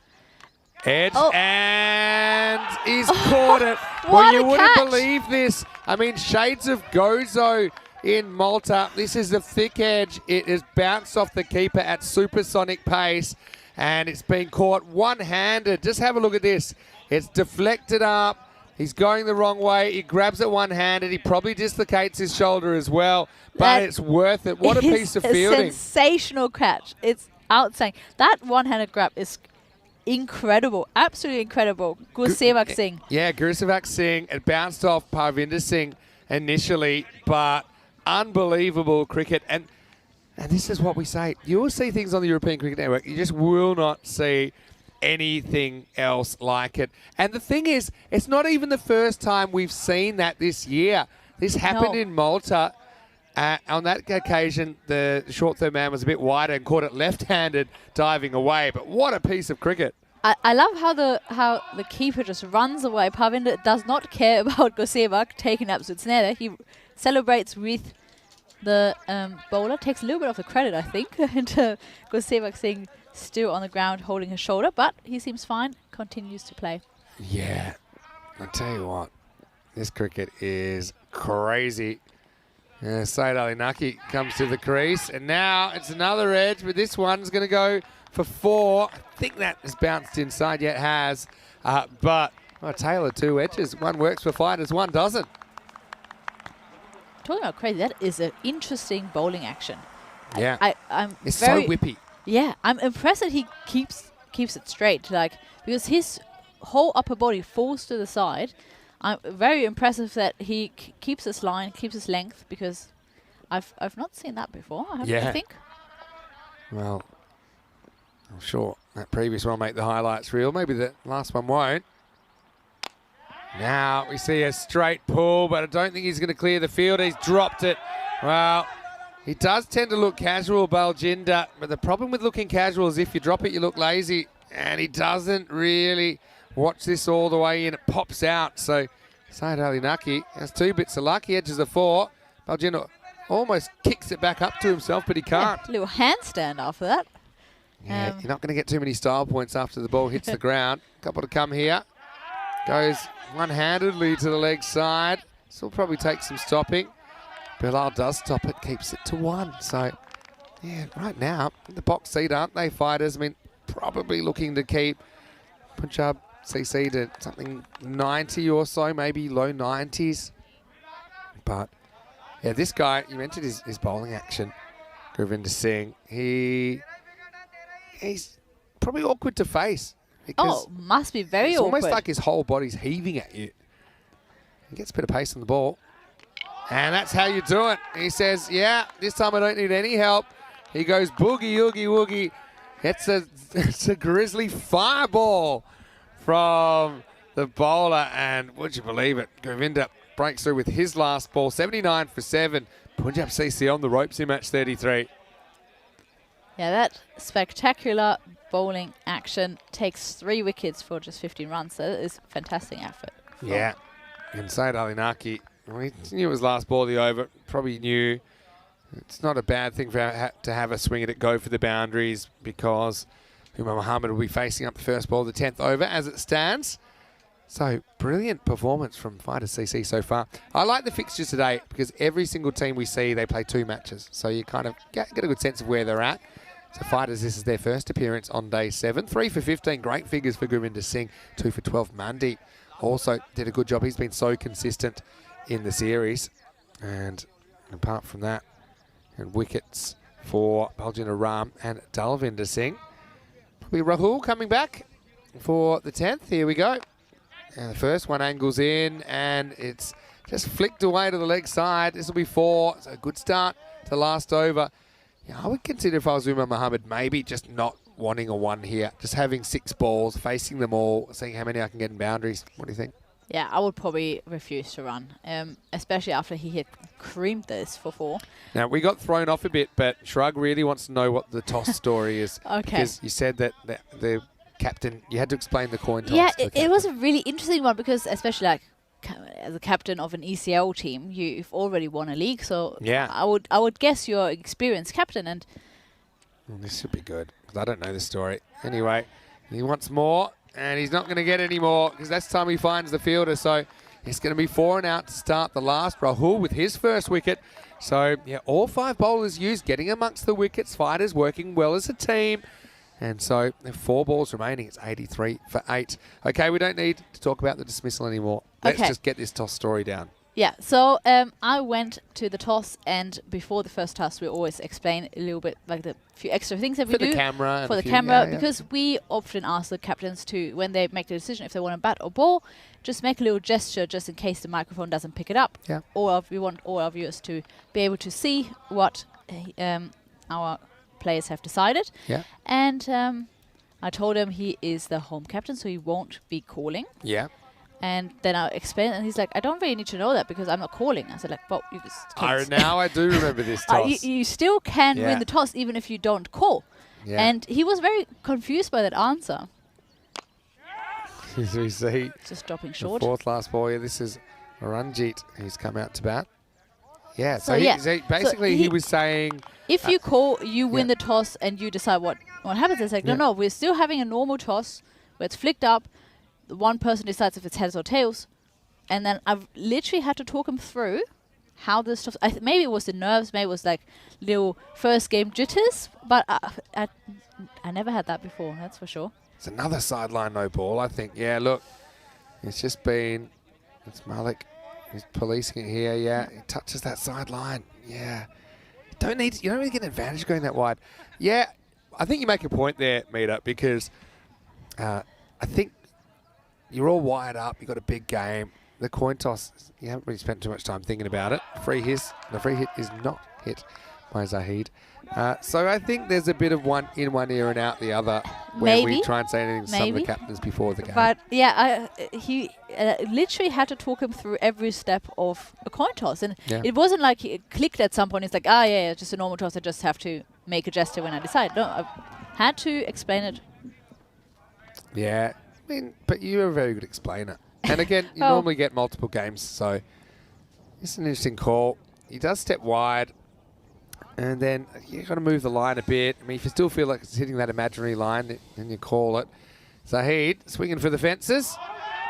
Steps a long way, and this one, I think, missed the pad. That's why it's been an uncomfortable leg by, but it does get him out the way. Have a look at this one. Hits him, just because the pad's bent. It hits him just above the knee. It stings. Anyway, yeah, 87 with a ball to go. Fighter's doing a good job. Edged, and that's the danger zone. Now, what's going to happen here? Just a single, and it's all good. It's all the lucky numbers. Those of us watching from Asia will know that 8's very lucky in East Asia. You know, it's 88 for 8 after 10 overs. So, yeah, 89 the target for Fighters CC. So that's a really, really good 10 overs from them. Absolutely. So, down the leg side to start. This was the kind of bit of an epidemic of leg side bowling, to be honest. But then they had the big wicket of Rana, and he's been really good today. To get him for just one, that was a brilliant decision because it was pad bat, but it hit him just outside the line. I think it would have been crashing into the stumps. But yeah, they just did well at holding their catches. They didn't hold all of the catches, but even when they did miss a catch, it didn't seem to hurt them too much. Plus, those catches, some of them were boundary catches, and they seemed a bit more focused on trying to keep the ball in play. As far as the entertainment value, though, you won't go past some of the stuff you'll see as this innings was winding to a conclusion. That was one that really should have been caught. I'm not even sure that Lalit Kumar gets a hand on it in the end. This was a more regulation catch in that kind of floating slip region at Dalvinder. He couldn't take a trick, could he, at this point? That flew out of the ground. And yeah, this was a big up and under job. Simran, who went before he could really get going. Even Mohammed at the other end, he was trying to keep things moving. But, well, speaking of on the move, what a catch that was. It was the combo catch as it went from Parvinder and was snaffled up by Gurusabak.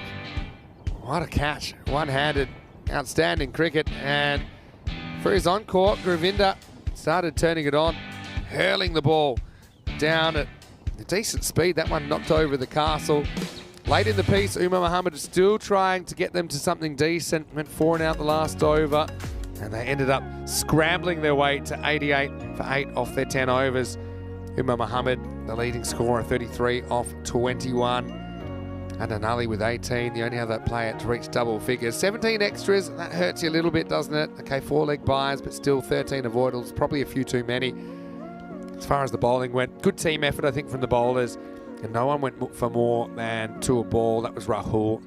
You've got 3 bowlers with outstanding economy rates in Baljinder, Mandeep and Govinda. Everyone getting amongst the wickets, although Govinda with 3 for 15, probably my pick.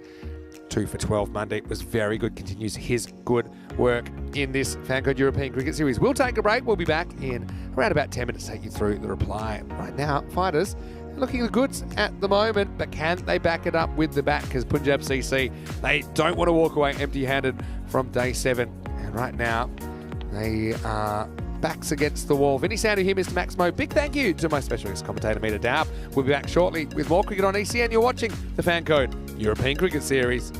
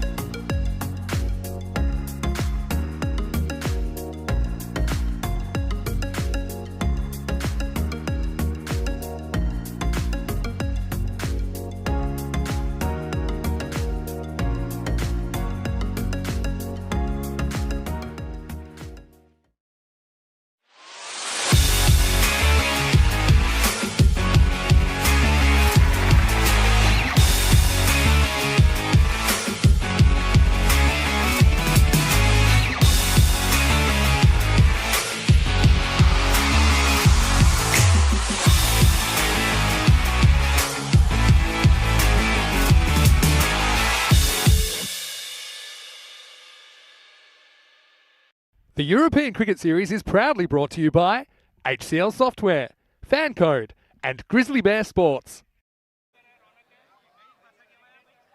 Hello and welcome back to Portugal. Beautiful sunny Sunday. Where would you rather be than right here on the European Cricket Network as we're into the third match of the day. So we're exactly halfway through the day right now. This is Punjab CC Amadora taking on Fighters CC. Punjab CC Amadora, they are top of the table at the moment, albeit they played a couple more matches than some of the other teams that share their 5-win record. They're taking on Fighters CC, who are 4-1, and well, they might want a fifth win right here.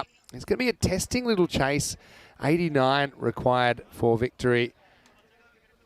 And Fighters have put themselves in the winning position.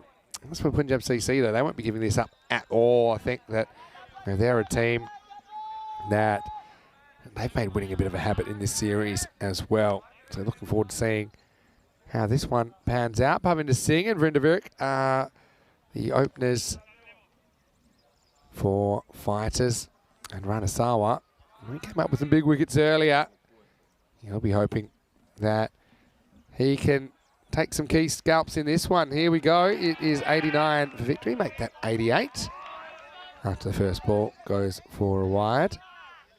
Electing to go around the wicket to Parvinder.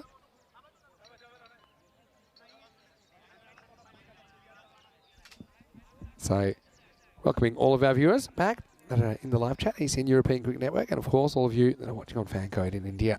ECS is back this week, coming to the end of our first week of ECS action after the ECL break. This is up and it's sliced away. It'll be a tough stop. Yeah, I think, well, for many reasons that's 4. I have a feeling that the field originally touches it when he's over the rope, but then the ball rolls into the rope anyway. So it will be a boundary. We're seeing a lot of 4s here. Partly it's because the way the ball rushes on after the bounce. The old 3 amigos about this one. And then, yeah, it hits the rope anyway. So 4 runs given. The first runs of the chase. Medadab joins me in the commentary box once again, enjoying your insights so far. We'll steal you for one more innings. And, yeah, Fighters, they've done well to put themselves in a winning position, haven't they? Yeah, I think they will be very happy what they did in the first innings, restricting such a... Yeah, well, this could be gone, and it is gone. So there you go. So sorry to interrupt, but the action never stops. Parvinder goes 4 and out, and Ranasawa does get a big wicket early. So it's going to be Parvinder that goes for just that 4, and the score is 5 for 1. I think to paraphrase what you were saying there, they will be happy with where they've got themselves to, but they won't be happy to lose Parvinder so quickly. No, he is a key wicket for them, and I think chasing 88 is not the worst score to have to chase, but against a bowling side like Punjab with these amazing 2 opening bowlers with Ranasawa and Said Ali Naki, it's going to be difficult. Yeah, no doubt it will. But yeah, Sahota, he's getting an opportunity here at number 3. Simranjit Singh, I think he's been really good with the gloves actually for Punjab CC Amadora. We know that they had some issues with Usama Zahid. He injured his finger yesterday, and we saw Ranasawa having a go. But I don't think he's really a permanent solution behind the stumps. He didn't really enjoy it, he said to me later as well. And also he needs to bowl. So yeah, I think it worked in that game because he already bowled out his 2 overs, so it wasn't too much of a loss when he took on the gloves later. But I don't think he would ever start. I'm a big fan of Rana, but I think I would have rather have had the big green rubbish bin wicket keeping than him yesterday. Yeah, it did. Anyway, no, he's one of my favourites actually. Certainly belts the ball around. I loved his 59 this morning. They are a team of giants. They're all super tall, but very, very sweet giants. They are so lovely. It's such a friendly, welcoming team.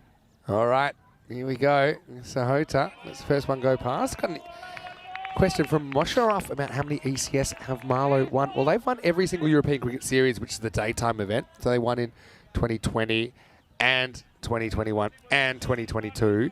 They also won the night series in 2021. The only series they haven't won in Portugal is the night series last year that Gamblers won on their ECN debut. Big swing and a miss from Sahota. So this is a decent start from Sawa. Okay, did concede a boundary, but he's got big wicket and Yes, Oda not looking too comfortable so far. It would have hit a fourth stump. Yeah, it's his first goal in the series. He hasn't played the matches before, so I'm interested to see what he can bring. He didn't look too good so far, but well, 2 balls to get your iron.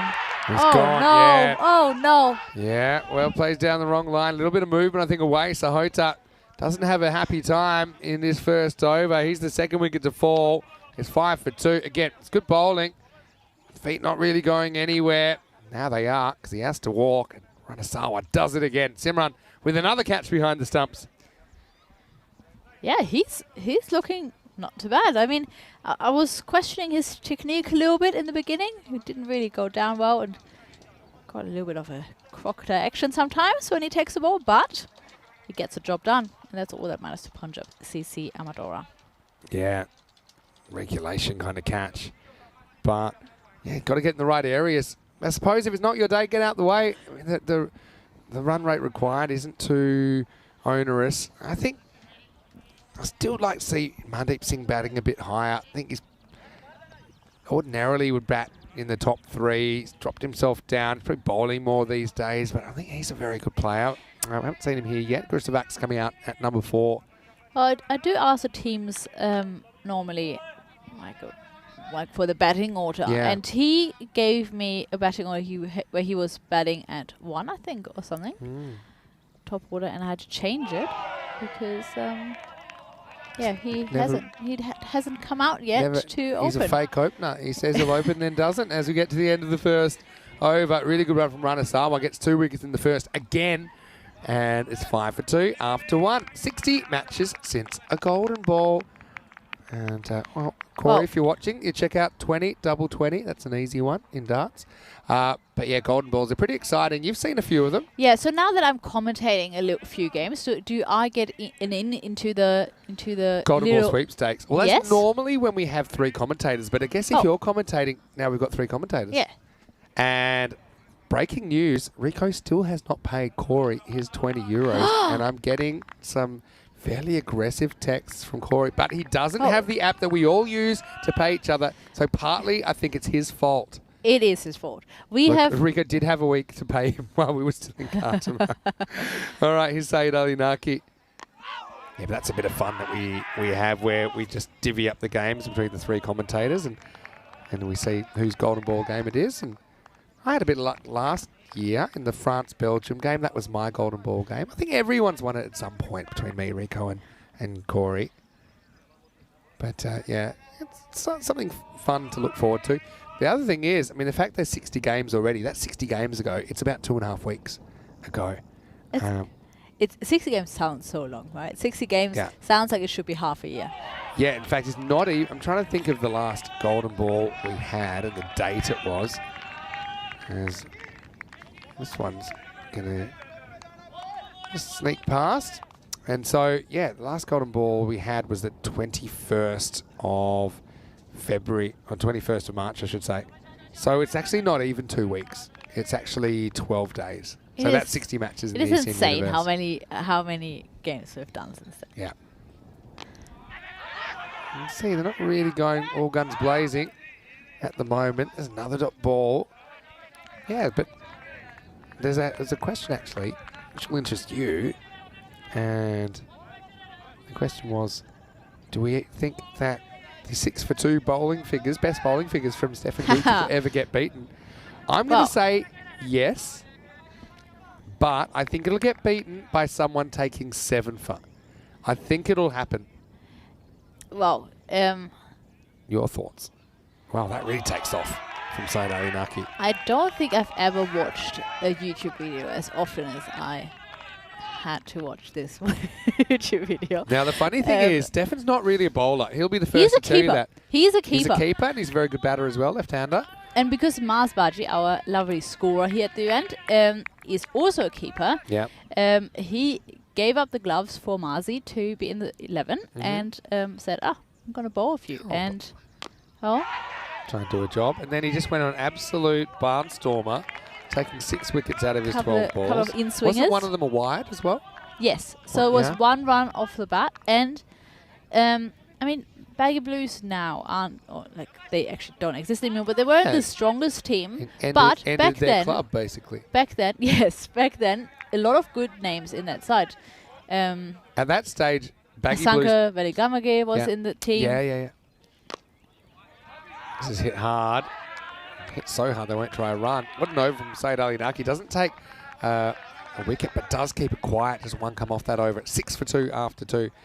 Yeah, so Baggy Blues at that stage, that 40 was the lowest score in ECS history. Was it At really? that stage. And then it went down to 35, which was Fateh. Then it went down to 34, which is Skyways. And then it went down to 14, Skyways. Miranda Dragons in the night series. 14 for 8, weren't even bowled out. Yeah, I heard the story. And we thought that'll last forever. And then Goza got bowled out for 6 about a month later. Okay. I do not often, like, and that is no offense to the format or anything, but just like to have a bit of a rest. I normally stay away from watching ECN cricket in my off time. I try not, like, force myself not to, just to get a little bit of a, like, clear mind, because I want to stay away from the work, right? But and also Sam you're busy Williams, working on the next series. Exactly. So it's hard for you to keep track live. I know that. So Sam Williams dropped me a message and said, like, turn on the TV. They're about to get bowled out for 6. So I went and watched the entire innings, and it was spectacular to watch. Yeah, and I was actually out renting a scooter that morning. I'd left Rico in charge. Oh no! So you didn't even see it live? Yeah, so I remember trying to sign the paperwork, and I just saw target 201, and then we see a bit of a tight 2, but they'll get there with a bit of a wide throw. So I saw that they were, well, it wasn't that bad. It was maybe like, 4 for 4 or something. And then I was signing my paperwork, and then I looked, and again, it just said next match 55 minutes. And I said, what's happened here? So... yeah. And then Gozo the next day, and that was Gozo's first game ever in the ECS. The next day, they won a game against Sweet United. Spectacular. So Sweet United, who actually were top of the table for most of the series we just had in Malta. Good slow ball from Rana. He's bowling well here. 6 for 2. Do you think it'll be beaten one day? Yeah. I mean, look, if as you just said, we thought 14 of 10 overs was never going to get beaten. 6 for 2 is going to get... We were close a couple of times. People having like 6 for 5 and still having like 2 balls to go, like the tail enders. I think it can definitely happen. It will be hard. It hasn't happened for so many years. Yeah, because you only got 12 legal deliveries essentially take a wicket. You have to take a whole over of just wickets. But what I will say is we've had... I have to work out exactly how many they've been, but we've had about 6 or 7 or 8, maybe 8 6-fers now. And a lot of those 6-fers, not all of them, they've had balls left in their 2 overs. Yes. And so, again, it's very rare to get a 6-fer. I think we might have had 2 of them last year. We had 1 of them this year already. Uma Tariq took 2 hat-tricks in an innings. That is incredible. That is ridiculous. And we didn't even realise, we're so focused on the 6-fer, it was the last ball of the innings, that it's actually a second hat-trick. We were still talking about his first hat-trick. He took wickets off balls 4, 5, 6 of the 8th and balls 4, 5, 6 of the 10th. But I think it'll be beaten by someone taking 7. I think it's pretty hard to do that and not have like a squeezed 2 or 3 or a wide or 2. It will be a sad day in my home, that's for sure. It's not, I think, true. I think, there'll be a former world record holder. I think it's probably easier to get we'll see a 7-for before we see a 6 for 1 or a 6 for none. I don't think that will happen. To be perfectly honest, I don't think that will happen. I don't think a 6 for 1 or 6 for none will happen. Yeah. It is so hard to do that in a T10. A 7-for definitely on the cards. And look, we had a few, as you said, where it looked like it's about to happen. So if you have enough of those, then eventually it's going to happen. Anyway, fighters don't get much swinging in the power play at all, do they? Gave us a lot of time to talk about the past. In the present, it's 11 for 2 off 3, and that run rate required, suddenly it's crept out to over 11 and over. I want to say a quick hello to Chris Smith. He said, the double hat-trick bowling with a 6 for 3. That was Bishnoi in that Gozo innings we were just talking about. He took 6 for 3. And then I think Stefan, wasn't he refereeing in that Yeah. tournament? And he was about to call him for a fake no ball Yeah, or something. he to was make sure ready he kept for his it. record. He was ready for it. He said, somebody probably didn't. Like, he was checking fielders in the ring harder than he's ever checked them before. All right, here's Said Ali Naki. Oh, this is one that keeps going. There's not enough bat and ball at the moment, are they? And really, Grusevak's having a bit of a rough time out there. I mean, he came up with one of the highlights of his life with a one-handed catch bounced off the keeper in the first innings. But right now, 1 off 9 is a difficult place to be. We talked about the past. We just talked about the present. But in the future, did you know? And you're the stat king. So the upcoming ECI is our 100th event ever. Well, yeah, I did know that actually. How This is cool! up, and it's out of here. Maximo. What a shot that is. As Said Ali Naki finally tastes a bit of pain. He's been swinging like a rusty gate, Grusevak. This time it pays off. Amazing how that can bring your figures a bit more back to the reasonable. Is he 7 off 10 now? Looks a lot better than 1 off 9. Yeah, I did hear that actually. So what a great achievement. 100 events. Yeah, so you have 99 Yeah. done. And we're heading for 500,000 balls bowled as well. That is insane. There's some big numbers. Now, you got that in front of you right now. So, yeah, we've had over... I remember when we scored our 500,000th run. That was a while ago. So we've had about 612,000 runs. We've had over 500 teams, almost 7,000 players. And yeah, we've had about 34,000 wickets as well. So, yeah, the 100th ever ECN event coming up in 1 week's time, I suppose, with ECI Portugal. What we'll also do this year is 1,000 match days played. Yeah, unbelievable. And so, yeah, there's nothing quite like it.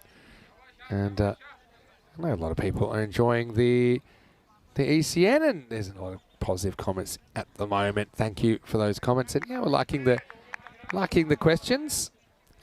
Important questions as well before we go back to record chat. Gary Wheeler has a question. It's a hard-hitting one. It's this one. Back to normal, unfortunately, for Grusevak. Can't catch up with it. Rico, with beard or without?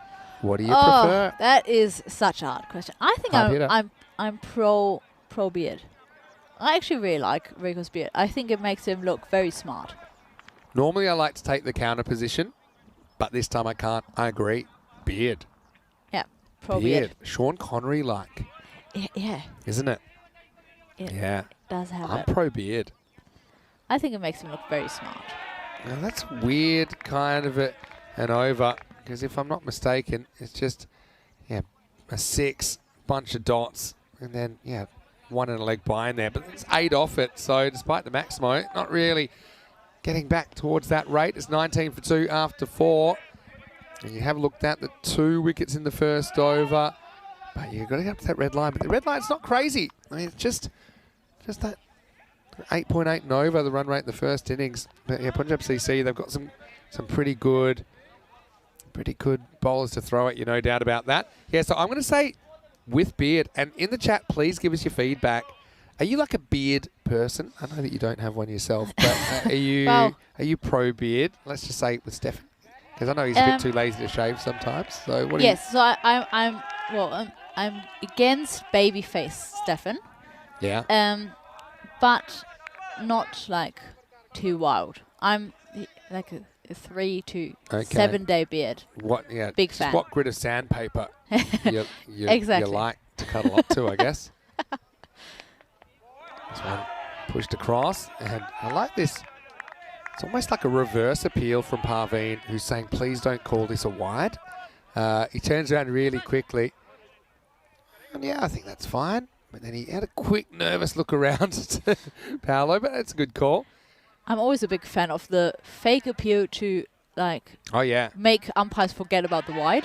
Yeah, this is ups in the end. Now this really should be caught. Imran's coming around and he takes it.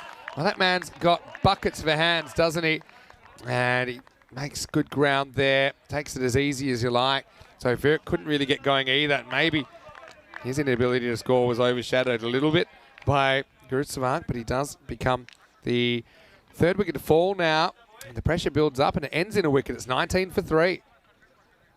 I had a little chat to Imran in the break before in the second game, and he told me that they are holding the record for the highest T20 score here. 300 plus runs in a T20. He scored 111 out of them. Wow. Pretty impressive. Yeah, well, I know that back in 2020 we were covering a Cyprus T20 where one player scored at 250 Wow. by himself. Wow. 250. It was Ataullah. And the team score was 311. Has Ataullah played now T10 series as well? I think he has on occasion, but yeah, has availability issues. But yeah, 250. They lost a lot of balls that day. I'm sure they did. So Actually arrived on that day in Cyprus. I remember it. Everyone was going crazy. yeah, so yeah, it's always been a bit of crazy stuff. And that's back in the Wild West days of 2020 as well, which you saw close up. Oh, this one follows him, and now, well, we're going to have a shot at the stumps. He's going to miss, and it's almost going to be 4 overthrows. He absolutely pinged that in. Yeah, he did. Here's the thing, though. I mean, you should be looking at your partner if you don't know where the ball is, but I think he's too busy just kind of recovering from the blow, and in that time, Dalvinder had come a long way down.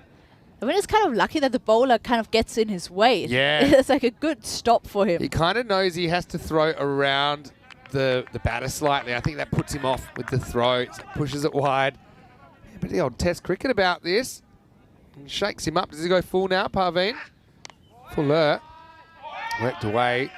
And this will go to the boundary. So 4 runs to finish. Yeah, Grisvak needs some runs. He gets some there. A good comeback from the batter. At the end of 5 overs, it's 24 for 3. Vinny Sander here, Mr. Maximo, with me to Daub. My guest commentator, Rico's off today. He'll be back tomorrow. Are you pro Rico Beard or not? Let us know in the comments section. And Chris, says there's now been 8 sets of 6-wicket hauls. So he's gone to the website and he's looked up the Hall of Fame there. Wow. Yeah, so that's 8 times. We might have had 7, although sometimes it has been off the last ball. I remember some of those are that way, quite a few actually. James Stewart saying that I like this meted up. She's a smart cookie, especially concerning her fellow commentator who shall not be named and who has just slipped down yet another rank. I think he's talking about Corey, down Corey's rankings. There are no real rankings. What? But There are no rankings. yeah, but Corey does like to Well, refer to himself as number 3. So we do on occasion. I'll be, hey, getting back seat number 3, those kind of things. Oh, well, where does Rhino rank? Exactly. Rhino's a floater, you know. Where does Rhino's Charlie one of my Hunt favourites. rank? Yeah, exactly. Well, this is up. It's in the air, and it won't be fielded. Yeah, you can see that's Muzi down there, Muzamal Abbas, who just needed to get to the drop zone. When he got there, he wasn't really sure how to attack it because he knew this was going to be an awkward bounce. Then he tries to back off. By then it's too late. It's past him, and a welcome boundary for Fighter CC. Yeah, so we don't really have rankings. That's the point. Oh, And my favorite commentator will always be my future cousin-in-law, Joe Vegasani. yeah, well, Joe does a great job. And again, everyone kind of has a bit of a different role. I mean, Joe's obviously got his business. He's Yes, very very busy. knowledgeable. That's why, with his touring business. Charlie currently is studying broadcasting and business in the UK. Probably we'll hear a couple of new voices during the year as well. As this is slammed out of the ground. And this is the difference that a player can make. Dalvinder comes in and he changes the narrative pretty quickly. Just think of all those balls that got chewed up. Meanwhile, Dalvinder was on the bench, but now he's here. He goes Maximo and drags him up into the 30s. Oh, yeah, he is definitely making a statement that you shouldn't be retiring any better. It's maybe not scoring at the highest rate. So yeah, it's a gamble to do that. Umar Mohammed with a comeback ball. Oh, now he tries a shot. He probably didn't need to. yeah, put that away. Just go classic. Just probably, yeah, it certainly is premeditated. Oh. Have a look at this. Oh, that's hit him right in the chest. Really, he's tough as nails. Dalvinder, don't you worry about that. Umar Mohammed gets a little bit of revenge. And so, yeah, goes back to plan A, tries to muscle it down the ground. Stop is made, not held cleanly by Muzamalaba, so allows 2 and takes us to the end of the over. So, yeah, game on. Just let this get out of hand, though. They're trying to pull it back. It's 36 for 3 after 6. They just run a ball pace through the first 6 overs. So, yeah, we don't really have rankings. But what I will say never. is we're, just like in a lot of other departments, just like the operations department, everything, we're trying to build a team that enjoys working together. Obviously, there's such a big volume of cricket. You need more people. Absolutely. But they need to be passionate about European cricket. I think that is the thing which binds us together as a group, is that you need to be really caring about what we're doing. And I think all people use, they do. And yeah, as far as Rhino, Andrew Ryan, it was great to have him in the ECL. As we see this first ball of the 7th, just worked away for 1. He is like a tennis player. If you really want to rank it, he hasn't played enough to be games. He's losing ranking points, not by not being as good. It's just he's not playing enough tournaments. And that's because he's too important in the can I say it, the B word? The basketball world. It's a very big wheel in the basketball world. Do you know the other thing about Rhino, who, of course, like I said, he did Group D in the ECL. He's done plenty of events, including the first ECS here in 2020. He did. Andrew Ryan.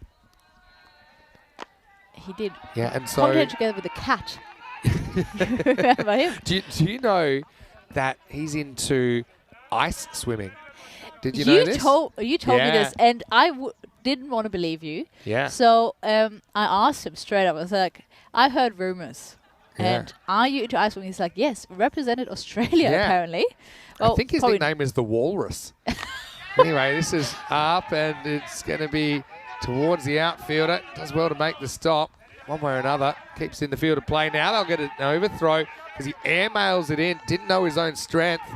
The keeper shadows the batter back on the second run. There's a bit of chaos left in this game.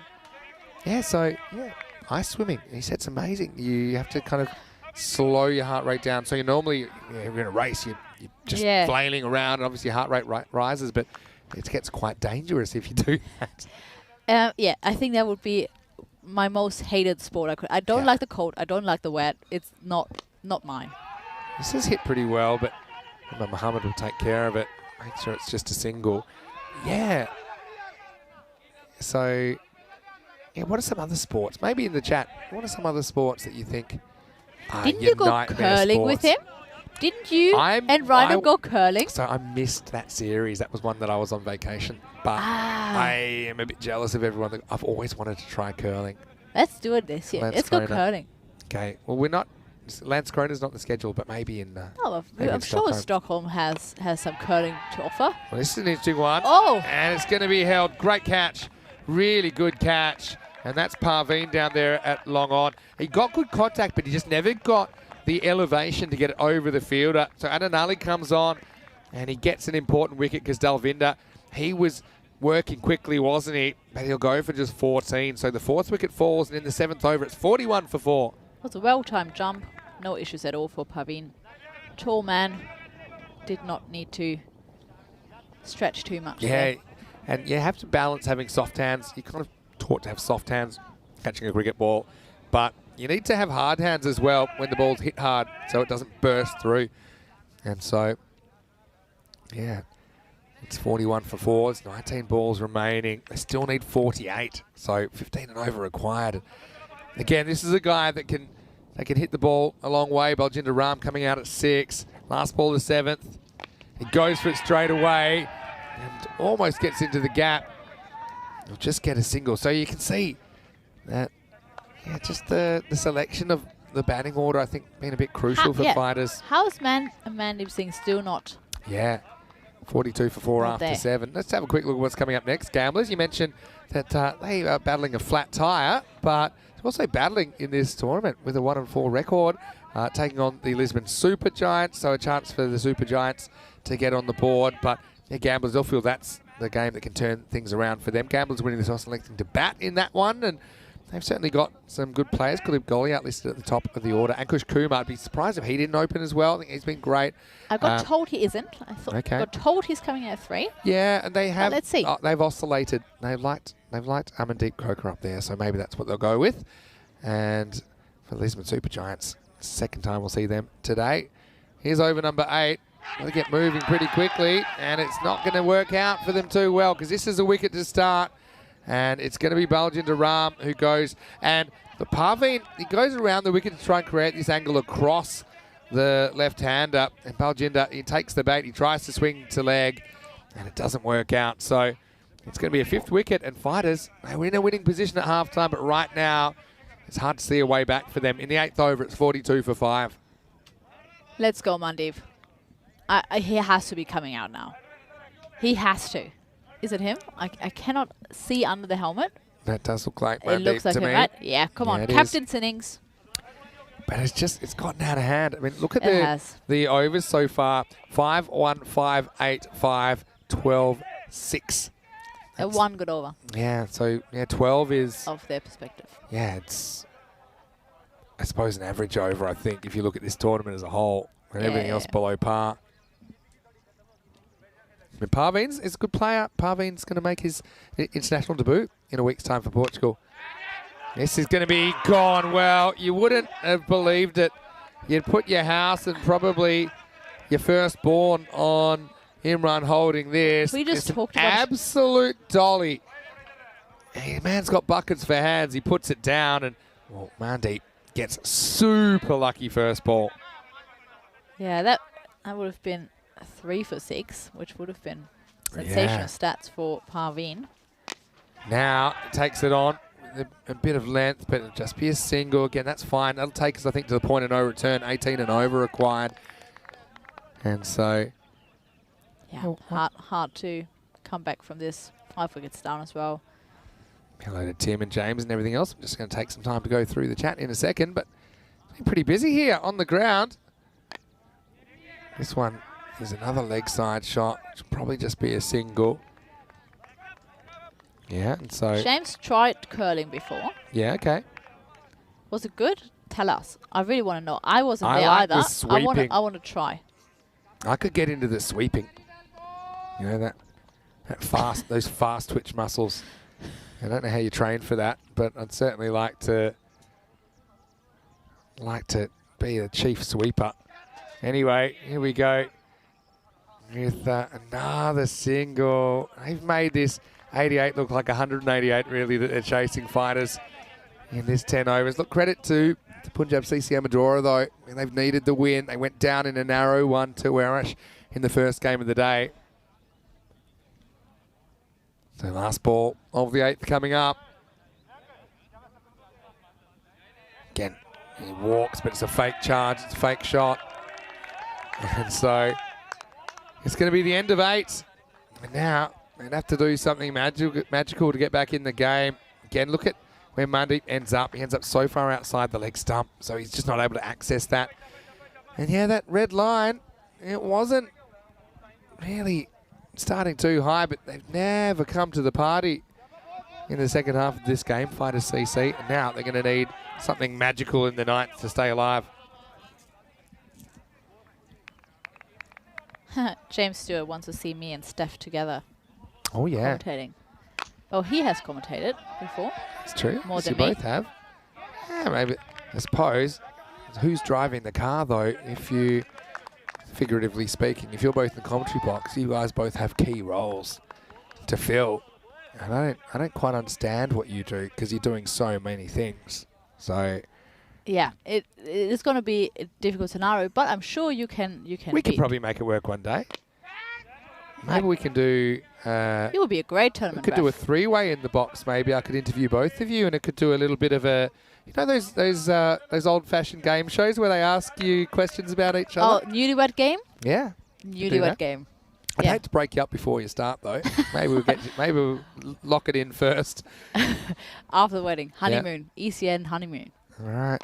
6 might make things a little bit interesting, but it's just hard to see where it's going to come from at the moment. I mean, looking at this innings, we've just had 3 boundaries and 2 maximos, and that's through 8.5 overs. It's just not enough.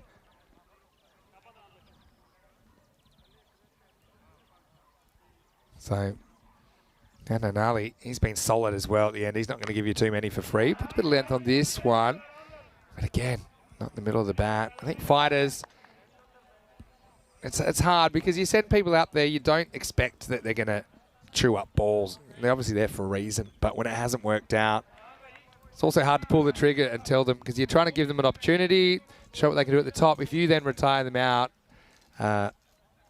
it's not great for their confidence. It kind of has the opposite effect of putting them up there in the first place. 50's come up late in the piece for Fighters. A loud swinger, pretty nice shot. That'll get away for 4. So yeah, we are seeing a lot of 4s. And this one accelerates off the surface. Gurisavat, he's kind of seen all of it, hasn't he? He came out at number 4, and he came out in the first over. He's been there all along. He's just had trouble getting things going. And yeah, if he's 24 of 23 now, so he's gotten back to a run of ball. But yeah, at the other end, he hasn't had anyone staying with him for any length of time. Last ball of this match for Ali. Pretty good one. He's got a good slow ball, doesn't he? End of the ninth, the score is 54 for 5. So 6 sixes to win it. Okay. Yeah, or 6 sixes, or 5 sixes and a 4 to tie, maybe. We did have a 36-run last over earlier on. That was in match 32. Faf Storman just going berserk. Had a no ball 6 in there, a 7 up. Yeah, James is calling for the return of the commentary car. Well, there'd probably be less spiders in the car than we currently have in the cube. Well, are you pretty happy to get out of here at the end of this game? Yes, I'm is it called arachnophobic? I'm not very good with spiders. The size of the spiders here are all right, and like you've been they're pretty taking tiny. spiders away what you from don't see, around me. And this is what scares me when I'm alone, is I'm picking spiders off you when I see them, and you're picking spiders off me. But if I'm alone, like I was for the first game and a half today, who's picking the spiders off me? Well, nobody. My biggest fear, unless it's a bit freakish, but I really fear that they go into my crawl into my ears. Yeah, and luckily they are protected here. Will you say that? Oh, don't even. But did you you check your headphones before you put them on? I didn't. This is one that Rico mentions. I'll be back in a second. We've lost. This is a swing and a miss. But the thing is, Mita, they're not there. They might have already gone in your ears, and you don't know about it. They could be laying eggs and having babies right now. You're now just a host organism. As we get another one. That was a big one. Yeah, commentary car. If you lock the door, probably spider-proof. Yeah, now everything's itchy. How you doing there? Not good. That was mean. To be fair, I didn't either. I'm not actually joking, because that is something that we are meant to check, but we normally forget to if we're running late, getting back to the cube in time. And I did, because there was delicious food on the table in the beautiful clubhouse. Well, this is a bit of a hook that goes wrong. It's the top edge, and it's going to be gone. So, Imam Mohammed, he's had such a good game. He's probably in the frame for the player of the match, I imagine, for the runs he contributed in the first half of this game. He's also bowled well. Chips in with the wicket now. 33 off 21 he scored in the first half. And unfortunately for Mundeep, just never happens for him in this match. Bowled well, but only contributes 5 with the bat. Batting too low, though, I think. He's got get him up there. If it doesn't work, it doesn't work. Has to be top order. It's 57 for 6 now. Well, the robot's saying that Mr. Maximo thinks and talks more cricket in a fortnight than other commentators talk in a year. I think that's probably true as well. What are we doing now? 34 matches a fortnight, or 68? Up, and well, that's a really good shot. Again, case of what might have been, really. This is smashed by Malik Kumar. Yes, I don't know. I think it's sometimes internal politics. That people, he wants to get promoted, that's for sure. He's batted up as well, but I think that, they think, okay, it's your turn to go up there. I mean, I think they're giving everyone a little bit of a go, but maybe cost not. You matches, though. Not the match you want to do it, probably. This is a thick one. It'll run away for 4, so that'll do it. So, look, in the end, just 20 or so runs in it, 23 runs to be exact. It's going to be Punjab CC, Amadora 88, defeating Fighters CC 65 in match 33. And, yeah, just kind of mismanaged the chase. I suppose that's the way I'd put it. Take nothing away from the bowling unit for Punjab CC Amadora. I said that they're pretty well balanced. I think they did better for time as well. Ran into some issues with that earlier on today. But, yeah, Fighters, they kind of set it up, but they can't knock it down in this match. And, of course, don't forget, we've got 2 more matches coming your way before the end of week 1 here in the ECS Portugal. That was a funny one. It was kind of like the Three Musketeers, but it was the comedy car version. And then Simran, he's been pretty good behind the stumps for Punjab CC Amadora since he's been used in that position. He looks solid, and yeah, it was just a little regulation nick. So, yeah, that was Sahota. He went for a 3-ball duck. But you look at the top, Varinder Virat 4 off 9. Grusevak does kind of claw his way back to 25 off 26, but yeah, they just weren't able to get it swinging. And suddenly, this is what happens if you're chasing about 9 and over or so. If you're not getting those runs suddenly, you're going up to a ball and it climbed pretty quickly, that required run rate. Yeah, I think the difference here is definitely with Parveen Singh. He gets the Man of the Match award, and I think his bowling was sensational. Yeah, that's a good point. I mean, Umar Mohammed It's slow, in my might have opinion. had a shot at it, but yeah, it's a fair one, isn't it? I mean, Parveen, he contributed 5 off 9 in the first, and he bowled very well. I think he caught very well as well. So again, I think the players are too worried about it. But yeah, when it came down to it, they just couldn't really fire a shot in anger. When they did, there's often a wicket around the corner. Adnan Ali, I think he is a very, very good performer for Punjab CC Amadora, who at least walk away with some points here. They probably take that at 1 and 1. They'll be frustrated they couldn't get 10 more runs and shut the gate on Oerash and kind of consolidate their spot in the top 2. But still, they take something out of the day, and Fighters, we will see them a little bit later on in the day as well. Yeah, what a game. Yeah, and they're just going to keep on coming. So, yeah, but game 34 is around about 20 minutes away. So, Gamblers SC will take on the Lisbon Super Giants in that one. News from the toss. Gamblers winning the toss, electing to bat. So, Kuldeep Golia having a very good series, very talented player.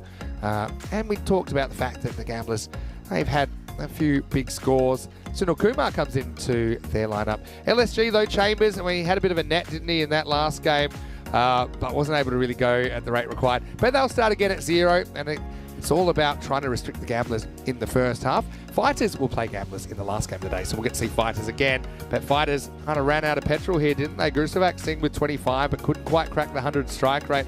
14 to Dalvinder, but even the ones that looked like they were going to be able to be aggressive and get those boundaries, they didn't stick around long, did they? They end up falling quite short in the chase. As far as the bowling went, 2 for 10. Ranasawa comes in with those 2 wickets first up, and the difference here also compared to the early game, Said Ali Naki kept it really quiet. Only went for 8 runs. One of those was a 6. So 2 for 9. Parveen gets the player of the match in the end. Umar Mohammed and Adnan Ali with a wicket each. Big thank you to you, Meeta. Thanks for your stint in the commentary box today. How did you enjoy it? I enjoyed it very much. I might come back later for a little bit, but Conrad Greenshields is going to come and join you. Conrad's hosed himself down, and yeah, we're getting ready for some more Conrad time. He can talk about Oerash and their back-to-back wins this morning. I'm sure he can't wait to talk about it. We'll take a break. We'll be back in about 15 minutes. When we do, it will be the start of match 34 between Gamblers SC and LSG. Until then, it's Vinny Sandu, Mr. Maximo with Meeta Dab. We'll see you just after this break for more European Cricket Network action. This is the Fan Code, ECS Portugal.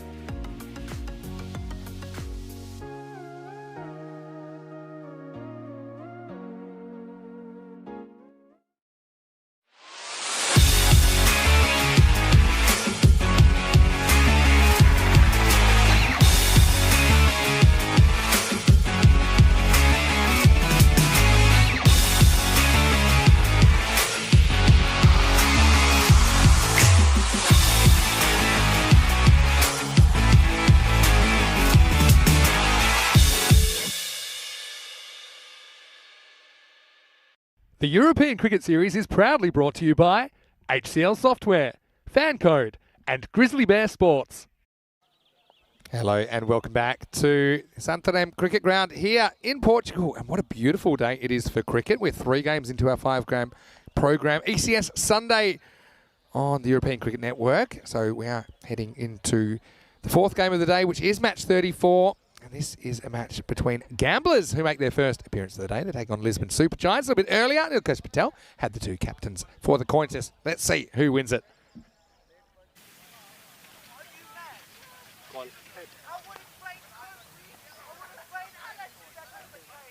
That is the tail.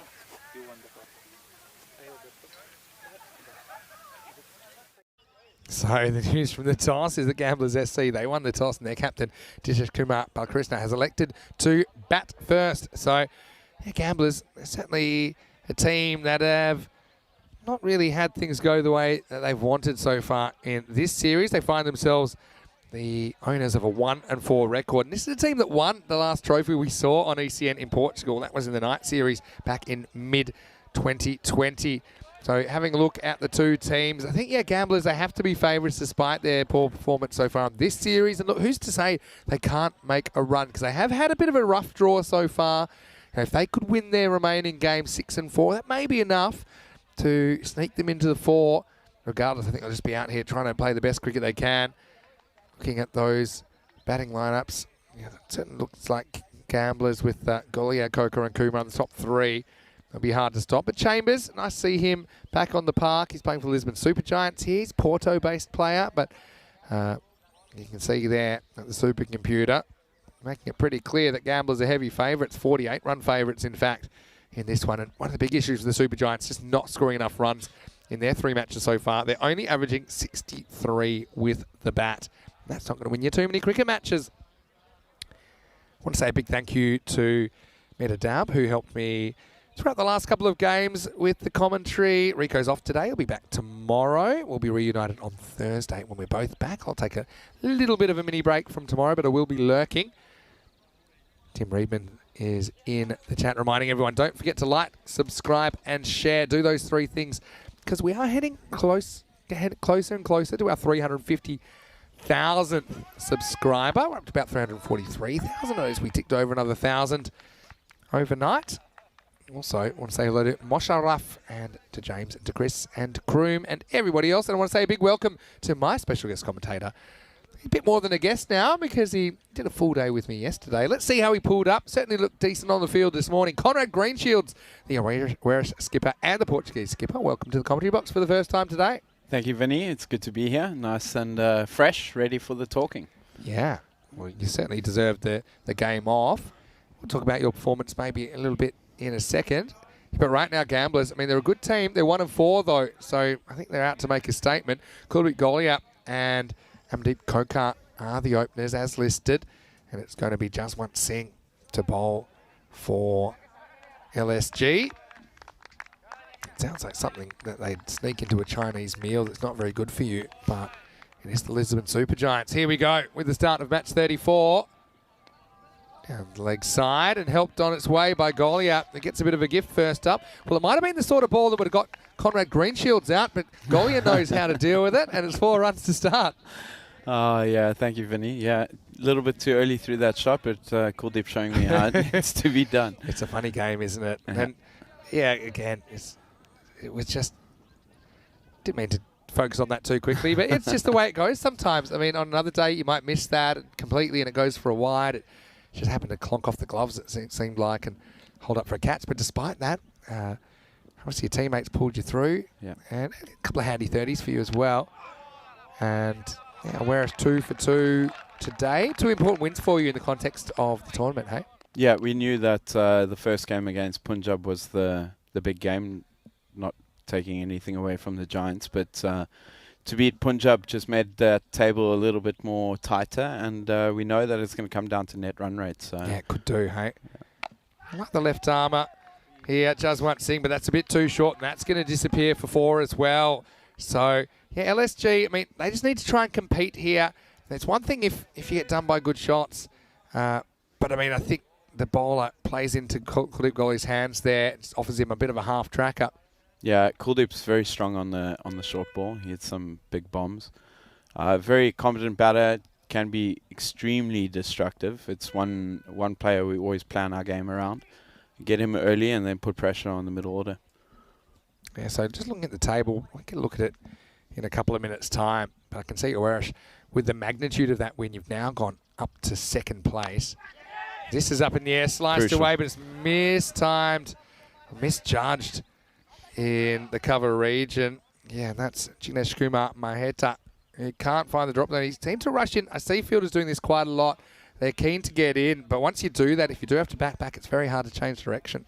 Yeah, I was guilty of that. I actually backed away, not expecting it. But, you know, the skyline, especially with the grey clouds, and, you know, that sun, it's really bright. It's quite difficult to pick it up straight off the bat. Yeah, true. And then you've got to make up for time. Yeah, that's right. Oh, it's pretty well bowled. Matt Kokar deals with it, and it gets jumped over by the first fielder, fielded by the second.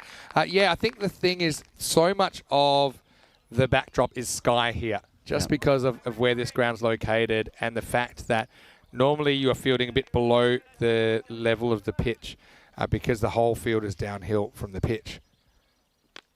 This is whacked leg side, and this is into the gap as well. It'll be another 4 to finish the over, so 3 boundaries in the over, and at the end of the first one, it is going to be 14 without loss. So yeah, because so much of the field is sky, I think that normally you have a bit more background to pick up the ball on the way up. So the fact that it's already in the sky, you don't have reference points. That's a really good way to put it. We have the ECI Portugal coming up. Conrad Greenshields will lead Portugal in that series. I'm going to look at the Gibraltar squad. And I'm going to say Louis Bruce, very good young player. It's a good test for him. We've got Kenroy Nestor as well. Andrew Reyes, again, Cameron Stagner. We've seen a fair bit of them on ECN this year. Sammy Boda, good young player. Julian Freone as well. Saw him in the ECS. Quite a few of the Lathbury Lightning players that played in Group C are represented. And yeah, I think the challenge will be for the Gibraltar team and the Netherlands team that haven't really played on this field to deal with things like the backdrop, like the outfield, which I'm loving it. It's super hard, super fast, but there's the odd unpredictable bounce in it.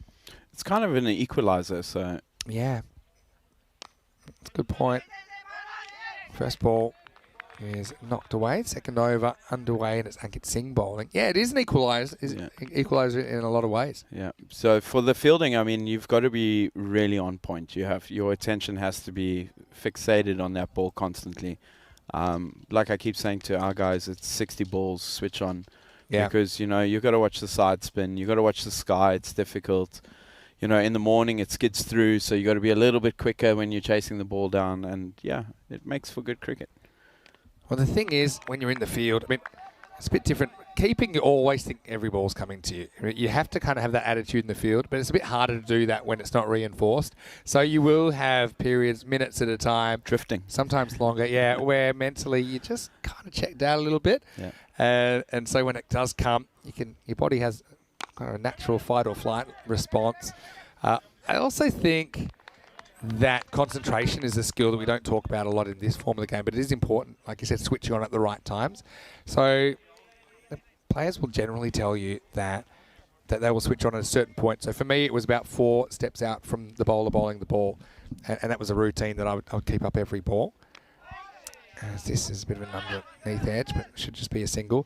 And so then instead you're not having to concentrate, say, for 45 minutes straight. Yep. You're really just trying to concentrate for the 10 seconds or so the ball's in play, and let's say 60 times at 600 seconds. Or suddenly you're only having to concentrate for 10 minutes instead of 45 minutes. So you're just more likely to be able to do it. But that's a skill to be able to switch on and switch off. This is a nice shot. Yeah, a little bit short. That one's going to disappear. Well, we lost a few balls over there earlier. You were responsible for one of them. Anyway, Maximal. Kokar goes large. Once again, a little bit too short from the Super Giants bowlers. Yeah, good batsman, Kokar, and it's good to see him up at the top. Him and Kuldeep can be, you know, deadly. So ominous signs for the Giants, but, you know, they're plugging away. And, again, like we had yesterday, the teams are learning. So it's good in a sense. This one ties him up slightly. Yeah, gamblers, they've had a funny old time with the bat, haven't they? And yeah, who could forget that game where they had 101 for none in 5 overs. They were chasing a huge target of 169 against the Punjab Lions, but it was Kuldeep Golia and Ankush Kumar who put on a magical start, but then couldn't keep it up. Anyway, this is up, and it's high. It's a big moment in the game, and it's caught. Yeah, nicely done. I mean, the pressure was on, wasn't it? And, yeah, the catch had to be taken, and it was. So that's Ronak Patel, I think, that takes it on the edge of the circle. So the wicket was important, and they get it in the end. It's the end of Kuldeep Golia for 14. 22 for 1. Yeah, good catch, good confident backtracking, and kept his ball on, his eyes on the ball the whole way, and grabbed Kuldeep. That's a big scalp too, So in the context of the game, if they can, plug away and get a few more and start testing that middle order, they might not be chasing something around 140. And things can change quickly. I mean, that game we just talked about mentioned that they were 101 at the halfway point. That was back in match 17, and ended up making 153. Yeah. Anyway, we had a little bit of a look at the table. We might have another look again at the end of this over, because I think, we can see a little bit of it there. But we'll come back to that in a second when we can spend some time on it. This game's moving quickly. Jaswant comes back in the 3rd over. Yeah, nice shape. Always like a good left armour. They've got that natural angle in. It's just struggling to find his line here, but surprisingly didn't see him in our game. It looks quite handy. Yeah, I think so. His left-handedness is always a bit awkward to deal with. Yeah, good length. I think people are mentioning the white sleeves of Brisbane Supergiants. Talk me through that. Can I be honest? Go on. It's a jawbreaker. I don't understand it. It's so hard to pick the ball out of the hand. Unfortunately, that's what arrived for them, and it'd be maybe it's not white, maybe it's off-white. Anyway, this is almost a chance. Well, it might have been, actually. Has he claimed it? Well, probably not, but if he has, he's impressed me. Anyway, yeah, I'm not sure if he gets this on the full. Let's have a look at it on this angle. Yeah, probably. Yeah. More likely than not. Yeah, I think we should go full Mad Max and just cut the sleeves off at the shoulder. That's what we were saying. We were like, just turn them into vests. We'll be okay with that. Get the guns out. It looked gun too. Yeah. I got to say, that's a very Australian football look with the singlet look. Yeah. Why not in cricket though? Why not? I know that Victoria... Would stop our farmers' tans that we get. Victoria, in the Australian domestic one-day competition in the mid-90s, they trialled fielding in shorts.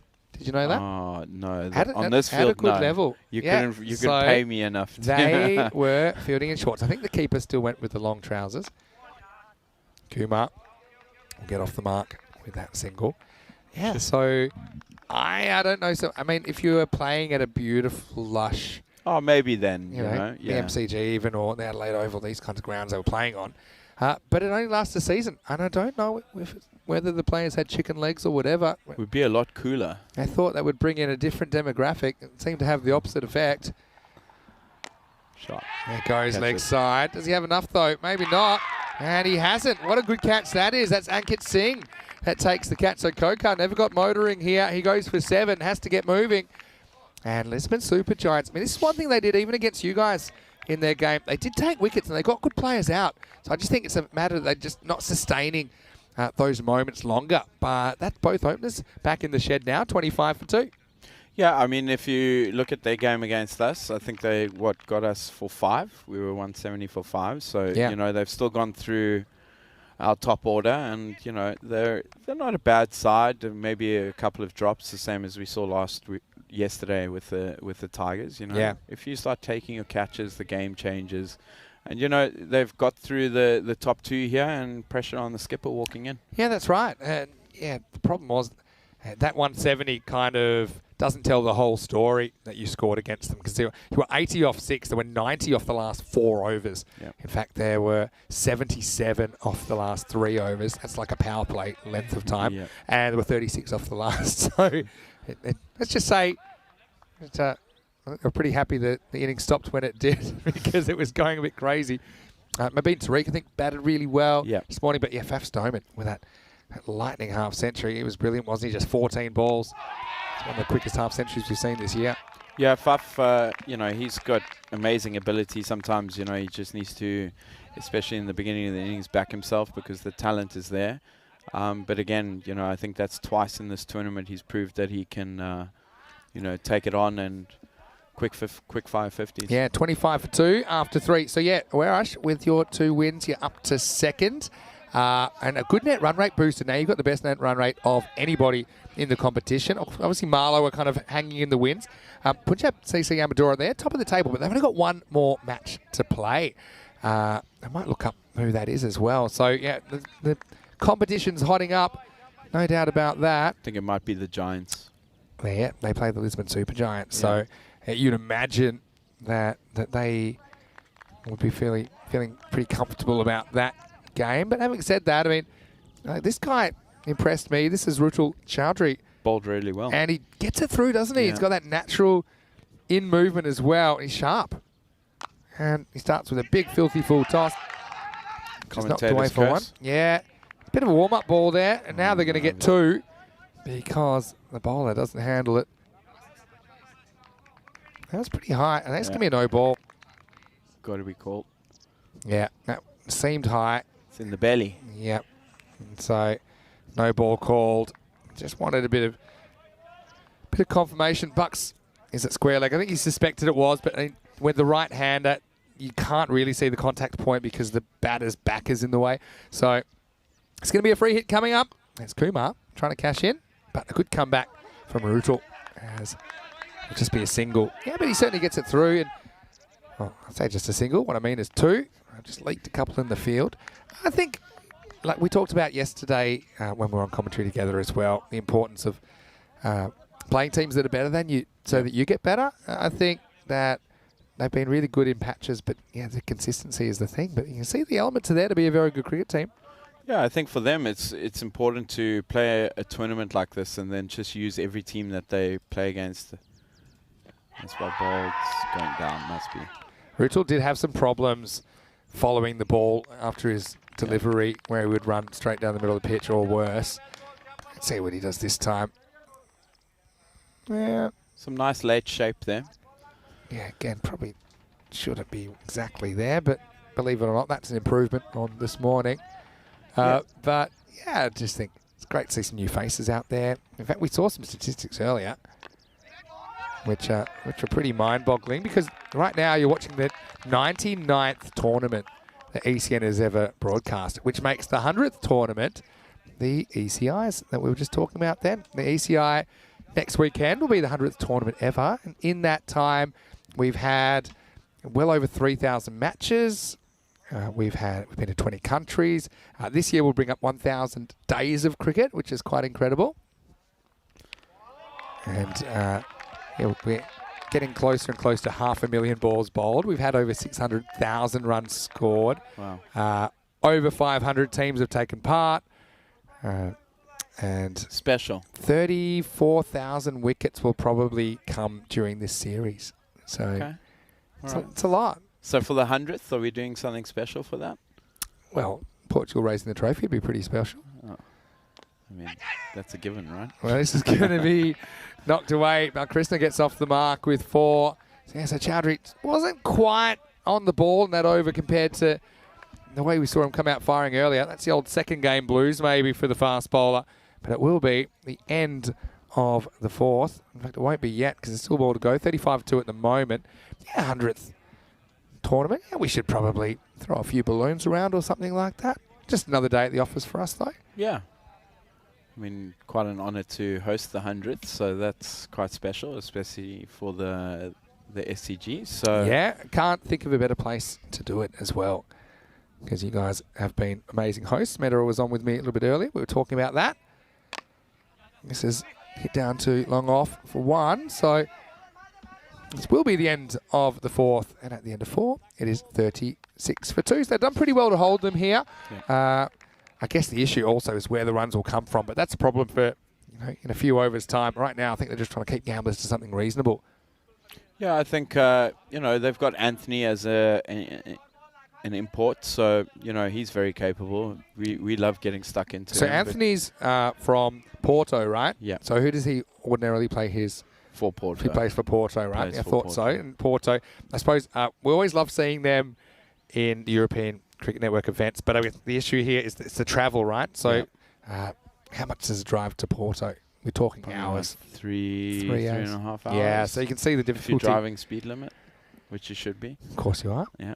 What is the speed camera situation here? I was going to ask you. Just asking for a friend because I did drive to Lisbon and back last night. This is going to be cut away and be a single. Your friend did, or you did? Just asking for a friend. Okay. I did see there are a couple of listed speed cameras. Yeah, they are listed, and they have to by law here, I'd let you know. But, you know, just drive the speed limits, and 3.5 hours you're in Porto. Anything that raises awareness of speed is good. Safety first. Glad to hear that. Turns this into a full toss and almost finds trouble. Kumar doesn't quite time it up. They'll get a single. Yeah, so I think, for Porto, it would be great to have them here. They are part of the North Comp. They beat us in the semi-finals 2 years ago. Yeah. So it's a handy side. So Andy plays for them. And we've seen John Zinkas playing in this tournament right now. Zinkas. Ordinary plays for Porto. Porto as well. So, you know, they've got talent up there.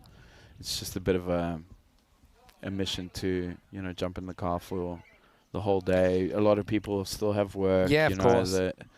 But good side, and yeah. So Anthony's got some skills. It's a long way across here. He'll sneak through for a leg by, or maybe more than that. I think that's 4. Foot fielding.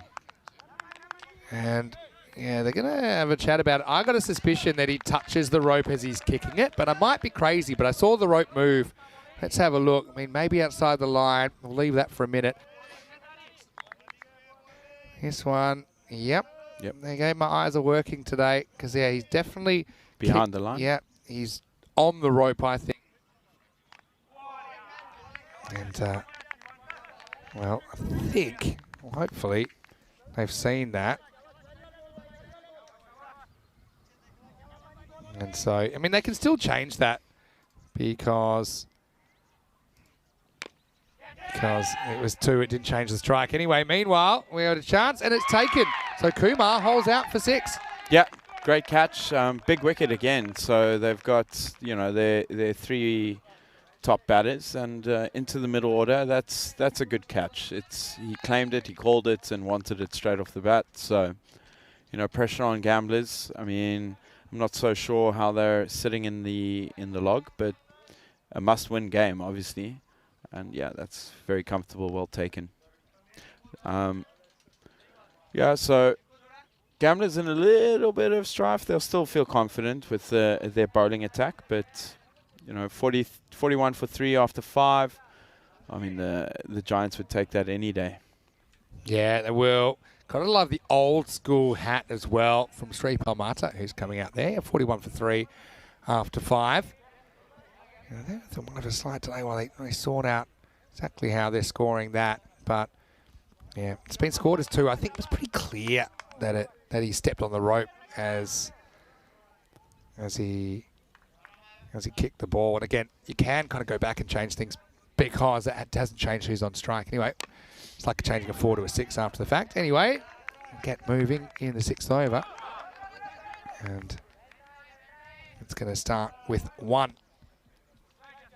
Yeah, so important partnership this year. G2 and Shripal, both capable. I love the floppy. It looks it looks quite sick. But you know, for the gamblers, they'll be wanting to look at 120 plus. It also helps with their run rates and try and restrict the Giants down. As you see this ball. Oh, he the literally bat throws has the bat. gone. Yeah. And the drop is down. And they won't even run because he's too busy getting his bat. Well, how's this for some cricket? Oh, let's see this. Completely lost the bat. It's a good swing, to be fair. Yeah. I think maybe the fielder was a bit worried about the bat sconning him in the pip. That is one way. That's actually It's incredible. flown. It's incredible bat speed out of the hands, isn't it? And yeah, have a look at this. I mean, look at Bucks. Is Bucks watching? Is he watching the bat? Is he watching the ball? What's he watching? Manages to keep the bat in the hands there this time. A single down to point. Good running. Yeah. So kind of like the old school Terry Toweling hat. Have you ever worn any, I wouldn't say silly hats, any unusual headwear on the field? Last year, actually, I wore a hat. I played a social game in Australia, and I don't know if anyone or you know what the licorice all sorts are. Oh, yeah. Oh, he's bowled him. bowled. It might have just snuck off the pad and knocked into middle stump. And so Mal Krishna is going to have to go. And so Gamblers lose their skipper 43 for 4. Look a bit exposed here at the moment against LSG. Have come out firing. Yeah, that's just shaped beautifully, and G2 playing obviously down the wrong line, trying to clip that over square. Head falling over and top of leg and middle. Great bowling. So Gamblers under a little bit of pressure here, you know. Never know. They're 4 down. Panic might set in. Strict them to, what did you say the average was? 63? 63. Yeah. 63. Back themselves to get that. Yes. Yeah, well, Bit be an early to interesting say one. that, though. It'd be an but interesting one. I mean, still on 76 pace. Yeah. You got Ranjit Narayan. You know him very well, of course, and you know he's very capable with the bat and has done some good things in the series. So, yeah, credit to Ankit Singh though. That one just snuck onto the stumps, didn't it? So you need to have that bit of luck as well. But still a fair bit of work to do for Gamblers. Yeah, that 70 or 80 type score will be interesting. I suppose the 63, most of those have been before Chambers was into the lineup, and he adds a bit of stability to them at the top of the order. He certainly wouldn't let you guys get him out. I noticed that in the 10 overs. He batted through. When Ant and I play, the banter is always quite strong. I'm sure it's good. Good of course, boy, national but teammates. Yeah. You probably remember, we were talking about it yesterday, my favourite Anthony Chambers moment is taking the match-winning catch against Spain. Espanol, yeah. And to Good take, catch. because it was 6 to win or 6 to tie? win. 6 to win. Yeah. And he took a catch out on the leg side fence, and it made Corey extra grumpy. He went on the angry kind of little troll walk. Spat the dummy, Yeah, didn't yeah. he? Dummy went. Angry handshakes all around. To be fair, he still shook hands, so fair play. Yeah, Corey's a competitor, so especially with the Portuguese and our connection with each other, he helped out in the ECC with us when we went through a bit of trouble with the coach. And yeah, it's friendly banter. And the same goes with Anthony. When he's there, we let him know that he's a little bit under the weather and can't really play cricket. Yeah, that's just natural, isn't it, as we get to the end of the over. Now, just letting you know that they have adjusted that to 4-leg buys in the 4th over. So, the 5th over, I should say. So, that should be correct now. We're 47 for 4. So, it was 43 after 5 overs. And with only those 4 off that over, 47 for 4. I mean, they're doing a really good holding job here, aren't they, LSG? Very good. I mean, if you told them that we were going to have Gamblers 47 for 4 after 6, they would have walked onto the field smiling. All right. Sripal Mata. If he was playing weed cricket, he's probably broken his TV the way that he started his innings when the cricket controller left his hand. But right now, he's still out there. And what can they get to him? Let's just say 2 a ball, WW score from here, mid-90s. I mean, that seems decent against LSG, but LSG, we often talk about that the bowling sometimes comes before the batting at this level. And even this, Narayan could have shaped to pull that, but he just takes a slightly safer option and takes one. Well, it looks like a little bit of panic might have settled in. You know, this is not something the Gamblers would have planned for or foreseen, especially being, you know, winning the toss and going into bat. They would have been targeting around 140 because net run rate, like we said, okay, they've lost 1, but things can change at the top. Hey, laces this one. That is power off the back foot from Mata, who keeps the bat in the hands. He knows how to use it. Maximo brings up the Gamblers 50. And yeah, they need plenty more of this. This is just a length ball that he muscled away over the offside. Yeah, good shot. Waited for it nicely and then just slapped it over extra cover. I think the way the Gamblers have got to play this is just go for it. You know, they've got nothing to lose, pretty much. They've got to push themselves. They need the wins, and anything above 100, they'll back themselves to defend. He goes leg side, goes with the angle, he hoiks it. So this is the hope that someone will come out and have an absolute heater. And right now, Mata's doing a good job. He goes 6 and 4. So he's raced to 12 in pretty quick time. Is this the over that gets things cracking for Gamblers SC? Yeah, good stable base. playing every ball on merit. I think that's something that the cricketers tend to forget. Is merit is still there. So he's watched the ball carefully and just picking his shots nicely and connecting. Zoom in that hat. Looked like the England logo. It almost looked like the No, three surely lines not. there. Oh, just a polite inquiry. Anyway, Bhowmick is in a tough place at the moment. This one, he's going to find the fielder. I think Bhowmick's pretty happy to see Mata at the other end at the moment. And so, yeah, up to 60. Kind of getting there. But I feel like this could be one of those kind of ugly 80s. And they can still win your cricket matches. You've got to get there. But, yeah, you're going to have to bowl and field pretty well to defend a score like that. Last ball, the 7th coming up. Ranjit happy just to pat it back, and that's the end of 7. The score is 60 for 4. So we're about to look at some of the upcoming events we've got. We think we talked about the fact this is event number 99 on the European Cricket Network, which is quite remarkable in essentially about 3 years or so. But 3.5, I suppose. Then we go to Cyprus, go to Milan, we go to Gibraltar. If we could get you on the tour, and I know you're pretty busy here in Portugal, where's a country you'd like to go in Europe?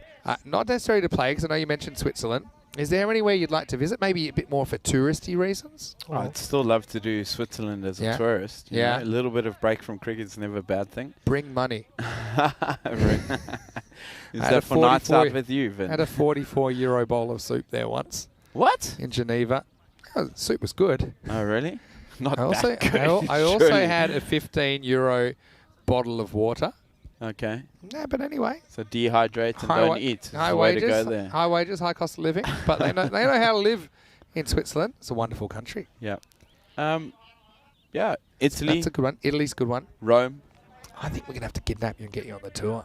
Yeah, maybe. We'll have a chat. Just tell me when you're ready to end your cricket career. No cricket, just talking. Oh, well, that'll be a few years. We know. Anyway. Well, you'll get around maybe in some ECI cricket this year. Yep. Anyway, here we go with over number 8. So they go to spin now, and Shivanka Sharma comes out, and we're going to have a run out. Yeah, so it's just a classic case of Ranjit and the non-strikers then going with the hit. He likes the hit, so he goes. I don't think he ever really has a look at what the striker's doing. And by the time he realises it's too late, and that's pretty smart work to come in. That's Jaswant, who has the easiest direct hit of all time. And that will be a wicket to start the 8th over, 60 for 5. Yeah, that goes down to what we were talking about yesterday, is having trust in your partner on the other end. Yeah. To be fair, Shripple does come down a little bit, so a little bit, but yeah, your obligation is to, when the ball's hit in front of the wicket or back towards the bowler, your obligation as a non-striker is just watch the guy who hit the ball and mimic what he does. Correct. So if he runs, you run. If he stops, you stop. If he turns around, you turn around. And has also pretty quick thinking not to panic from Jaswant, who runs in for a touchdown. And now Sripal considers ramping it into his own hat and goes to the deep fine leg. What do you think about that option? With fine leg down and that pace, you're not really going to beat him. If it was a bit quicker, maybe. But, yeah, it's just an easy single. Too risky for a single, too. Yeah. Maybe. And to be fair, they have to start going. I mean,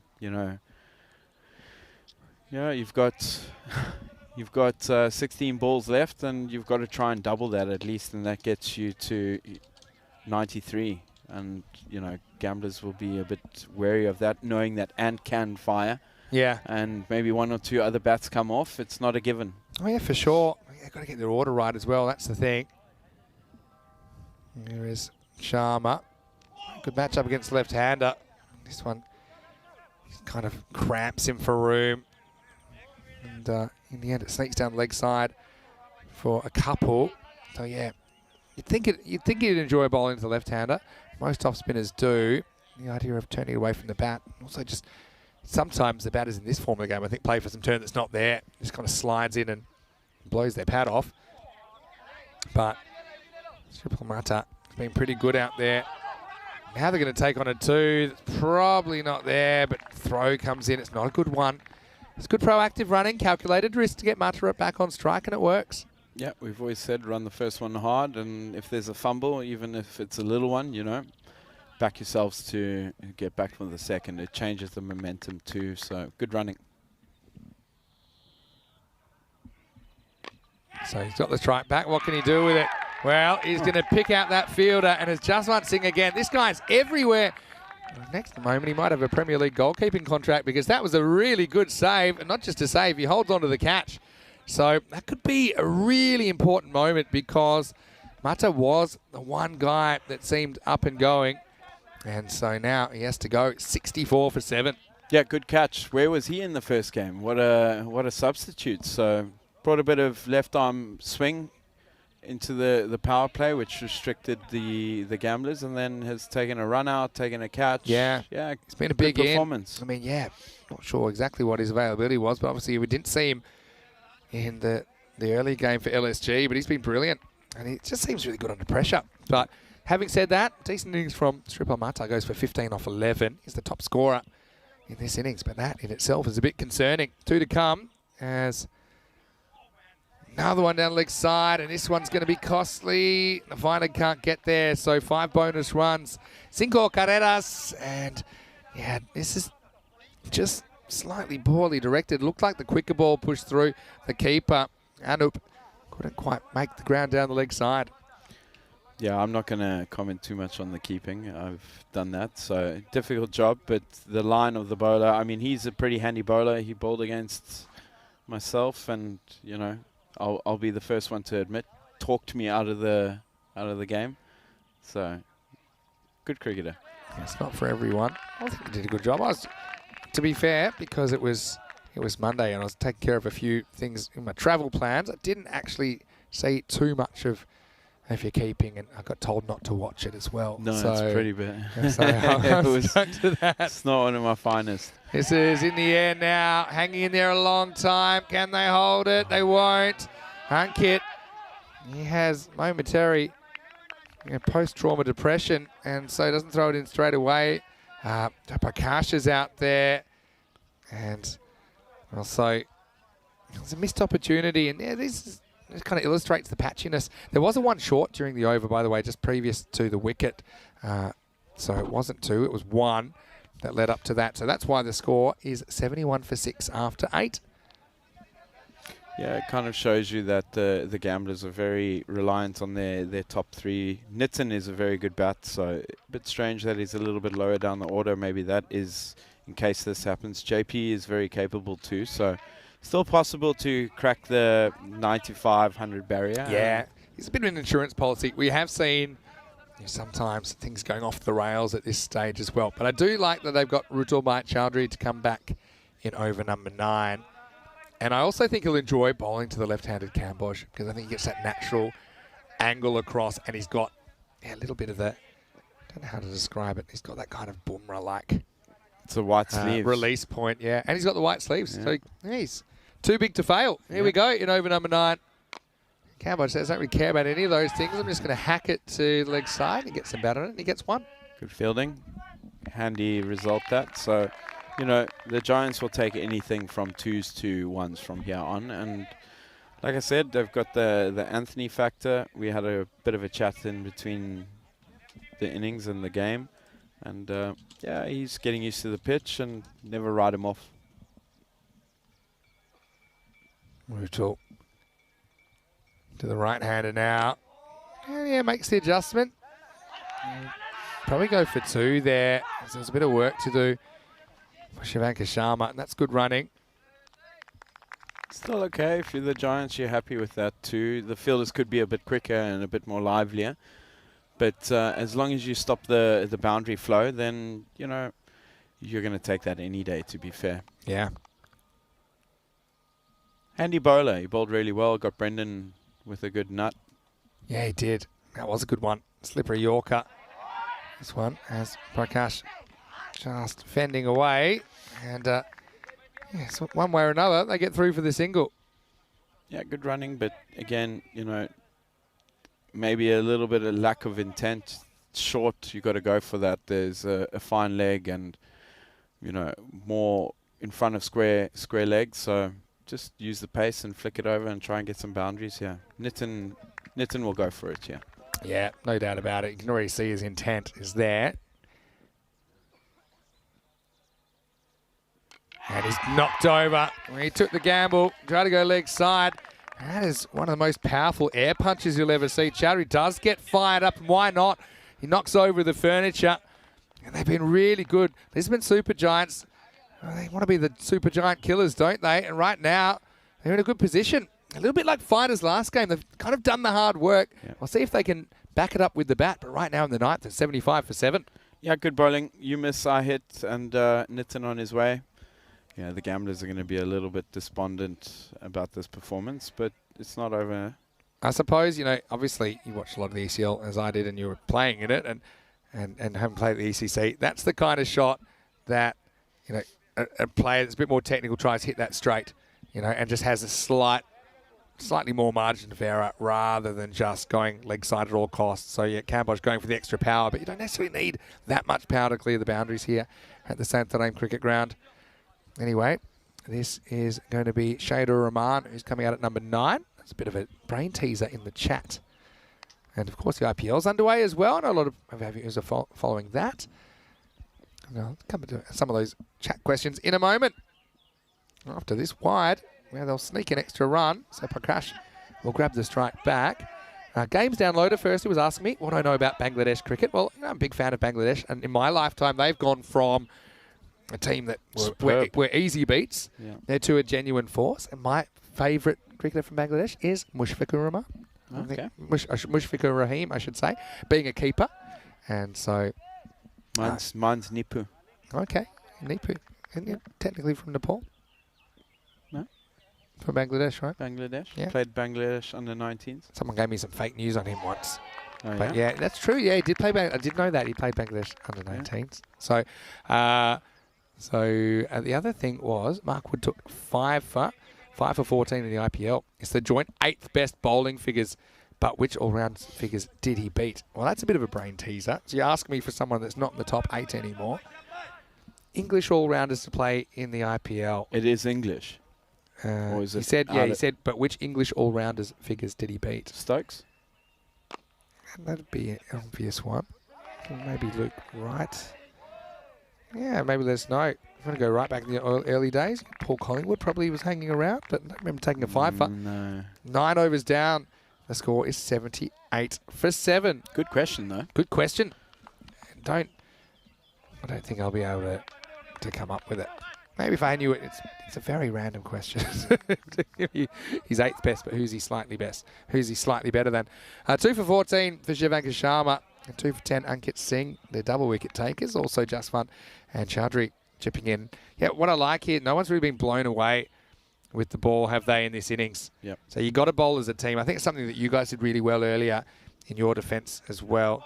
That even bowlers that maybe did get hit for a boundary or two, they came back well. You trusted them to bowl their second over. Here we go with Bhowmik. He was the most expensive so far. And he has to deal with the 10th over. Probably take on the 2 here because I can't see him picking up cleanly. He doesn't. So they scramble to 80. Prakash trying to maybe nudge them up towards the 90 mark. Yeah, that's a win for the Giants. Like I said, stop the boundaries and you're okay. I mean, even if this goes for 10, the Giants are walking off here with smiles on their faces. The momentum is in their favour. The gamblers will be a little bit down. Not saying that they can't defend it. They've got a great bowling attack. He keeps the game alive. Yeah. Guess what? He should be missing missed. from there. He does miss. It's going to be a very unusual dot ball. Could have run. Prakash survives. Could have run and taken the bails off by the looks of it. Oh, yeah. Jai was long gone. That's Get there. He panicked. That was a genuine panic throw from Anup. He didn't have to release it. He needs some more running lessons from Jaswant. Remember, he was able to come in and take a run out from mid-wicket by taking the bails. Now it makes the block. So I suppose it doesn't cost him a run, so it doesn't really cost him anything except social capital.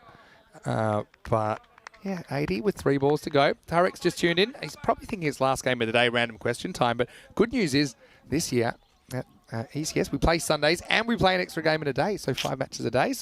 But it's always random question time if you want to throw some random questions in, Tarek. Sure. All right, this is another big swing and a miss. And they've had about enough, so they're running. At least he's consistent. Anup behind the stumps, misses in the exact same spot as last time. This time they get a bye. Consistency is key, so, can't fault him there. Yeah, I mean, the Giants would be ecstatic with this. You know, this is probably one of their best performances with the ball, if I'm not mistaken. I've not seen them restrict a team under 100 yet, and if they have, it's been chasing low totals. So they'll take this any day. Yeah, they will. They may think a 2 here, but they're going to think against it. I mean, they might have made it in the end. Yeah, let me take you back then for in the very recent archives of Lisbon Supergiants. They have kept teams to, well, I mean, they've gone down a couple of times in chases. Yeah. So, to be honest, it's very hard to get a read on their numbers. It's by far their best performance. Yeah, but by far it is, yeah. This will Gotta be the go. last Gotta ball, go so keeper. yeah, why not Keeper. go for it? I think they'll do it. Well, if that didn't hit the stumps, I think it might have gone for 5, but he did hit the stumps, and that's a brilliant way to finish. And it kind of sums it up, doesn't it? So just 1 and a run out. So 83 for 8, especially with Chambers in there providing a bit of stability. I mean, it's still, for me, probably a toss-up. But yeah, Gamblers, this is one they would have put in the book. But right now, certainly got a contest on their hands. 83 in the first half of game 34. Yeah, well, you know, the little discussion I had with Anthony prior to this game is, you know, for him, if I was him, I'd be taking as many of the 60 balls as possible. He's a good enough bat to last that. He plays the longer format. He's technical. And chasing 80 if you're facing 60, well, okay, let's be realistic. 40 balls, you know, 200 strike rate, it's not beyond the realms of possibility. Yeah, no doubt about it. I mean, yeah, if he bats the 10, I can see them getting there. But I think it's also about how maybe some more of the inexperienced top order will handle this and how they approach it. Again, you don't want to bat yourself into a hole either, but you don't want to be too aggressive. You need to find that balance. And we look back and what's a memorable 10 overs for the Lisbon Supergiants. They were asked to field first by Gamblers SC captain Chitu Balkrishna, and they did a very good job. Now, this is the one, originally it was scored as 2, but I think you could definitely see that he steps on the rope as he kicks the ball. Flying there, that must have put the fielder off. No Yeah, well, doubt. it seemed to work for Mata. Once he did find his bat, I think he had to catch a taxi to go get it. It went that far. He then put on a bit of a show, didn't he? And he was one guy that contributed with the bat. In fact, he was their top scorer, 15 he scored, 14 from Goliath, the next top scorers. Their best scorer was Extras with 20. So, yeah, Gamblers just really not having a great time. That kind of summed it up. They weren't even in the same library, never mind on the same page.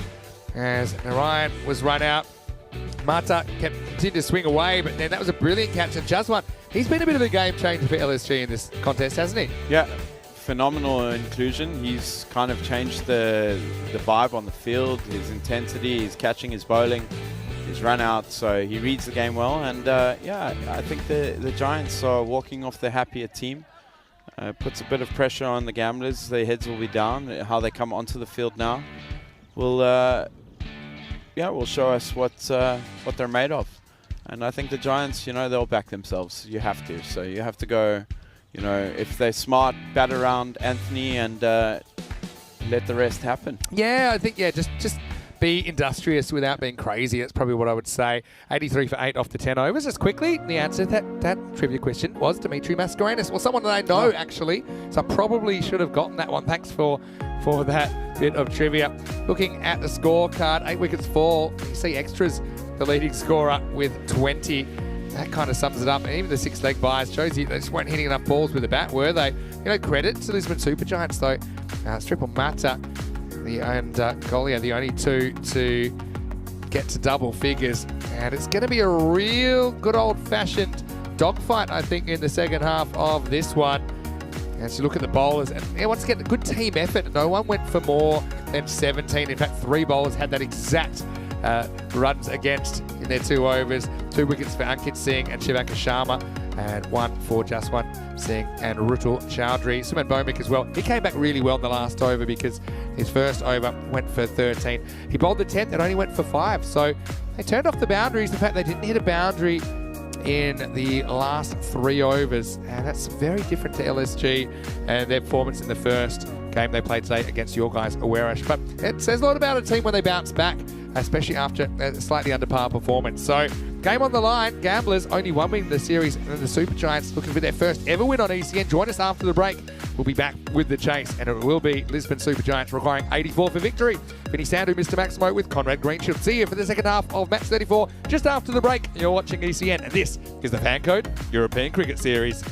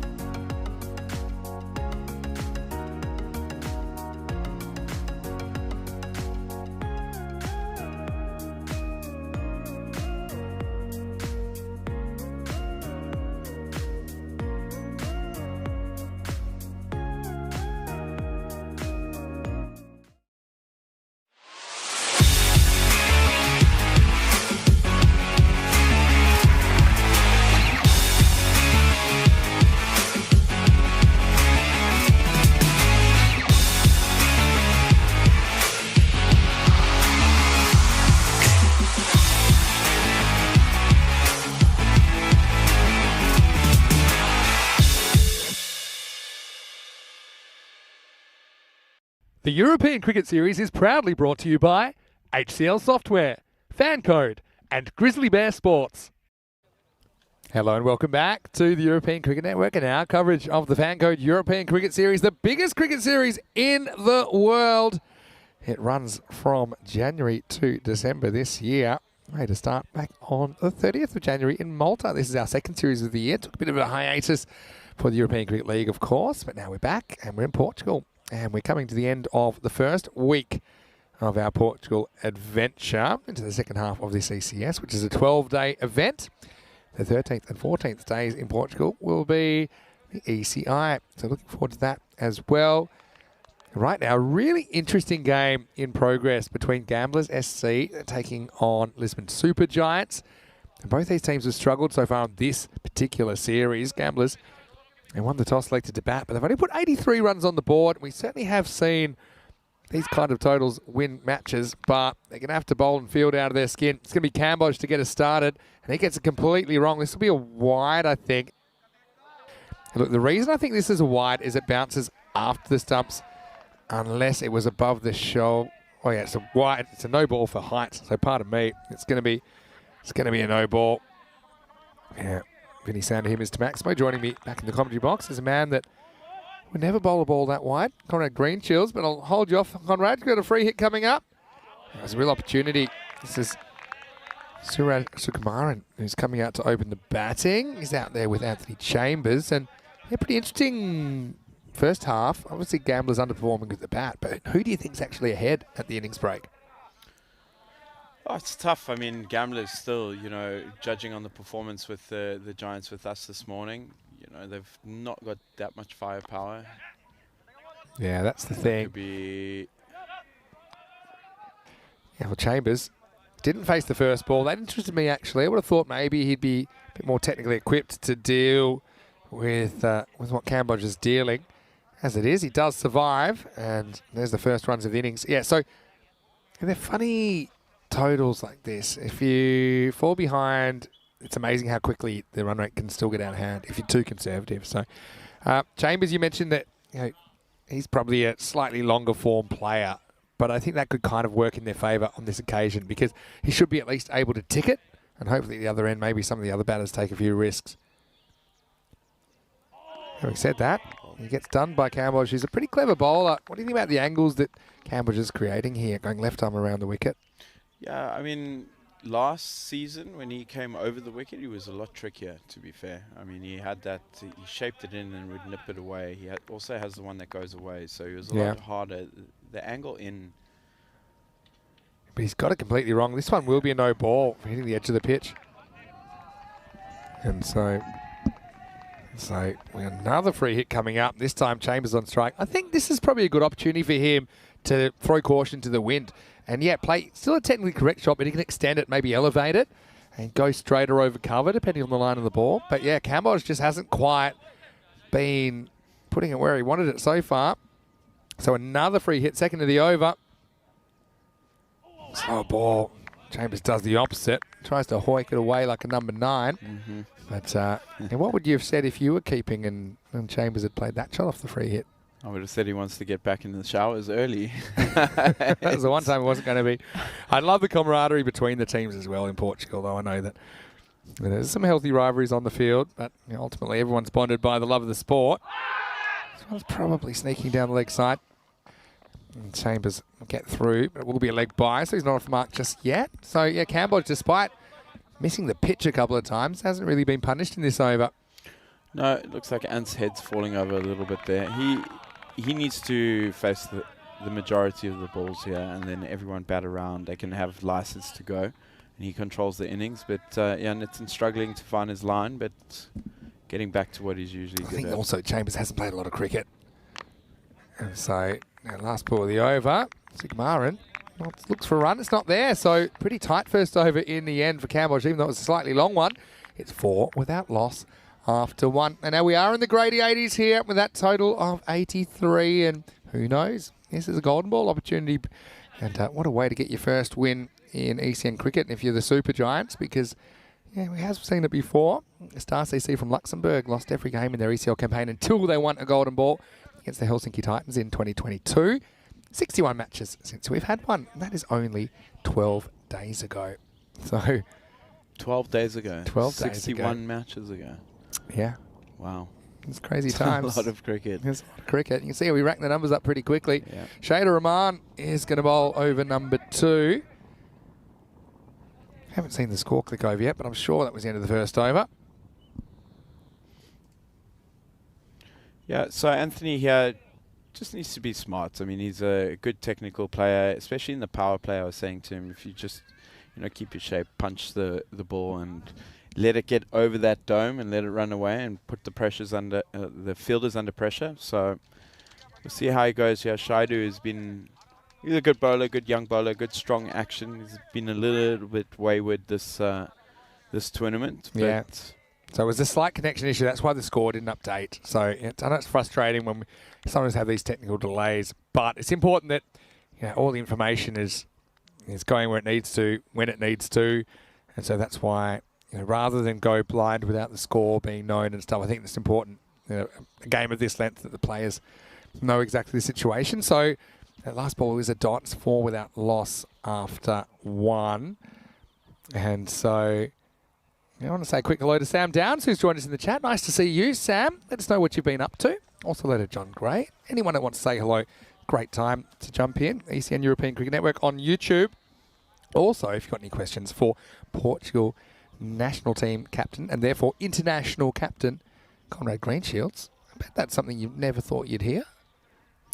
yeah, I You're mean, about 30 years of age. Yeah, correct. 30 years of age. I was in Thailand and Well, for legal reasons, I'm going to have to ask you not to finish that sentence. But no, it was for good reasons. Okay. But 7 years later, and it's to be honest, it's a dream come true. It's an honor, and I take it, to heart, and work hard. And the team is on the same page, and we're working towards something. So it's good. Yeah, exactly. So hopefully we're just sorting out this little technical snafu. But it's not quite game 5 yet, but any random questions are appreciated. We've had a few good ones. A bit of talk about Dimitri Mascarenhas playing his cricket for Hampshire. Of course, I actually played a lot of indoor cricket with his brother. His name was Mintz. And, Dimmer, it's only a kind of slender guy. His brother Mintz, he reminded me of, there was a guy on Gladiators in Australia called Vulcan. And he was, I have to describe it, built. He looked like the kind of bouncer that other bouncers would be scared of. Oh, really? And, and also he occasionally would like to mancat people. Oh no! And no one ever said, people just walked off. Never said a thing. Yep. They just... The bat's harder than muscle, though. Yeah, well, I'm not sure about this muscle. Anyway, now that's the scorer's table at the moment. I think they're probably just trying to find the Wi-Fi password. But I'm sure we'll get started again pretty shortly. In fact, we're good to go. So hello to Mintz if he's watching. And Shannon Mascarenhas as well is involved in European cricket towards the beginning as well. So, very good family of cricketers. Well, that looks like out to me, although Paolo disagrees. I suppose the issue here, he is coming quite wide of the crease, and so it's heading towards the leg side. But where does this hit him? Maybe just going down. That's probably umpire's call. Yep. I think it's a brilliant decision, really. I mean, I got a bit emotional with it when I first saw it because I just saw the way he fell across, and I think that probably disguised the fact that it probably hit him more in line with leg stump than middle and leg. And tight one. You can certainly understand if he gave it, but I think ultimately a very good decision. So Kamaran works the next ball away, and that's going to go for 4. So a badly needed boundary. We talked about the danger of falling behind in the chase, and so that's just a bit of a steady up for Lisbon Super Giants. Yeah, in effect, 8 and over. If you get 1-2 boundaries and just rotate those singles, get above the rate, and then just slowly you can bring it down to a runner ball, and then it's manageable from them. Yeah, that's right. Chambers 0-5, probably not the start he was planning at the other end. But Sukumaran does get the boundary, goes with the angle.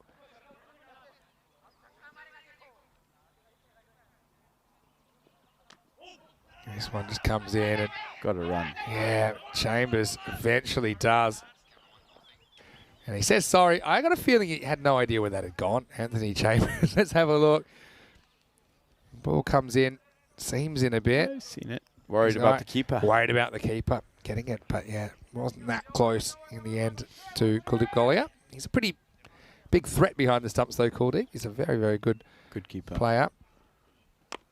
Pitched up, takes on the drive.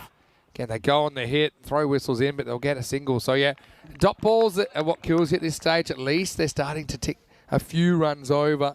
And then, you can also hopefully rely on a few extras from gamblers. And we've already seen that Cambodge had a few problems hitting the pitch a couple of times. Yeah, and then, start working as soon as that field spreads, you can still do 6 and over by singles. Yeah. Odd boundary, and that's a shot. Yeah, it is a good shot, isn't it? And Sukumaran, I like the way he tries to hit this a bit straighter. I think a couple of times he's tried to get a bit too funky, like he's kind of store-brand VVS Laxman. But this time, I like the fact that he shows the full face and he gets the value. Yeah, great shot. High elbow, just hit through the line. And like we said, as soon as it goes over that dome, it's just going to run away, especially with the infield. Nick's a bit concerned about the stumps at the bowler's end being a bit crooked. But don't worry, they'll get knocked over soon and they'll have to fix them up again. The umpires have to set up the stumps so many times in a day. I want to say hello to Keith as well, who I think's watching from Chicago. Have I got that right, Keith? Nice to have you with us again. He just turned onto the cricket a couple of days ago. Didn't know anything about it. Said he's addicted. So there's worse things to be addicted to. Getting Keith, some nice American audience there. I like it. Chicago pizza versus New York pizza. Oh, Which is better? And never had either. Tell me the differences because I forgot. One's bigger. Yeah. One of the things I want to do in my bucket list, and I don't know when I'll do it at the moment, as we get to the end of second over at 16 without loss, is do an eating tour of the US. Ooh. Yeah. Where would you start? Probably, or either southwest or southeast and just go across the south. And yeah, I might have to bring a few firearms to protect myself. Anyway, this is the situation at the moment. Punjab CC Amadora, top of the table. They have played 9 of their 10 games. Gamblers, I mean, I did say if they could go on a real barnstorm and win all 5 of their remaining games, they've got a slightly easier draw in the second half. They may be able to sneak in. I think right now they're just trying to get as many wins as they can and see where the chips fall. Yeah, I'd love to do that. That show Man versus Food. Oh, good show. Yeah, I mean, obviously, if you look at the way his body has developed over the course of that show, probably not a great long-term idea. For a 6-month break. It's good fielding there. But Yeah, exactly. And I just hope. Yeah, I mean, 6 month break or so, or even just to drive town to town. And there's so many of these places that have the delicacy or Texas. I remember there was one episode when he was in Texas and the steak was so big it didn't fit on the plate. That's what I want. It was hanging over the edge. I can eat steak all day. Sorry if the cows from Cow Corner are listening, by the way. I know that they're tuning into the broadcast. Anyway, this one's just pushed a little bit too wide from Cambodge. And, well, I think this power play is serviceable at the moment. Yeah, they're going at 8 and over after the second, so on the rate. Cambodge will just be a bit upset he's let himself down a couple of times spraying it, but he hasn't been punished, has he? No.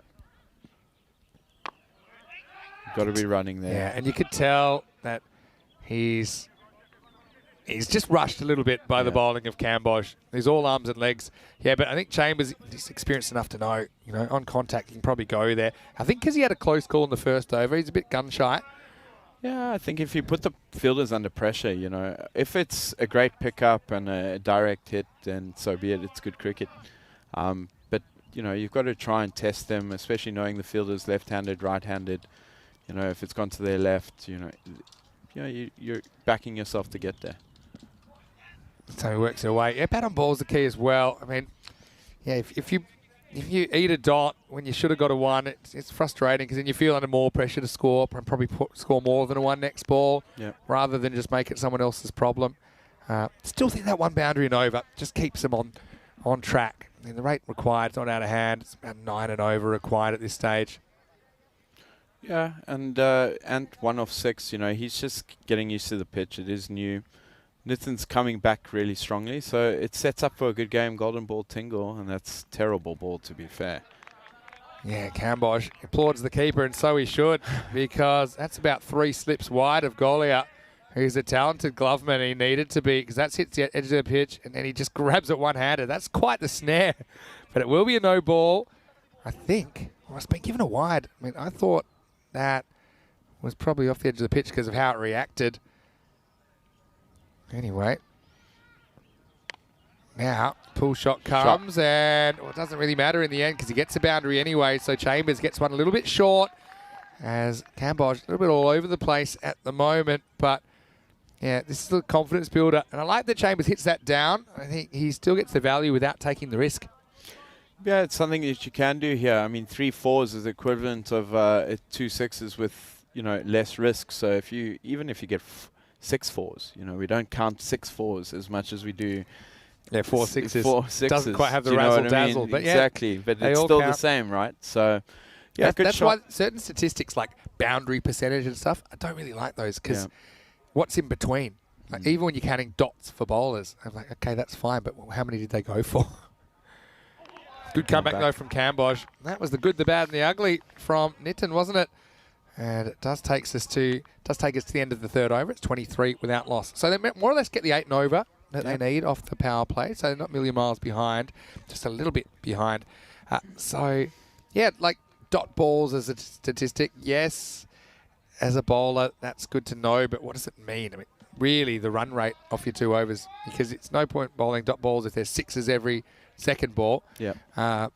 So yeah, I think that boundary percentage of runs in boundaries, yeah, they're kind of interesting, but as a metric, not sure how useful that is. It's all part of the soup.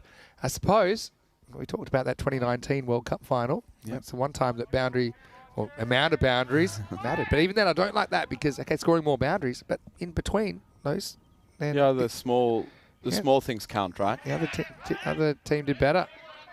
This will be 1. As Kamara gets out the road. So yeah, Chambers, that boundary, will just steady him a little bit. I think he can just play fairly orthodox cricket here. You've got Verma coming in, Nishat Verma. So Gamblers have got some good bowling options they're going to throw them at LSG. They're searching for their first win on the European Cricket Network. Pitched up, that's a proper shot. And this is the thing, you get value, don't you? That's gone miles past the boundary. Chambers, very nice looking straight drive. Cuatro carreras. Yeah, beautiful shot. That's exactly what we were speaking about, you know. Technical cricket shots can still score runs. And nice strong base and hits through the line of the ball. And, you know, Giants are looking good here. Yeah, I mean, look, of all the fields in Europe, and you've been to a few of them, this is one where, you know, shots along the ground are going to bring you more value than in other places where the boundaries are a bit more easy to protect. So outfielders here, they have less range side to side just of how fast the ball's on them, and then also trying to deal with some of the unpredictable bouts. Now, I like this as well, and this illustrates my point perfectly. That's probably 5 or 6 metres wide of Kambosh, but he had no chance. So back-to-back boundaries as Chambers gets moving. Yeah, very good. Waited for it. And, you know, that's something we've spoken about in our side. You can still use that 3rd-man point area. You know, as soon as it beats that inner ring, it's tough to stop it. It just keeps building up speed. Well, Chris has given me some, and Keith will give me that pizza update. Oh, it's not food chat yet, but yeah, apparently Chicago is deep dish pizza and New York is a bit more thin.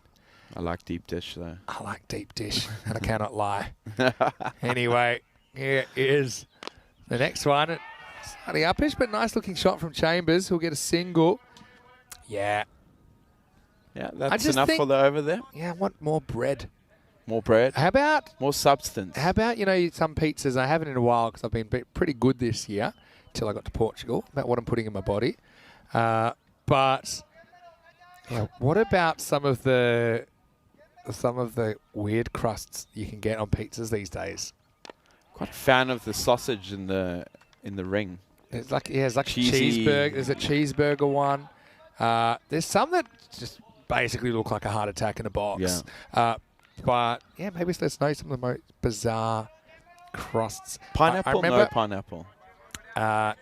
Thank you. And I like pineapple as in isolation. Yeah. Not but on I a just pizza, feel though. that it overpowers the other ingredients. Takes over. I'm more of a salty person. Yeah.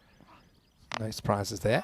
Anyway, this is going to be worked well back foot. A lot of work for the fielder. Fielding, got to run 2 here. And you can Good turn running. ones into 2s here Yep. because you can just bank on a few fumbles. I think it's something you guys did very well. You run in between the wickets. As we get to the end of the 4th over, and I believe that you'll find that is 36 without loss. There you go, 36 without loss after 4. So, yeah, for me, I like my pizza pretty spicy as well. Probably haven't been eating that much pizza lately. Of course, one of the places I'm going soon is Milan, so there's a fair chance that I'll be knocking Is over it a good few of or them. is it overrated? Italy in general, Milan? The pizza in general in Italy. Be honest, where's the best pizza you've had? I'd say it depends where you go. So I go pretty heavy on the pasta in Italy, and I've got a Pasta few is good. guides there that tell me where to go. So I've got some of my real favourite restaurants in Europe are in Italy. There's one in Rome I'll always go to. And yeah, so it is very good. But I think it also, like everywhere, some are more authentic than others. But I love the culture in Italy surrounding food. And we live in an age now in other places where people want to customize everything, Yeah. you know. As we see, some spin. Sunny, Yeah, Senil Kumar. good man. He gets worked for one first ball. So, I mean, I've seen people go in and ask for almond milk in a coffee and been asked to leave cafes. So you I wouldn't don't be mess with Really? you don't mess with the locals.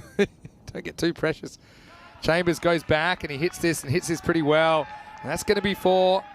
And you can see this one's pushed through by Kumar, but Chambers made early position and he just used that pace to his advantage. Gets 4 runs. Yeah, big over here for Ant. I think he'll back himself to, kick that run rate up and then, like I said, get it to a runner ball and they can just tick it from there. Speaking of weird food items, sometimes for a limited time only, as we see Sunil come in again.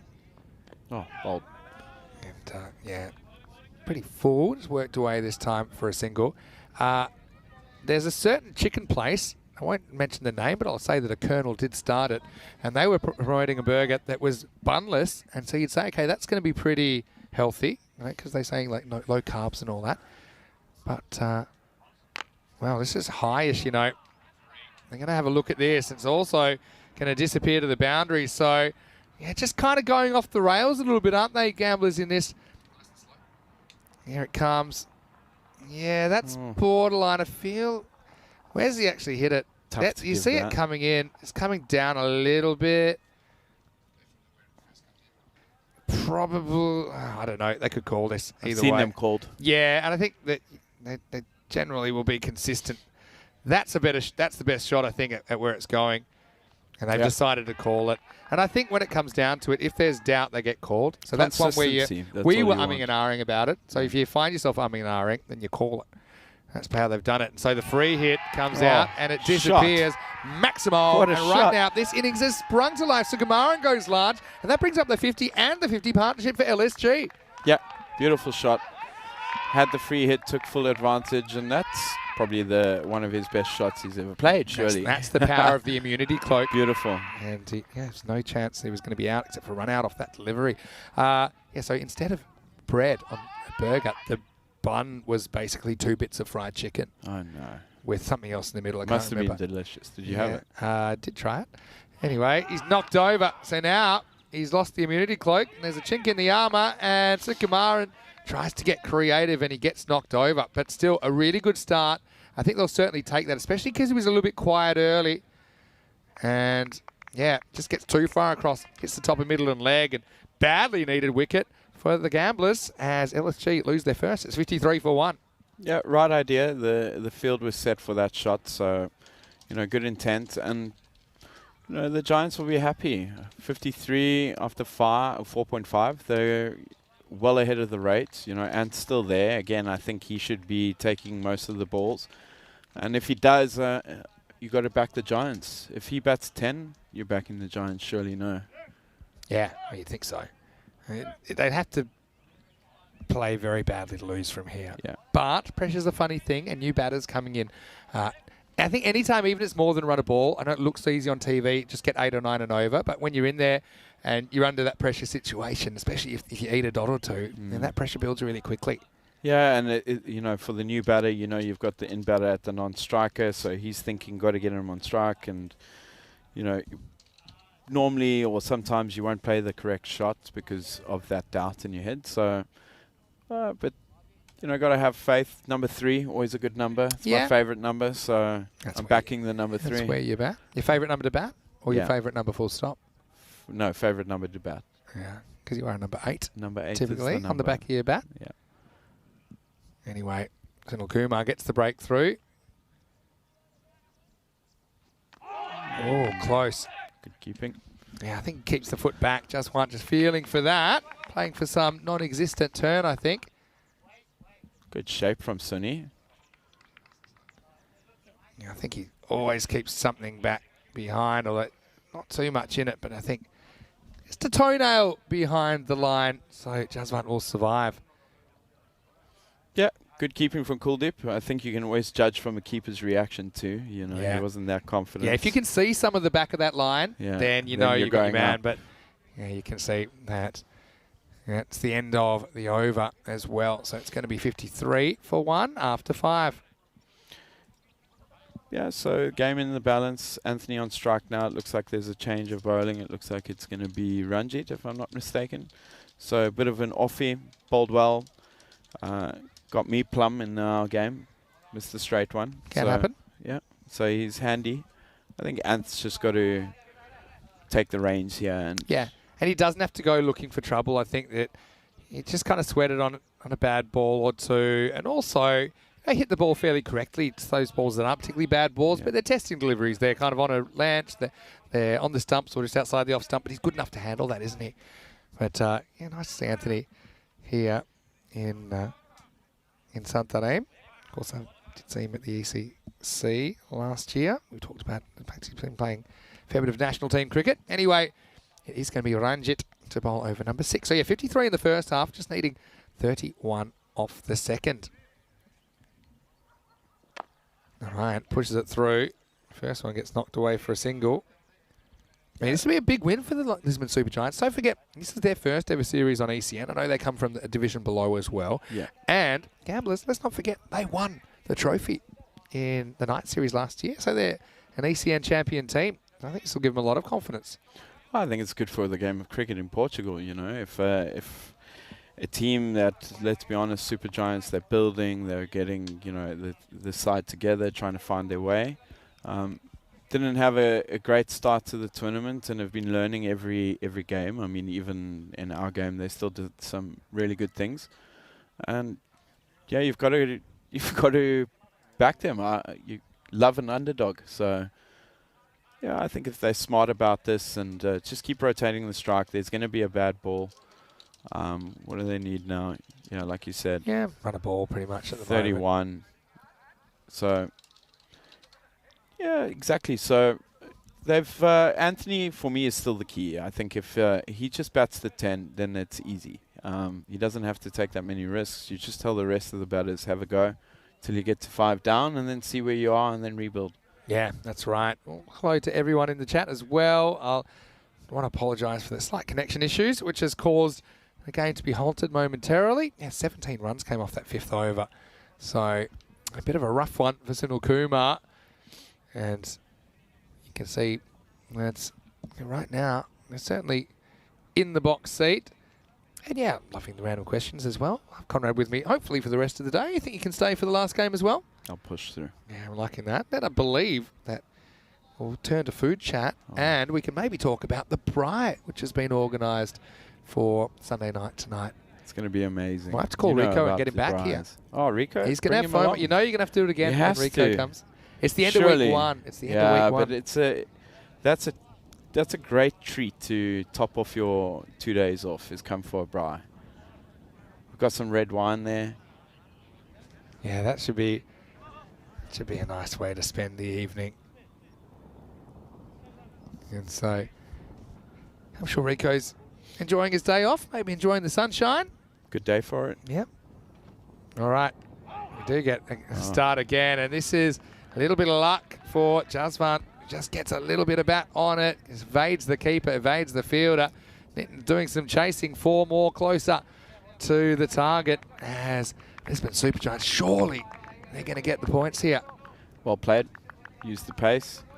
As soon as it beats that inner ring, it's gone. So 4 off the first ball, the pressure's off, or the second ball, sorry. So the pressure's off. They've got 5.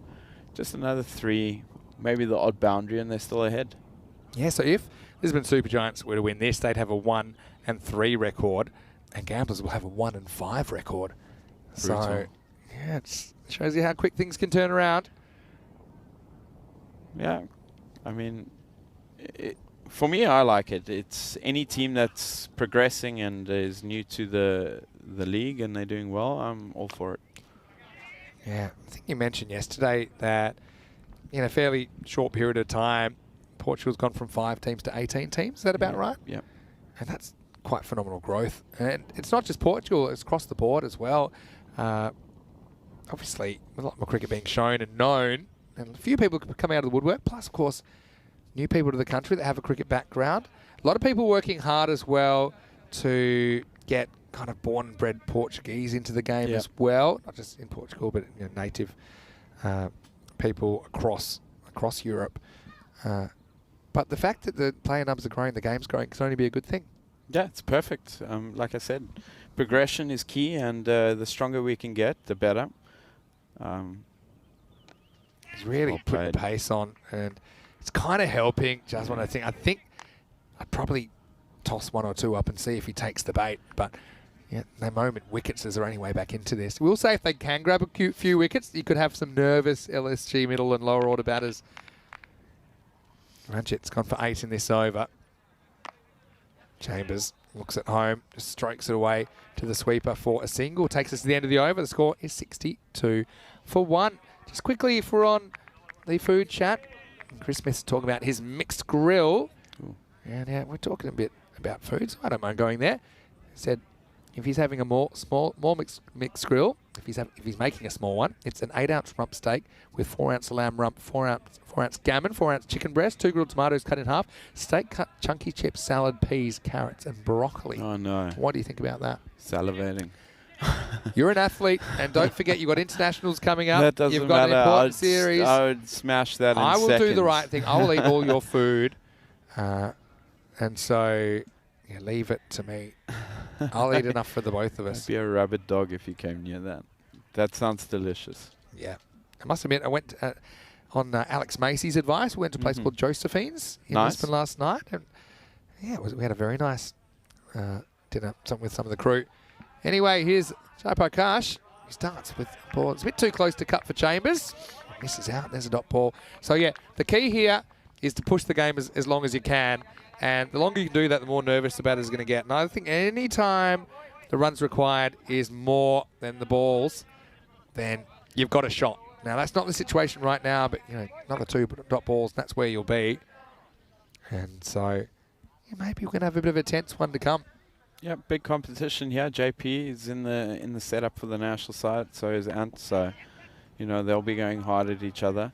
I think just shot selection here. Yeah. Like I said, let the other end go. Ant just stays there, and if he needs to, he can go at a later stage. I think the only way you can get in trouble is dot balls. So it's not that I'm not looking to score boundaries if I'm batting right now, but I'm certainly just looking to score off every ball. I'm not going to go crazy swing and missing. I'm not going to do anything too adventurous. I think I'm just going to keep it ticking. And that boundary ball will come along at some point. Yeah, that's kind of how he plays it, and that's what I'm talking about. I mean, it's a fairly low-risk shot. He hits it down, he finds the gap, and we've talked about how many 4s we've seen on this field. Well, that's a very useful one as Lisbon Supergiants edge a little bit closer to that target. Yeah, that's a great shot. Use the pace, short and wide, not the greatest of deliveries, but you still got to put it away, and he pierces the gap, and it's 4 in the bag, and I think they've gone at their 6 and over already, so anything above this is a bonus. Yeah, Thunder, watching from Bangladesh in the chat, saying, yeah, come on, LSG, 1 win gives you confidence, so do it. Well, they're getting there, aren't they? 17 off 21.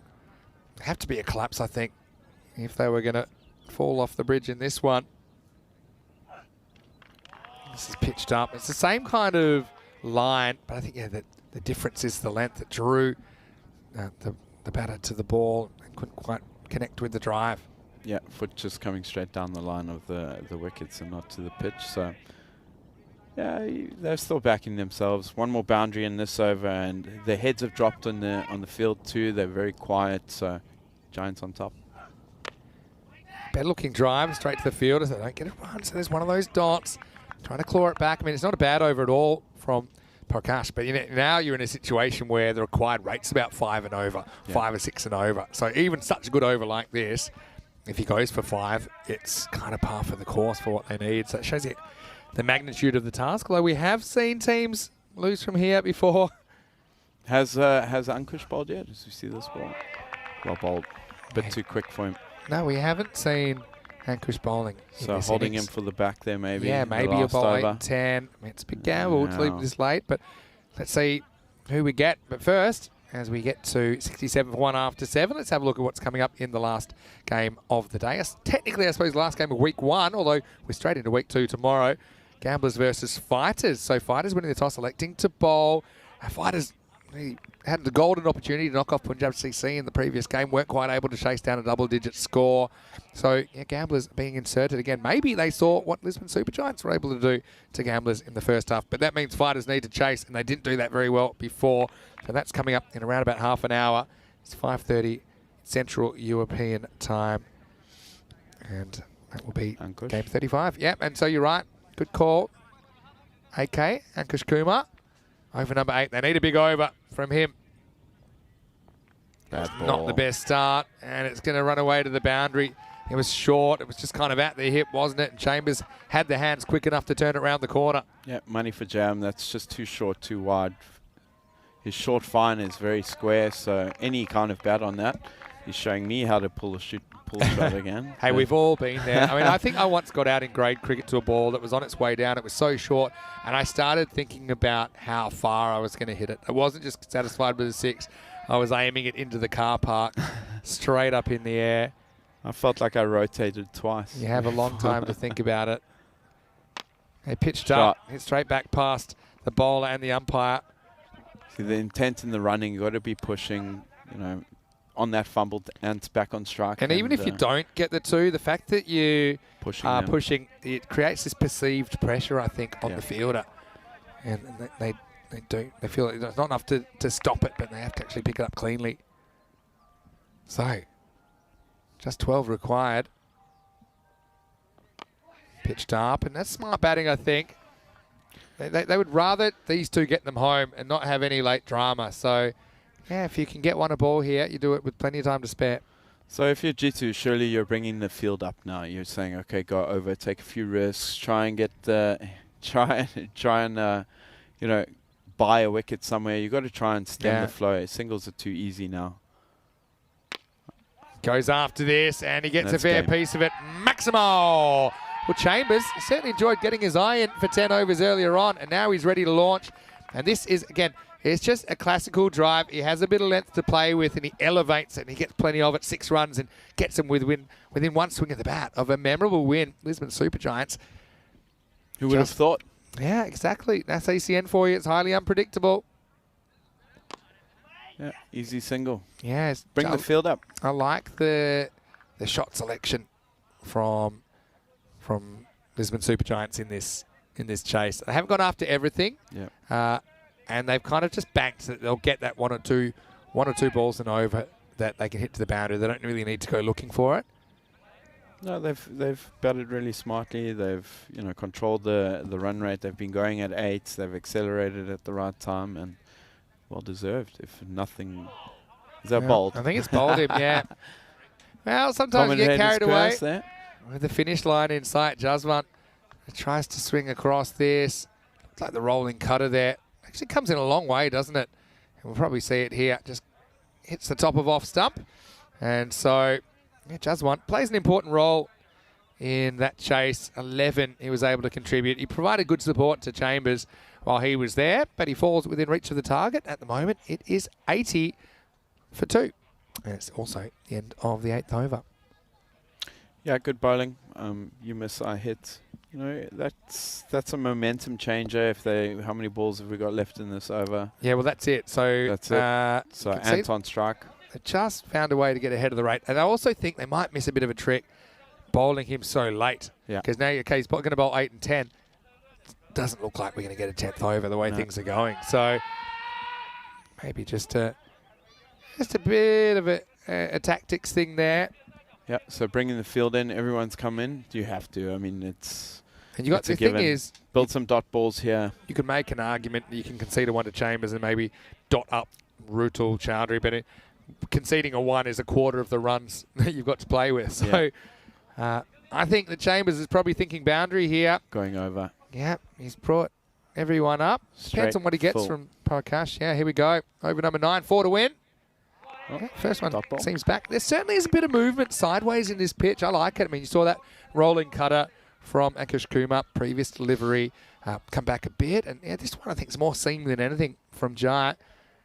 But yeah, Lisbon Super Giants going to cause a bit of an upset here.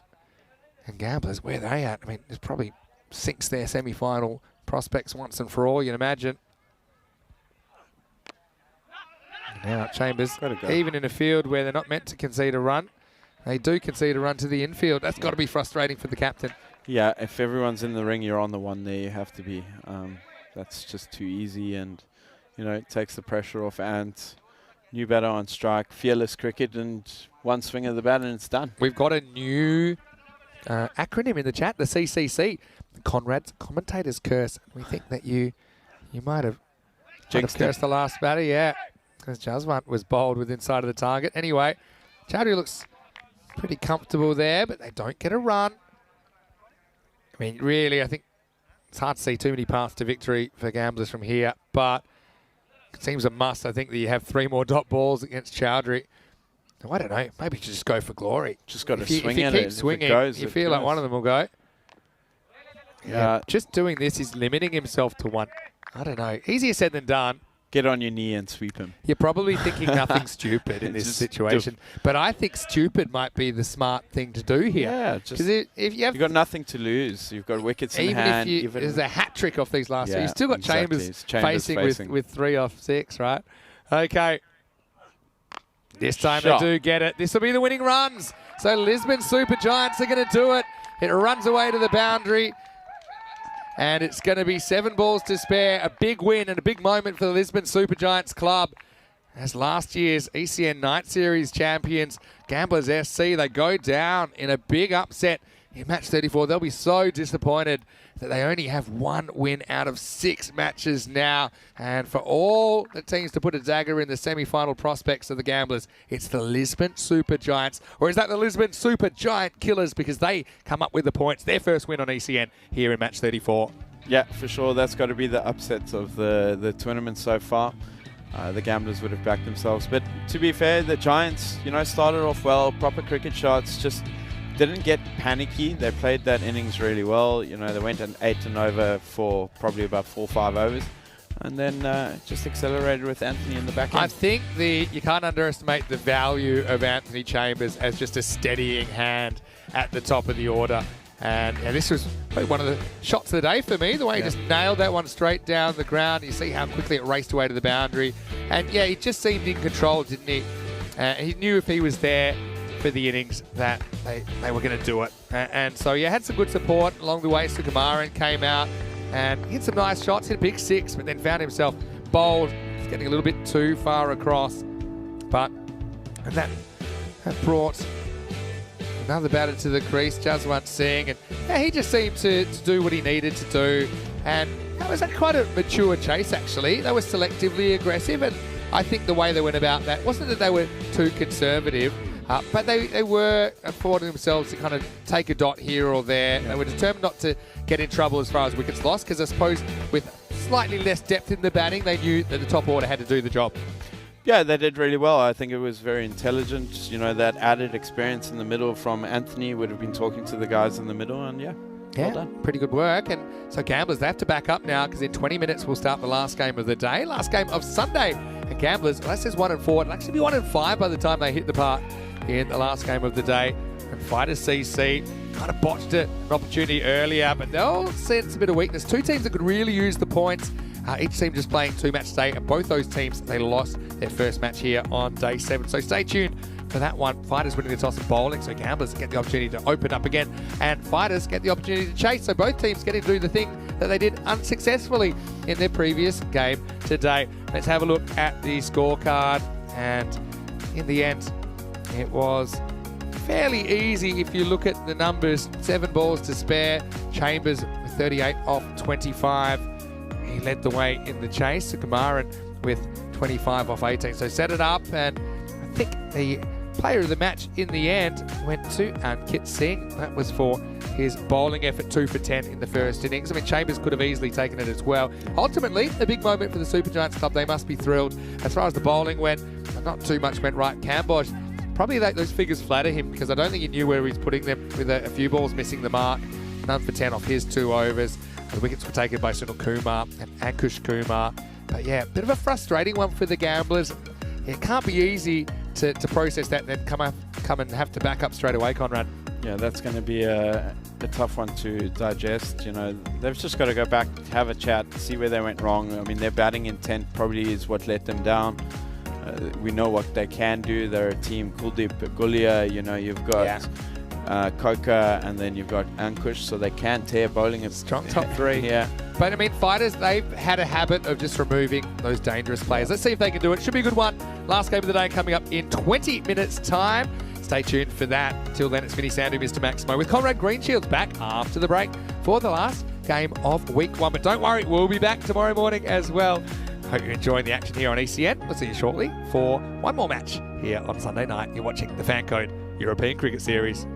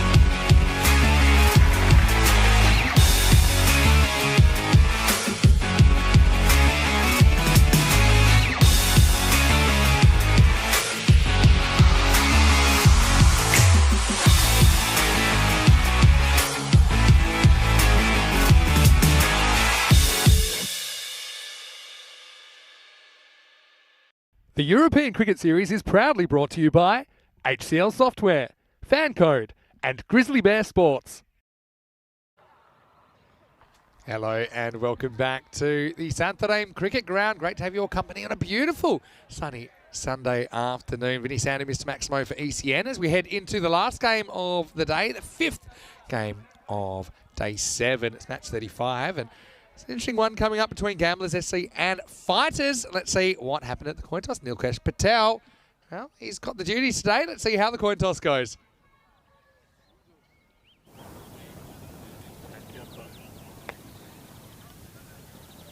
That is the head.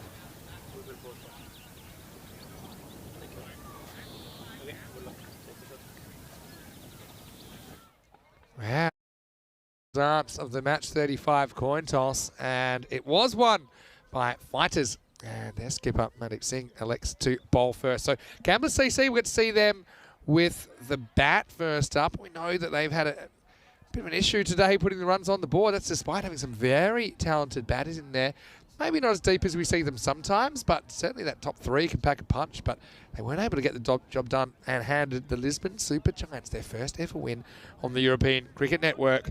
But, well, they could bounce back and bounce back strongly. I'm a little bit surprised that Fighters didn't want to bat themselves. Maybe that says more about their confidence in their batting because they weren't able to put together a target of 89. They had a real window of opportunity against Punjab CC Amadora. Pretty close. Fighters 3-run favourites. And Gamblers, I mean, that doesn't include the last game there. 1-5 now. And I just think that's a bit of a spirit dasher.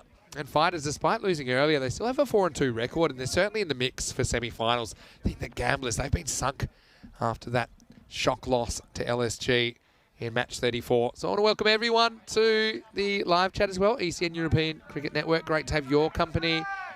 I want to say hello to Kitty and Chris. And the robot's been popping in from time to time as well. It is game 5. Not just the last game of the day, but the last game of the week, I suppose, as we go into Sunday. And yeah, random questions are most welcome. Also, you can maybe give us a few suggestions from the food arena because we know that sometimes we talk about food in the last game of the day. So, Baljit Ram's going to open up. He bowled with fire before, and he looks like a very good cricketer. He's going to open up to Kuldeep Golia, who is certainly a very good cricketer. So, good contest to get us started off. Start so important here, I think. So, Kitty, said she'll be able to stay and watch an over or 2. Well, that's good, Kitty. You're going to see a good contest. We're just waiting for the clock to tick over. I make it about 10 seconds away from the start. In fact, he said, okay, that's enough. The watch has ticked and we're ready to go. First one gets straight through Kuldeep. Yeah, you can see he likes to use the crease, doesn't he? Likes to get wide and creates that angle. So, Kuldeep Golia, again, guy that we'll see representing Portugal in the ECIs. But yeah, needs some runs, doesn't he? And he has looked good in this series. He looked really good. Yeah, big swing and a miss.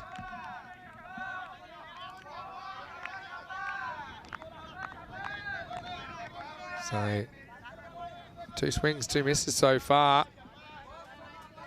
Bapuji's back. He's making some comparisons. Obviously, the IPL has started not really comparing apples and apples when you compare ECN cricket to the IPL. But I think that they each has their own magic. This one's wild. Baljinder goes across. Well handled behind the stumps. Pravinder Singh with the gloves on. We saw a crazy catch earlier that bounced off Pravinder Singh, the keeper, and was caught one-handed by Gursbakh Singh in the short third man position. That was quite crazy. And not even the first time we've seen it this year. This is probably going to be a wide. I think it's probably over their head. I think he's trying to say, hey, if it's not over the head, I have a feeling this will tell the story, and I think it is too high, just from my vantage point. Yep, that's a wide. Yeah, that'll also be the one for the over. He does like to bang it in, doesn't he? And he's saying, hey, what's going on? But the thing is, when he looks back at that, he'll see it was over the head of Kuldeep. And so now he's forced to pitch up. I think it's probably asking the right questions. I think with the unpredictable movement and shape he gets, that he can probably have a bit more success if he pitches up with this new ball. I just think the batters will have less time to react to any movement that he gets.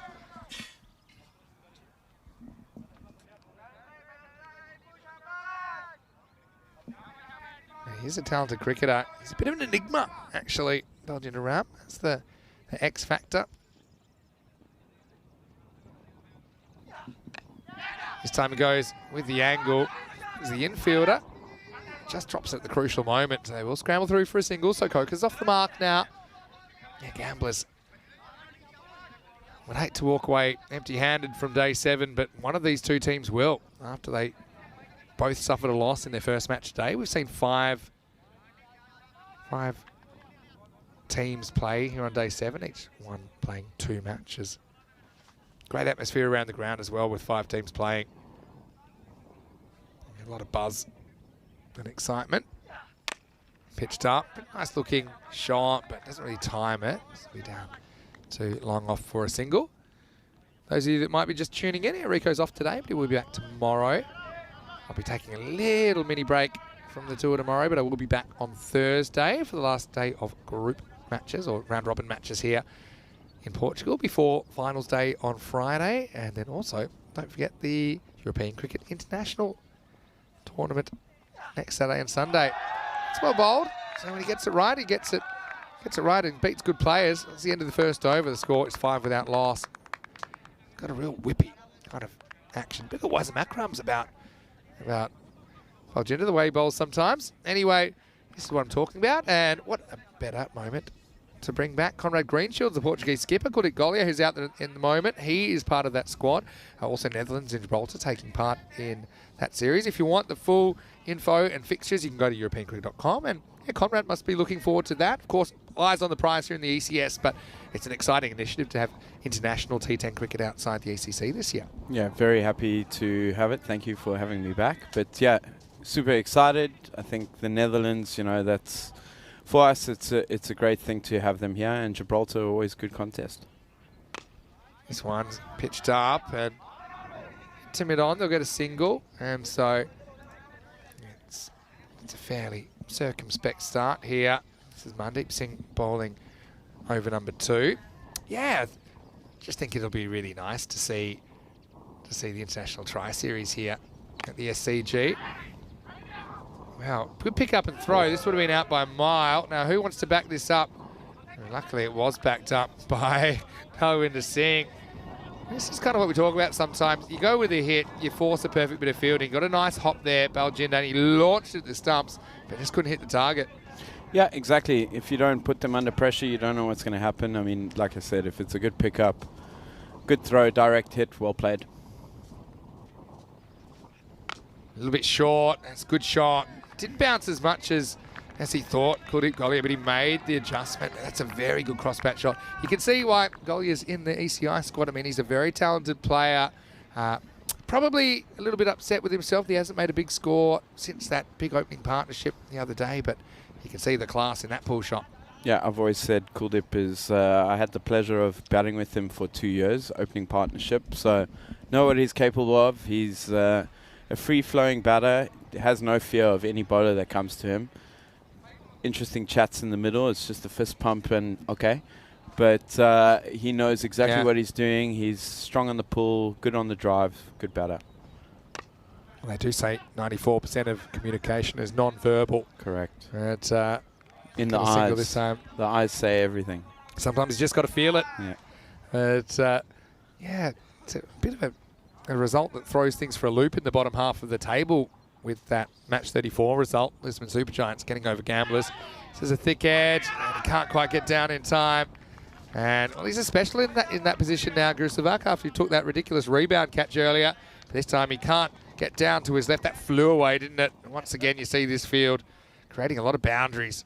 And that's one that normally, even if you have one more step to get to that, you probably stop it, but it raced away for 4. Yeah, this ball is on you a lot quicker than what the screen gives credit for. It's super zippy, and you've got to get your body behind it. It's, you have the risk of getting sconed in the jaw, but like I say to our players, you've got to bleed. You do what you have to do. This time he goes at it. And he takes off with a hit. Could be trouble. This would have been gone. And the keeper there, Parvinder, just couldn't get behind the stumps. Just have a look at this. I mean, because he's kind of drawn to the side the ball's hit, he finds himself in front of the stumps, where maybe if he's behind and the throw's on line, he might be able to turn that into a run out. But as it is, it's the end of the over. So at the end of 2, it's 16 without loss. Let's have a look at the table, because there's a lot going on, as there always is. We've seen 5 teams in action today. Brisbane Super Giants, the big news is they have their first points in ECN cricket with that win in the previous match. And it means that Gamblers find themselves with a 1-5 record and not in a great spot. Fighters, though, I mean, they're fighting for a spot in the top 4. And I think with a win here, they'll get back into the top 4. They've got Gorka 2 spots ahead, so it's a pretty big game for Fighters, especially here in the last match of the day. Yeah, I like the action of this lefty. I've never really understood the around of the wicket, especially with no protection deep and down on the fine leg boundary. But yeah, I think with regards to the table, as a captain, I've got to try and be a little bit biased here and back the Gamblers, because it helps us with the Fighters, because like we said, points and run rate are all in it. Yeah, well, maybe we have to put a yellow cap on you or a black cap into this game and get behind the Gamblers. But let's face it, in the end, you don't want to be relying on other teams to have certain results. No. I think ultimately you probably just concentrate on what your own team's doing at the moment. Played 2 games and won 2 today, which is pretty good for the Swans. Right now, yeah, it's Balginder's variation. It's going around. Look at this, is going to be gone. Little edge, and now Golly is going to go. He was reaching, wasn't he? Got him playing away from his eye line, away from his body. So Balginder, he is whippy, isn't he? So that angle tends to work this time. But yeah, Kuldeep just slashed away. On another day that maybe flies away for 4, but this time it's safely pounched by Parvinder behind the stumps. So Golia goes for 8 and could never get cranking here in match 35. It's 16 for 1. Yep, big wicket for the Fighters. Well fought. Obviously throwing the hands at it, it's wide. Better to maybe leave it, let the umpire decide, reset, go next ball. But if you are going to go for it, that front foot needs to come a little bit more across. Kuldeep's super strong across or over cover. He'll go back and have a look at that. Big wicket, though, for the Fighters. Yeah, I mean, that's the price of doing business. I think in a longer form of the game, you wouldn't probably play such a loose shot. Yeah. But if you get in the middle, everyone claps, goes for 4. Everyone tells you're a genius. It's just a slight misjudgment, and it's easy to make more of those misjudgments when you're playing away from your body. Now, speaking of misjudgments, and that's one down the leg side. It's a very good piece of keeping from behind the stumps. But yeah, my theory is that they follow the ball. So because he bowls it here, yeah, he almost wants to go grab it and get it back. But yeah, probably get a first warning there. I'm seeing a lot of warnings. I'm not seeing a lot of doings, though, in this series. And we talked about this the other day, right? There is a mechanism to deal with this. First warning, second warning off. He does get the warning now. Goes back over the wicket anyway. Much better. This is a nice cut from Kumar. He missed out earlier. He's certainly a guy that's too good to stay down for too long. He just cuts down on that. Wasn't actually that wide, but he just good fast hands to get through the ball, get through the infield and get it to the boundary. Yeah, good batsman. MVP for last year in the league. So very good cricketer with bat, ball and field. Very reliable.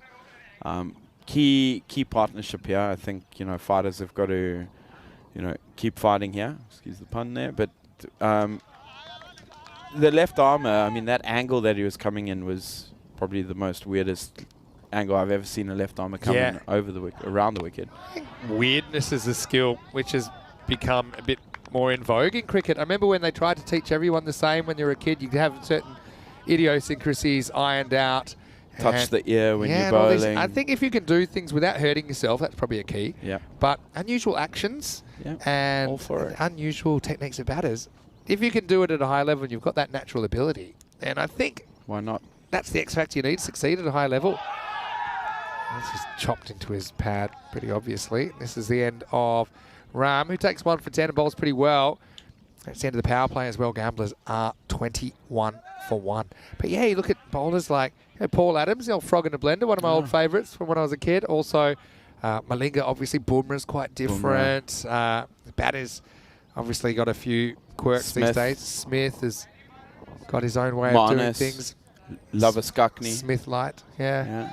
Old Lovaskakni. Is Marnus Smith light, or is Smith now Marnus light? I mean, that's the thing. They seem to have an interesting relationship. Yeah, I mean, obviously feeding off each other's energy, and it's working for them. Beautiful batsmen to watch when they're in full flow. But, yeah, not your most traditional batting styles. Who's another one? You mentioned him yesterday. Lara. Oh, yeah, Lara. There's sometimes kind of exaggerated ways of doing things. Versus Chandapal. Completely. Yeah, like Chandapal, so front on. It's going what works with you.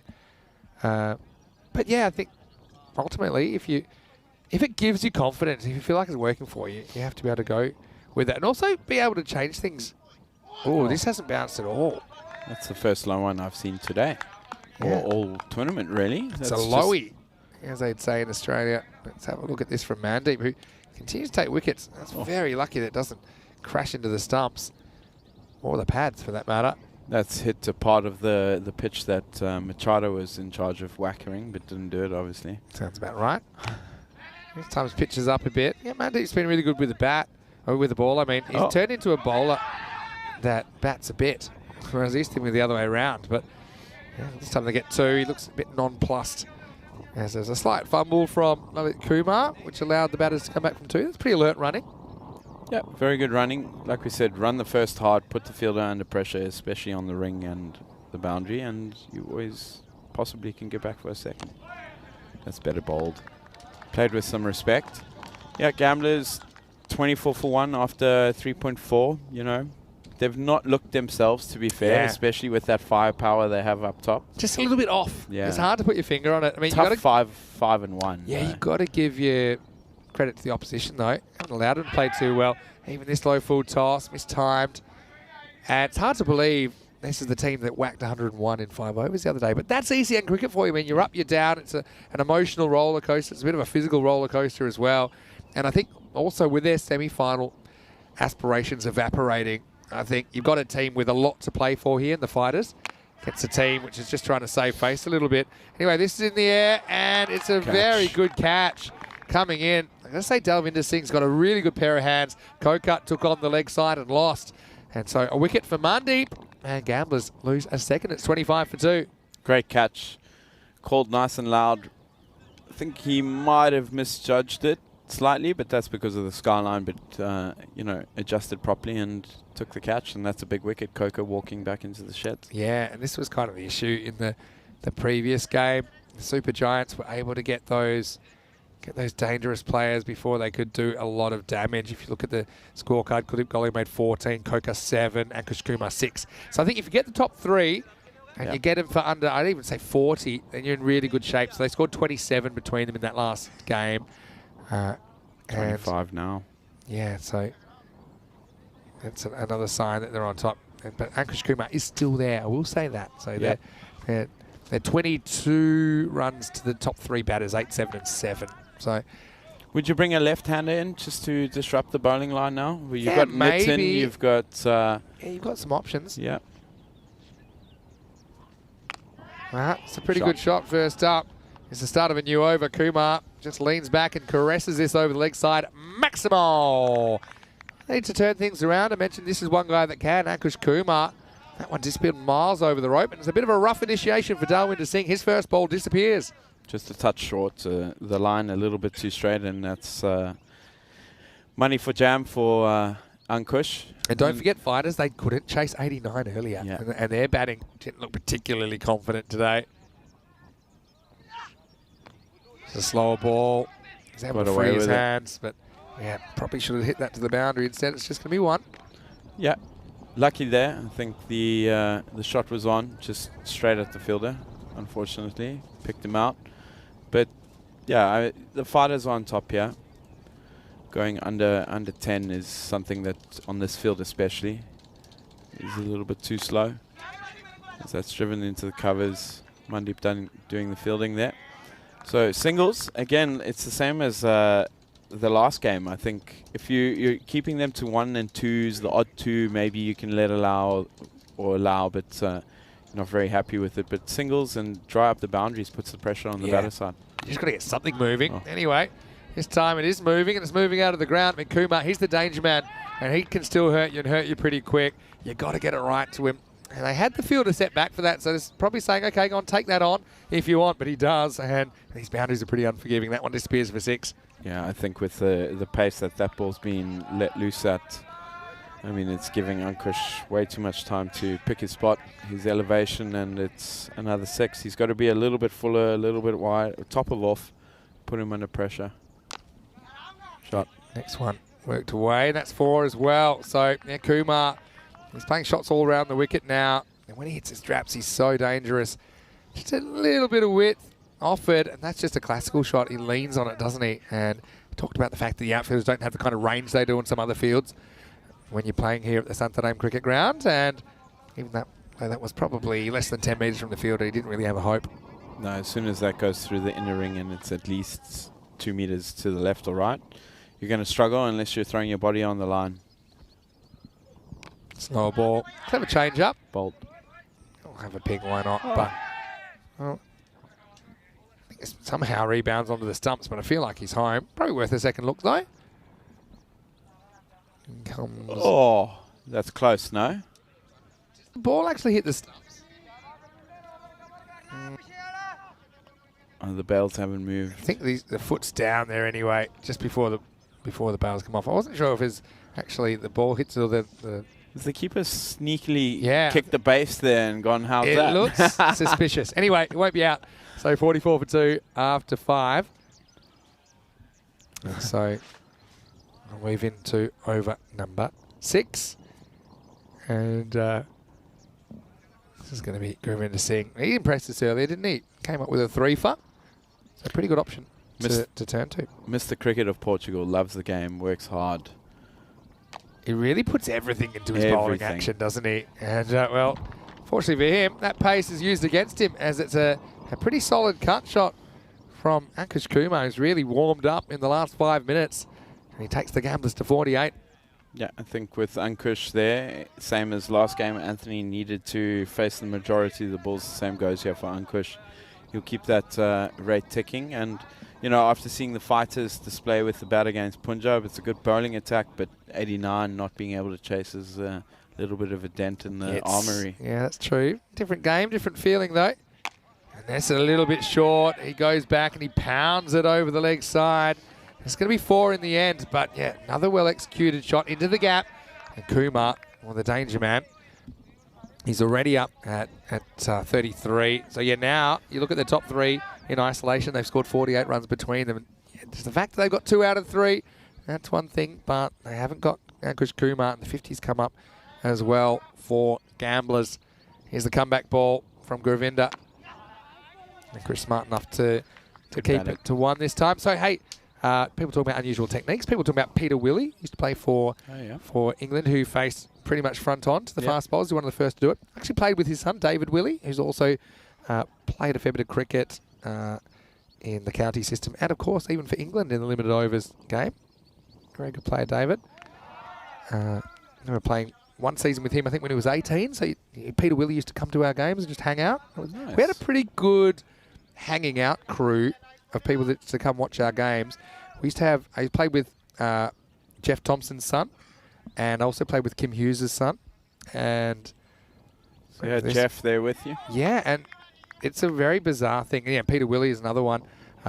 When David was playing, just they'd be sitting around it, just like a rubbish bin, leaning on it and having a coffee and talking cricket, and just very casual. Coffee and a I dart. kind of sometimes did a double take, thinking it's kind of strange. And Jeff Thompson's son, Matt, has the same action. Oh, really? And he didn't play a lot of cricket growing up. I think he took it up. Same with Kim Hughes' kids, and Brad I played with. he was like a professional skateboarder and then turned to cricket a bit later when he was 28. It's strange how Things change, people yeah. have different Evolve. paths to it. Yeah. Yeah, Some sons and daughters of famous cricketers, they are kind of bred Sean and Mitch Marsh style from the crib. I'm pretty sure there was a cricket ball hanging from a string. instead of those little that's what fish that twinkle, I it was heard a that, cricket and ball and I would believe a it. piece of 54, wood. 54 for 2 after 6. I remember Mitch Marsh used to come to games when I used to play against Sean in the school system in Perth, and he was a 6-year-old with a giant head and a little cricket bat, and now I think I see him he's a play. beast, right? Yeah, and was very good in the T20 World Cup final some time ago for Australia. Yeah. But yeah, Peter Willie's another one that was unusual. Another one that was mentioned was Balvinder Singh, not the Balvinder Singh that played for you this morning, but the cross-handed bandit. Cross-handed bandit. Yeah, Balvinder amazing. Singh. Yeah, who actually played for Fighters a couple of years ago.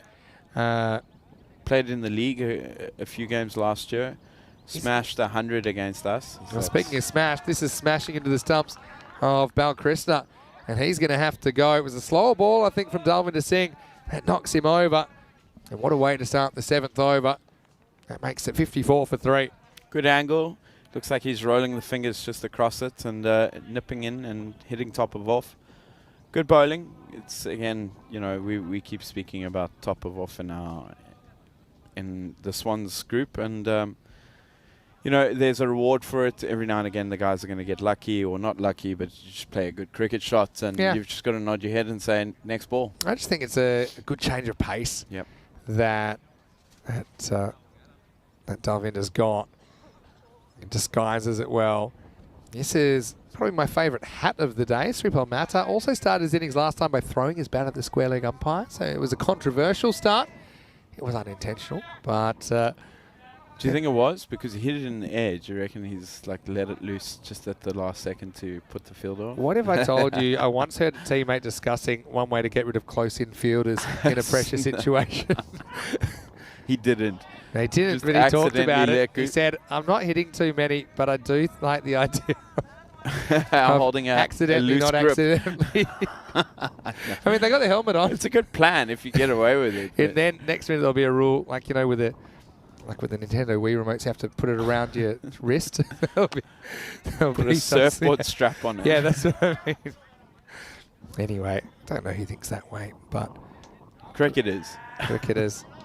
There's a pretty good compilation of people dropping their bats. And Sangakkara once for Sri Lanka was hit wicket. His bat went into the air and bounced and came back onto his stumps. Yeah. That's one of the most unusual dismissals I've seen. There's that slower ball again. Really close. The question is the impact for me. And now, well, it could be gone. Oh, no. Well, let's have a look at this. Yeah, it's outside the off stump. And then he picks it up. And he's been run out. Yeah. And Mata is going to have to go, and he just keeps walking. So, what a piece of cricket. Unbelievable stuff. And what about the heads-up play? I think it's a good call on the LBW. And so, in the end, it's going to be a bizarre one. Kumar survives, but Mata does not. He's run out for 1. Yeah, I can't say I've ever seen that before. Good awareness from the bowler, but we keep speaking about awareness all around the game. So the batters too, you got to know where the ball is. They're just umpire watching there, waiting for the decision, and he's being caught napping and on your back. Yeah, that was quite an incredible dismissal, but I'll take it. Right, just when you think you're seeing it all, you see something else. Anyway, Dalvinder was right on target. Gets the right of reply. Now this ball's in the air, hanging for a while, but doesn't carry. That's what I call a good miss hit. I mean, if you hit that slightly better, it probably carries to the fielder. But yeah, gamblers, they just cannot take a trick at the moment, can they? Yeah, falling behind the 8 ball here. It looks like the confidence level is a little bit For low. today, I just have, but I'm also going to send the tomorrows for the next 3 days. So it looks like they, they're a little bit head down. I think just a rebuild here. Ankush is still there. Try and get him as much strike as possible and try and get this total over 100. Yeah, it'll be a long road to 100, no doubt. Darchi comes into the side. He was 12th man in the last game. Spent a bit of time on the field. He's facing up now. A ball. Yeah, he bowls that one really well, doesn't he? I think you have to start playing for it as a batter. Yeah. He's bowled so many of those off-speed deliveries and then adjust to the faster one rather than the other one the other way around. But yeah, Kumar is still there though. He's important. Yeah, he's key to this innings now. But like you said, treat him as the off-cutter as his stock delivery, and anything else as the variation. So he's bowling well.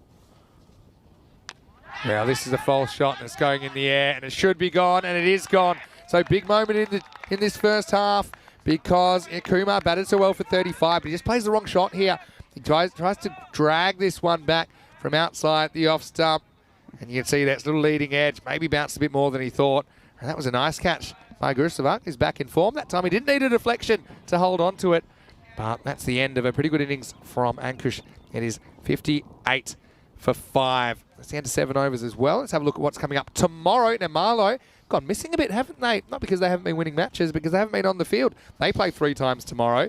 Lisbon Super Giants, well, they were giant killers earlier on. They'll also play the first 2 games tomorrow. Indian Royals on the park, TTP on the park as well. So join us, 7:30 a.m. GMT, 9:30 in Central Europe, and 1 p.m. in India. I know that you will be covering me tomorrow because I'm going to take a little mini break, but Rico will be back for all those Rico fans. You're a Rico fan? I am a Rico fan. I've never, well, I've commentated with him a little bit. I think that's when, I first ever put a headset on my head. Good guy, easy to talk to, so I look forward to it.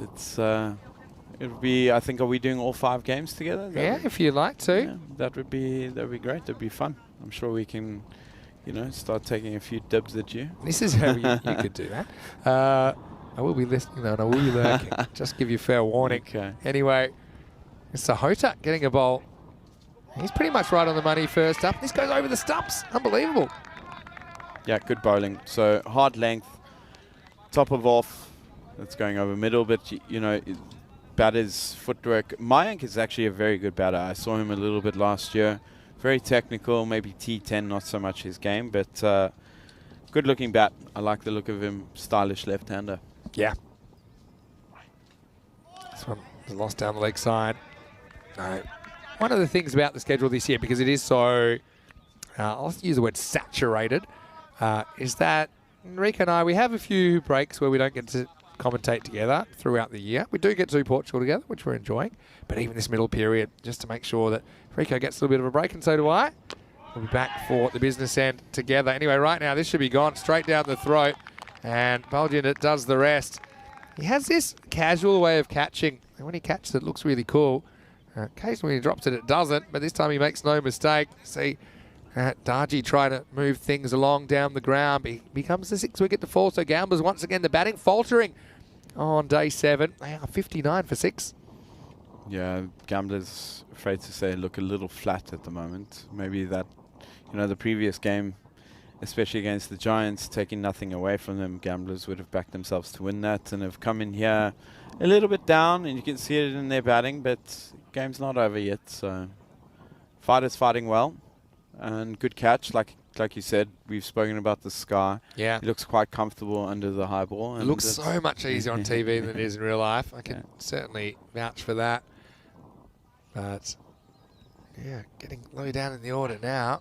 This is going to be a wide. You better out there's Jai Prakash. He's no mug with the bat. He can hold it, but I don't think he was planning to be required. So Sahota gets a wicket.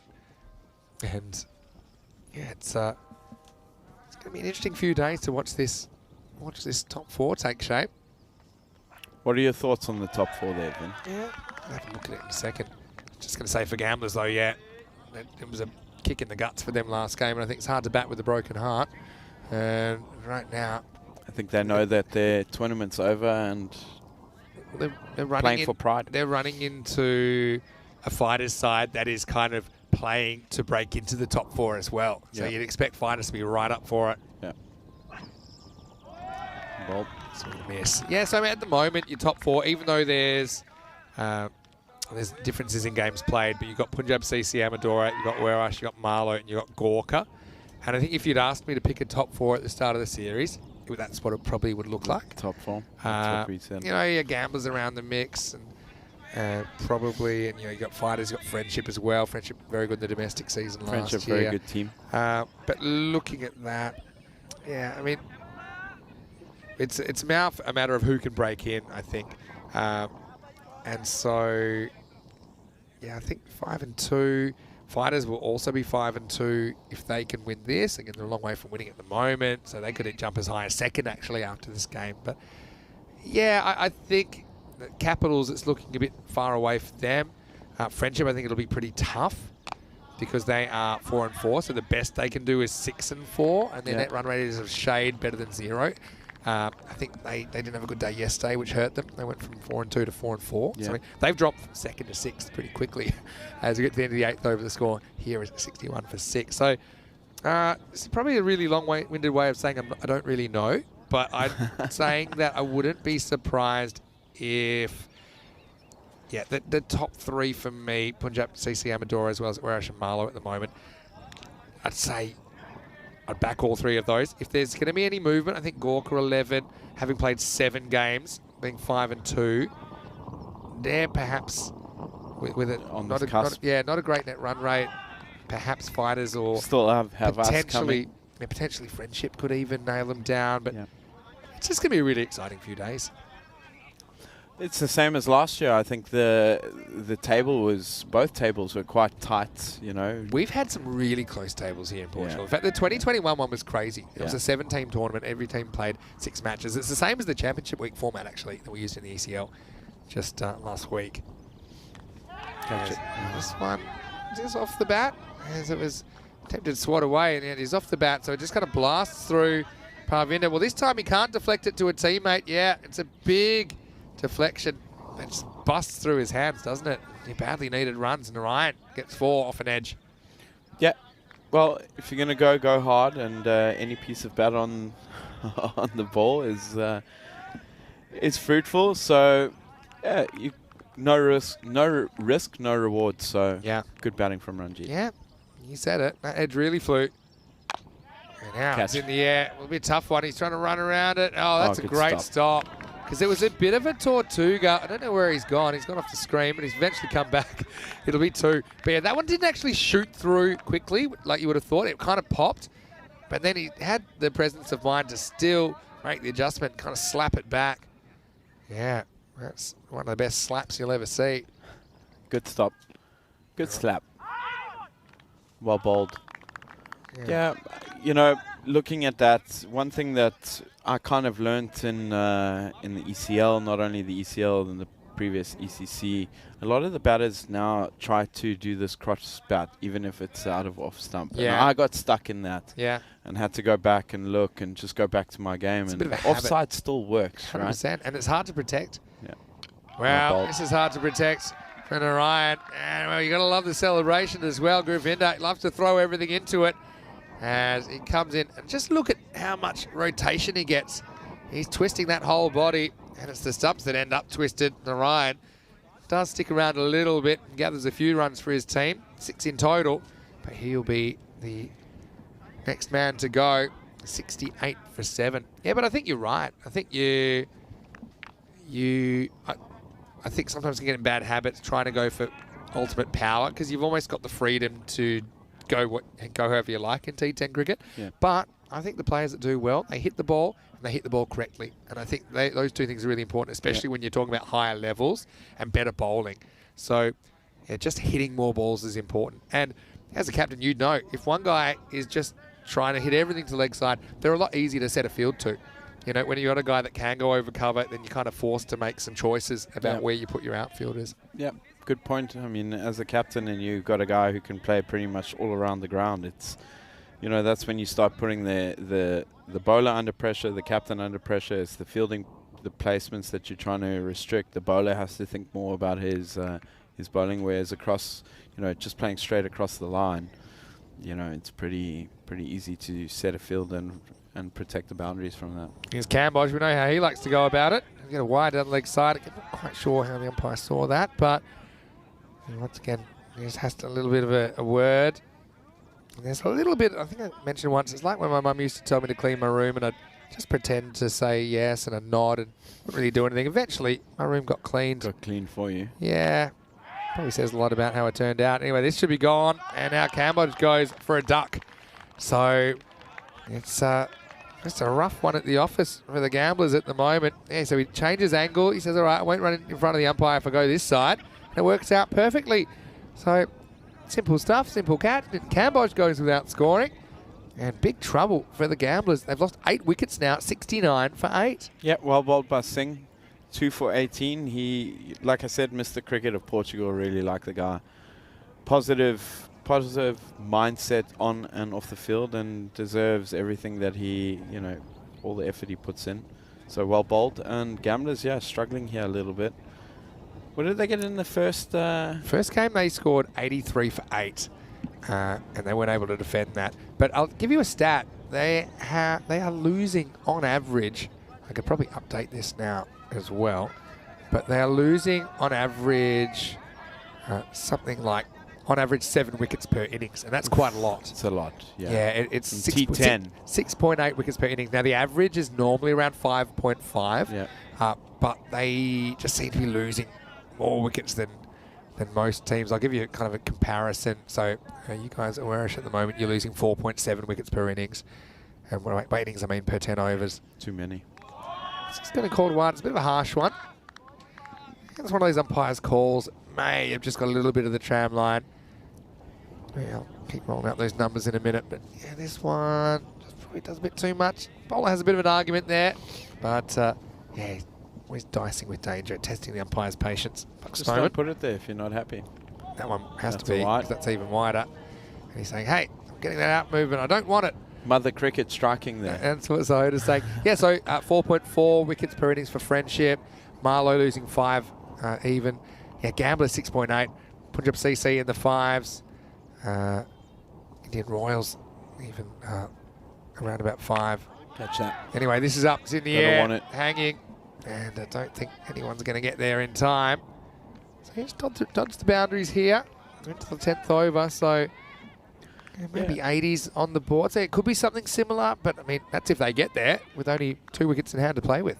2 wickets in hand. We've got Shaidu on strike now. I've seen him play some beautiful cover drives, so the young man can still wield the willow, but under pressure. Well, that's well, not as classical, but it's probably more effective than hitting a beautiful straight drive or a beautiful cover drive straight at the fielder. Just clears the front leg, and yeah, I've got to say one thing. I know they pulled off a miracle catch earlier, but I'd love to see that third man a bit finer to get some of those thin edges where batter's really not in control of the shot. I think if you had to do a splatter pattern of edges, the number one edges are feathers, and the further you move around to the left on the angle, you get less. So I just think you're a chance to save runs and to maybe grab a wicket there as well. Just a long way across, and he's gone, And so, well, Sahota, he's thrilled with himself. Rahman goes 4 and out. Not a bad trade-off. But yeah, he just got a long way across, didn't he? Look, he's right in front of his stumps. That's a pretty easy decision for Buck Stoneman. Gonny. Yeah, I mean, good intent. Maybe not the right shot. You can still play straight, but again, the bowler, you miss eye hits on your bike. And is this Sunni's debut with the bat? If I'm not it's a good question. I wouldn't mind looking that up. I think I think he's batted with me with the Wairish. In Miranda. I can tell you that he has faced 1 ball in his 21 matches, 22 matches now, and he has a best score of 1 not out. Yeah, must have batted with you. Rotated the strike against the Knights, and then we. So crisis leads to opportunity, and Sunil gets an opportunity to beat his best score of 1. Let's go, Sunny. Doesn't have too long though. Played. And now he's going to go, but he better run. Oh, overthrows. No. Well, he gets 1. Will he get back? I don't know. Nice to see you getting behind him. Yeah, so Gamblers going to have another tall order to defend and score about 80, you'd imagine. 2 to come. Prakash. He gets some decent contact here to the leg side. Again, it's a bit hard to take this on with your last two at the crease Yeah. because the run out ends the That innings. run out. So, but you know, this gets it down to Sunil Kumar. He's equaled High his best score. Come on, Sunny, one. I'm behind you. Let's go for the high score. All right, here we go. Got to hit it first if he's going to get a run. Last ball of the innings. There you go, in the air. Got to Oh, go he'll two. get there. Got to go two. Now he might get a boundary. He does. Sunny! Well, I know you're loving that. I'll tell you who's not loving it is Govinda Singh, who just wrong-footed himself. He chipped over a bunch of Tortugas. And look at that, little bit of a skip, little Yeah, load up, like little it. leg kick. Yeah. And yeah, this is the reverse Doosra for Govinda. And it's spun to his right. So bonus runs, they're going to end up kind of feeling good about life. Well, I'm feeling good for them at the end of that innings. But 82 for 9 will be the final. And that's coming off the back of scoring 83 in the previous game, don't forget. So it's a similar kind of defence for fighters. But they botched a chase of about this level in their last game. So super interesting last innings coming up. But yeah, once again, just removing those dangerous players. They got two of the top three cheaply. It was Ankush Kumar. He was important, wasn't he? His 35 was critical to at least get them to 82. Yeah, no, fighters did really well there, I think, with that batting lineup. And I'm assuming, well, I heard that the Gamblers have set the record for the fastest 100 in T10. So, you know, they've done really well to restrict them to below 90. They've got to be backing themselves. They've got to put that game behind with Punjab and just come out here with a positive mind frame. And That's they've right. just seen the Giants do it too, right? That's true. It seems a long time ago they scored that fast 100. This was such a crazy one that Mata got run out, just napping. Everyone was looking at the LB appeal, but Ankush Kumar survived, but they're not for much longer as he holed out. Rahul took the catch there as he was dismissed for 35, but yeah, no one else able to reach double figures in the innings. That kind of says all you need to know about how Gamblers have been travelling with the bat today. It's a small correction. It is the fastest 100 we've seen for a team in Portugal, 4.4 overs. But will you believe this, that in Romania we had a team reach 100 in 3.4. And would you believe this? They lost to the game. They I've heard about this 158. They scored ACCB and Cluj knocked it off in 9.1. That's ECN cricket for you. And that tells you all you need to know as well, that anything can happen here. I wouldn't say it's a toss-up. I'd say it's advantage fighters CC. But a bit of a momentum buster, wasn't it? As Govinda just had a few issues that long off. And congratulations to Sunil Kumar. Can mention him. Let's go straight down to number 11 and find out a positive. And Put him on the Sunil credits. Kumar, 5 not out of 2. He quintuples his previous highest score. Highest strike rate? Yeah, Must be. 2.5. Yeah, a ball, not too bad. 35 of 19 though for Ankush. He was the standout performer. But yeah, next best was 8 from Kuldeep Golia. And Prakash stuck around a little bit at the end, couldn't really get the boundary they needed to lift them a bit higher. But I mean, it is something to bowl at. Yeah. It's a kind of ugly 80 is how I would put it, but there's still enough runs to win if you can bowl and field out of your skin. 2 for Dalwinder, Govinda and Hajat Sahota. He did a nice little job at the back end of the innings. 2 for 16 for him. Also wickets for Aljinder and Mandeep. So yeah, once again, pretty good team effort. We talked about the 5 bowlers performing as a team and no one going large and no one getting whacked. And I think that's the case here as they hold Gamblers to 82. If they can chase it or not, I'm not so sure after that effort earlier, but fighters want to make amends for that. Join us in a few minutes' time for the last innings of the day. Last innings of the week, in fact, on day 7. Could be fighters fighting for a spot in the 4. They'd love to be there to do it. They'll need 83 runs. Vinny Sander here, Mr. Maximo with Conrad Greenshield. See you very shortly for the exciting conclusion to day 7 right here from the SCG in Portugal. You're watching the Fan Code European Cricket Series.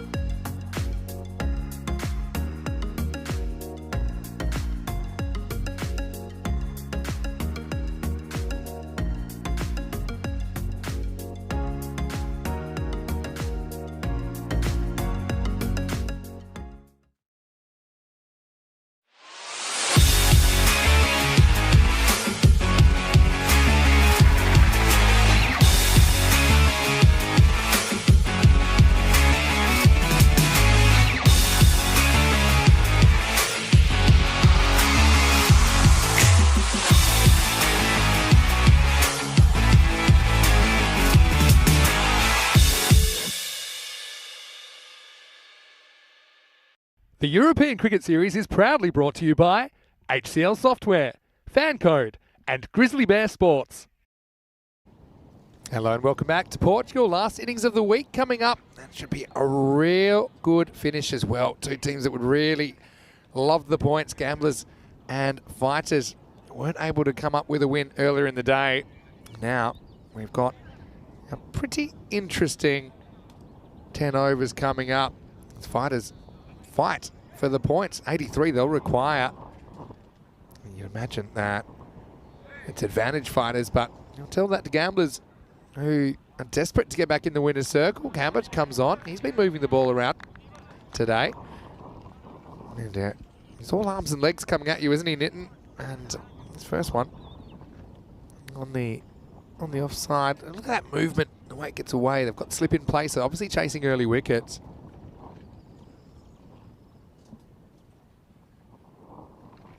Another one, this time it is called away. It's just a bit too much movement. Check it out again on the replay. It's a tough one for the umpire to judge because it's bouncing and you're trying to judge it at the point it goes past the popping crease.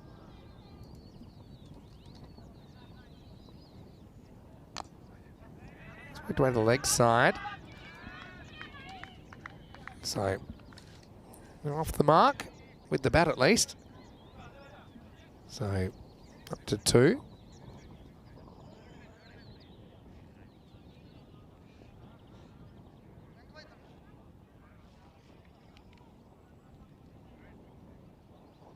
So yeah, you've got to have a decent start. Don't want to let this get out of hand and go kind of 10 and over or more.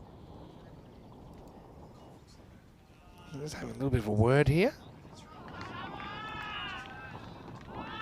Maybe just like connectivity issue. Obviously, last thing of the day, hoping not to have too many delays. Well, there's a couple of brothers in arms there for the Gamblers, and yeah, they'll be disappointed that twice they've only put 80s on the board. I was expecting Conrad to come back. Conrad, unselfish as he is, he said, look, I've had a bit of a go on the commentary now. Why don't we get some new blood in there? And so, yeah, we do. We have a guest commentator, although I do remember I've done it with him before. So from the Irish Cricket Club and Portugal national team, it's Miguel Stoneman. Hello, Miguel. How are you today? I'm good, Vinny. How are you? Yeah, very well. Thank you. Firstly, I want to say well done on your efforts around the ground here. I know there's been a lot of hard work that's gone into making the ground look as good as it does. Laying the new pitch as well. First tournament we've seen on the new pitch, and you've been a big part of that, so big thank you.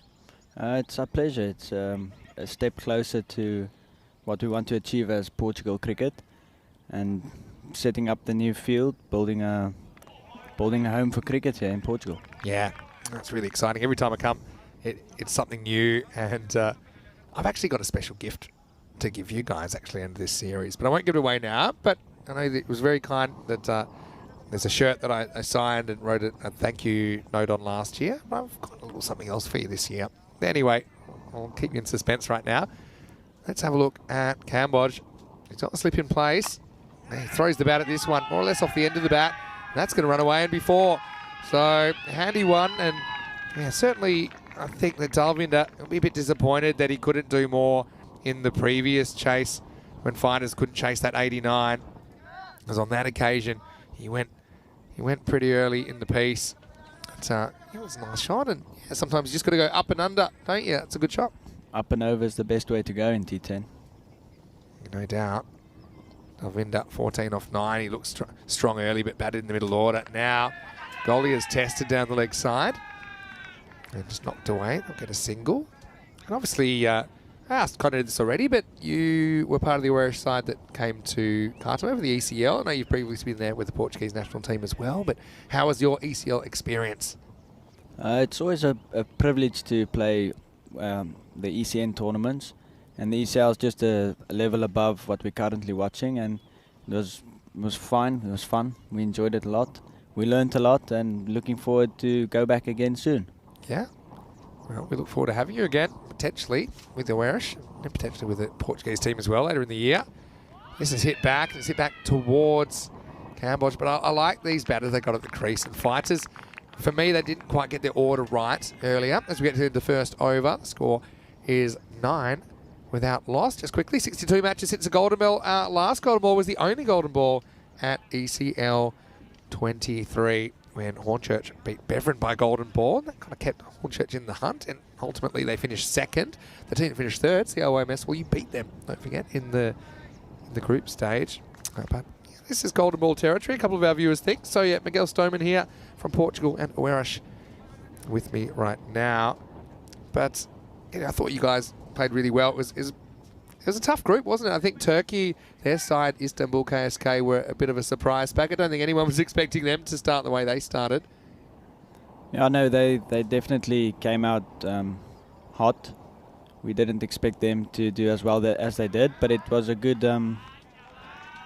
It was good to see them do as well, just to show that European cricket, no matter where you're from, there's some quality players around. Yeah, no doubt. I mean, that one's a wide, I think, for height more than anything. This is Sripal Mata, who's abandoned my favourite hat of the day, so he can bowl the second over.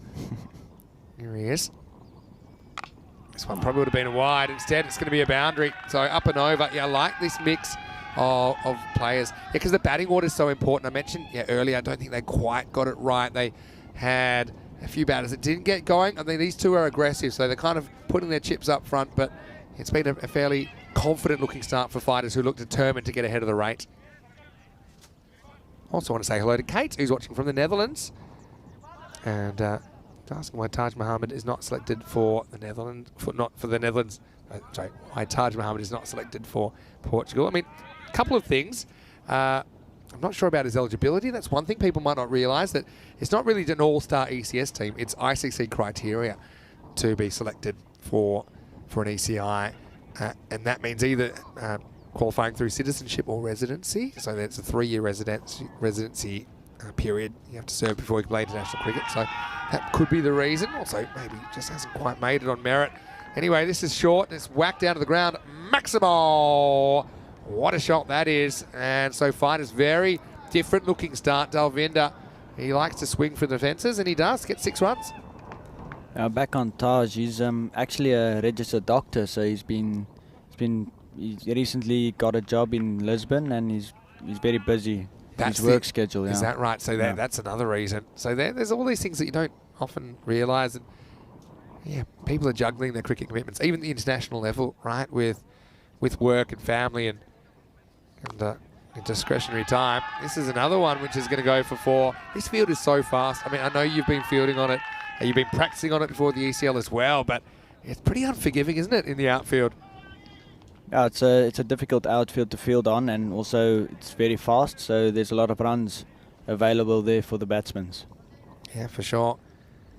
So yeah, Mata just digging it in, which is a strategy that can kind of backfire a little bit, especially when players are comfortable playing those horizontal bat shots. I've got a question for you in a second, Miguel, after this ball from Mata, which once again is a bit too short. That one is travelling. That's 6 more. Maximo. Balle,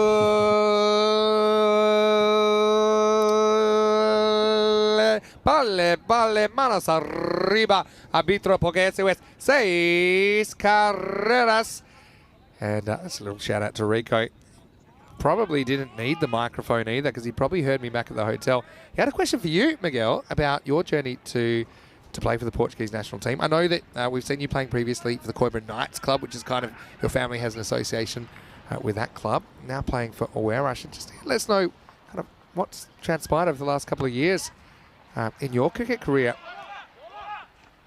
Yeah, I started obviously at Coimbra Knights and had a good season there, and Conrad and Butchie invited me and my brother down to come and play for Oeiras, and they started working with us, developing our cricket, and we started playing well, and we got selected for the national team. We're lucky enough to be in this position, and yeah, just built from strength to strength, and yeah, just helping. Yeah, I mean, obviously Coimbra Knights is a club that we love here on ECN as well. And I'm sure you've got a lot of good friends and memories from Coimbra Knights, and still, you know, a big part of that story. But yeah, I suppose being here closer to the ground where you will be playing international cricket, playing a lot more cricket here, probably gives you a little bit of leg up when you are called on at that higher level. As we get to the end of the second over, the score is 31 without loss. But yeah, I mean, it must be a thrill to play for Portugal. And yeah, we've seen you and your brother Faf, of course, in Portuguese colours, and you must be happy about how Portugal's competing in the international stage. I mean, some good wins in the T20 qualifiers last year, including one over Spain. You also beat them in the ECC last year. At a club level, to meet the Irish club is a very good performance. And so, yeah, it's an exciting time to be involved in Portuguese cricket, hey? It's cool to see how far it's come since the ECN actually got involved. There's more clubs in Portugal, so there's a bigger pool to pick from. And yeah, it's cool to see how strong the team's getting every year, and we're excited to see the Dutch come here and see what we can do against them. That's going to be a really interesting tri-series, and when we'll have a lot of ECR cricket planned this year, and yeah, I mean, logistically it's quite amazing. I think the people in the offices at ECN to make this work, all the flights, accommodation and everything is covered for the players. And yeah, I just think it's going to be a bit of a home ground advantage that you guys have got, because in fact you have practice on this field. Case in point there, Mata, who just runs over that one. It doesn't cost him a boundary, just going to be 2. And so, yeah, how do you think that the Dutch and the Gibraltarians will go on this surface? Remember, Gibraltar's field is completely AstroTurf, so there's not too many bad bounces on that one. Yeah, I think this outfield's going to be a big surprise for them. It's not what they're used to. You mentioned the Astro, and obviously the Dutch is used to the lush grounds in Holland. Yeah. So I think it should be a good series. Yeah, I think it should be. Well, this is more kind of live by the sword, die by the sword stuff from Dalvinder. Now, he's got 30 and plus in quick time here. The runs just keep on ticking. Again, I think we're seeing a bit more intent from fighters in this innings compared to when they were chasing a similar target earlier on. And so far, it's paying dividends. Yeah, I think you're right. I think it'll be a real great opportunity to see the Netherlands and Gibraltar in these conditions. Don't forget, I've remembered that you beat the Netherlands back in the ECC in 2021, and you guys showed a lot of guts to come back from, I think it was 0-6. You lost your first 6 games, and I don't even think you thought you were any chance, because you had to win both games and win both games well. One of them is against the previously undefeated Netherlands. You came out, you did that. Not only did you do that, you snuck into 4th, and then blew away Hungary in the eliminator. And Sean Gomsh, he was very important in that campaign, but he hasn't featured, of course, in this ECS, UK based, but he'll be here for the ECIs. It must be a big boost to have someone like him back, and of course Nippo, who's playing in the UK currently as well. Yeah, Sean and Nippo is 2 quality players. We're lucky enough to have them in our team, and yeah, excited to see what the boys can do. I'm sure they'll do a proper job. No ball called, and it's going to be 4 as well. So it's just not happening at the moment, Cambodge. This could be for, well, it's for a foot. It's either back foot or front foot. Let's have a look at it on the replay. Yeah, front foot, no ball. Called immediately by Malik, and it goes over the infield. Bounces once and goes for 4. So, yeah, Gamblers right now. That loss took the sting out of them a little bit. I think the semi-final aspirations are probably dried up. And fighters have it all to play for. Now we see a little cheeky deflection shot. He's turning on the party tricks now is Dalvinder, and he just keeps on scoring. What a shot that is. Yeah, JP was not interested in stopping that ball at all. And yeah, the fighters are flying. 48 after the power play is a very good start for them. Yeah, no doubt about that. Into the power play, 48 without loss. Again, it's 2 things. It's intent, but it's also the batting order. I think that, to me, Dalvinder looks ideal to go out there and bat the power play. He's not bothered by pace. I think he can hit the ball all around the park.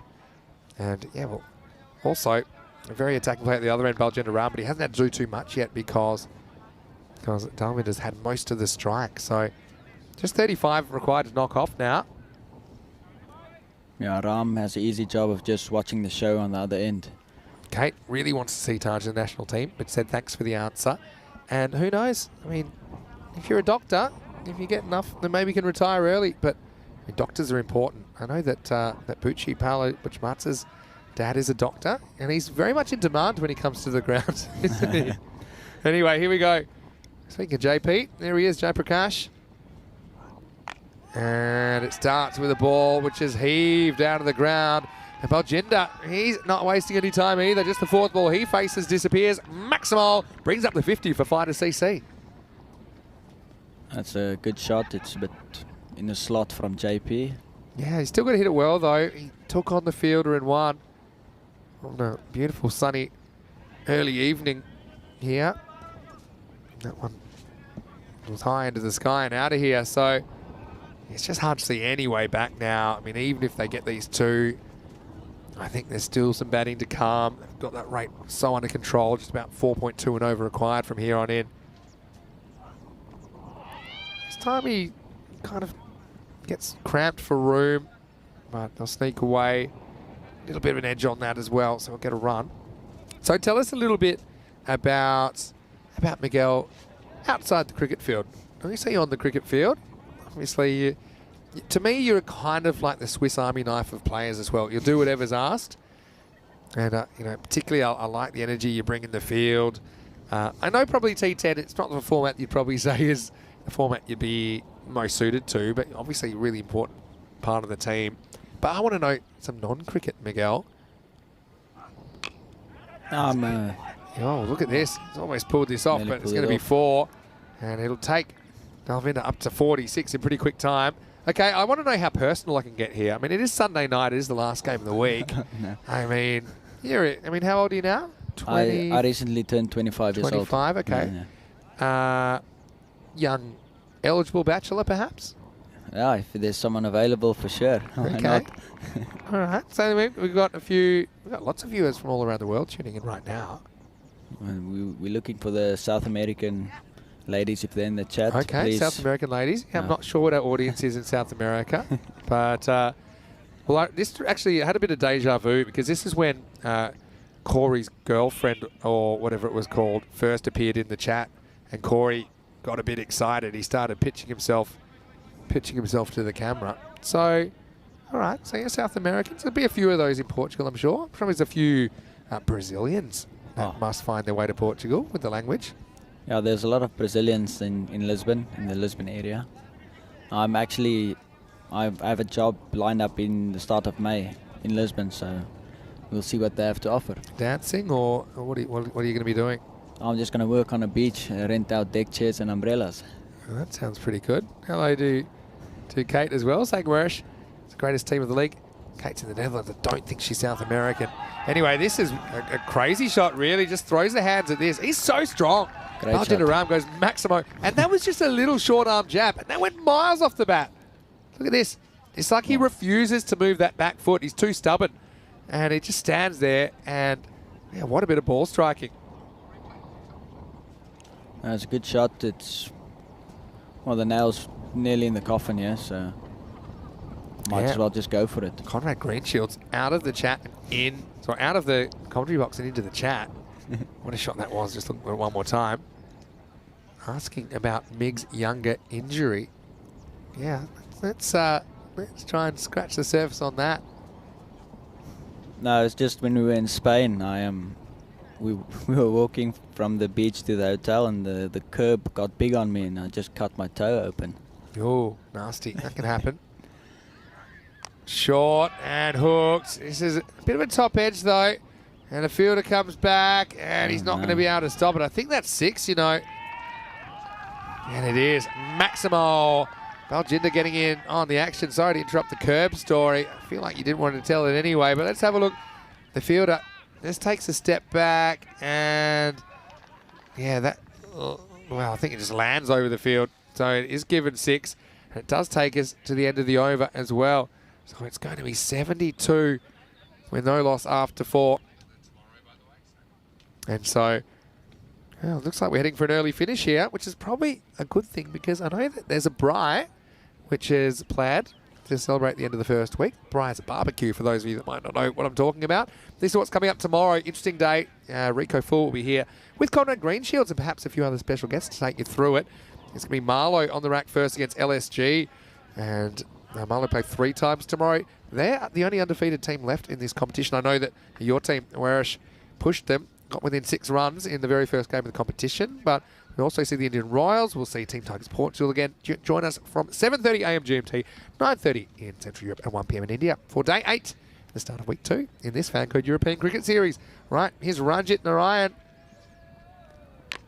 And this could be a 50, and it will be a 50 for Dalvinder Singh. That's a great piece of batting.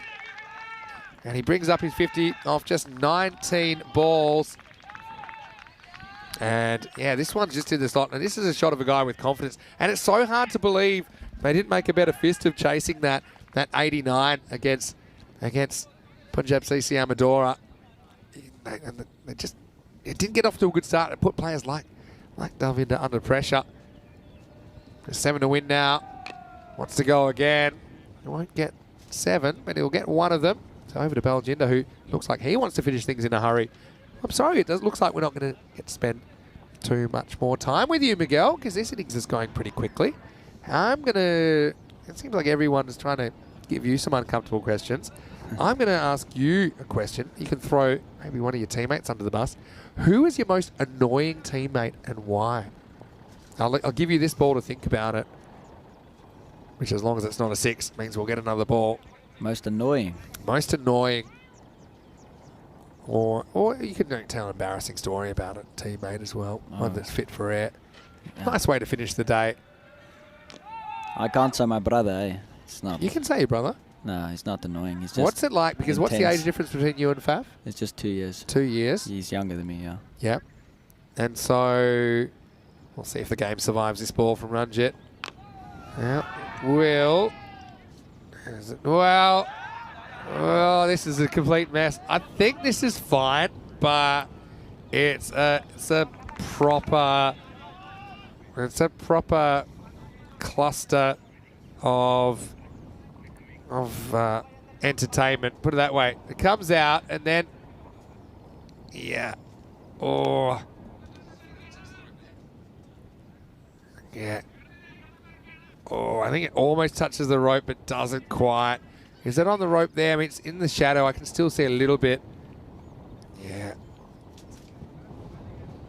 Yeah, I think you'll get the benefit of the doubt here.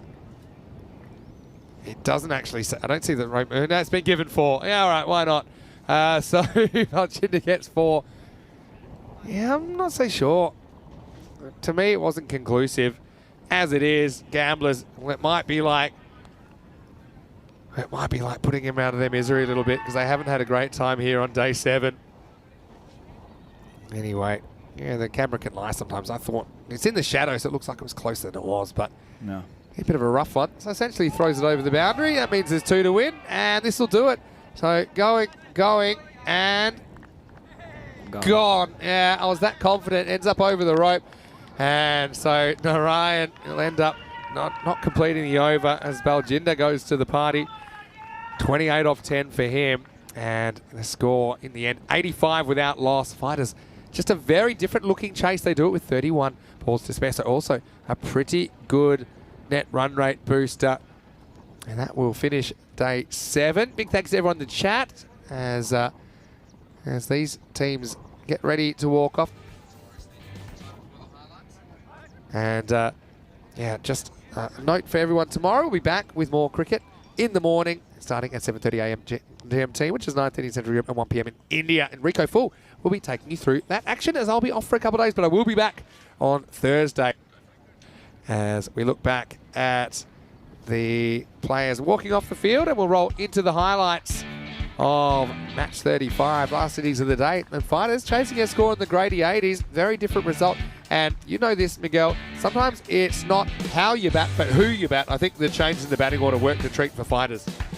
Yeah, they have to. Well, T10's form is hit or miss, really. So it's good that Fighters, the opening pair, came off this game, and hopefully they go from strength to strength. Yeah, I think there's a bit of a fight in for the top 4. I mean, that will mean that there are 5 teams that are 10 points or higher. The day finishes with Punjab CC on 12 points, but they have played 9 of the 10 games. And then you've got 4 teams that are kind of together on 10 points. Also got Friendship just one game behind. So for me, 5 or 6 doesn't go into 4. It's going to be a bit of a dogfight, I think, to the final 4. And that just means you have to play better in the group stage. I think we're seeing that already. The teams are experimenting less because they can't afford to. This was a bit of a funny one.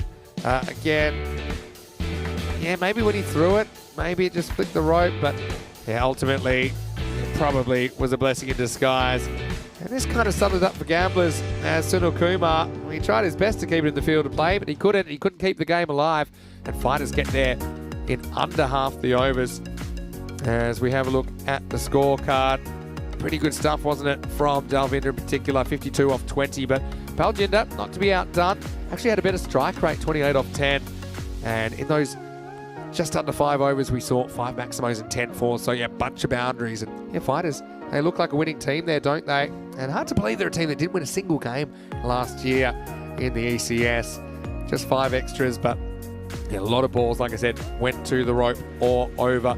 As far as the bowling went, just 4 bowlers used. Kambosh, he's a good player, but I just think he's a bit all over the place, a bit inconsistent, and that can work both ways, but he didn't have too much luck getting it where he wanted it in this match either. A bit like the earlier game. Shripal Mata, his over went magical, as did Jai Prakash. And Ranjit Narayan couldn't keep the game alive in the 5th. Well, I want to say a big thank you to everyone in the chat, and thanks again for your interaction. Hopefully you can join us tomorrow for more action. I'll be in the chat tomorrow. I'll be lurking, but I certainly will be looking forward to seeing how the next couple of days play out while the teams are jostling for position. I want to remind everyone to like this video if you haven't already, if you are watching on YouTube. Also, subscribe to our channel if you haven't already as we climb towards 350,000 subscribers.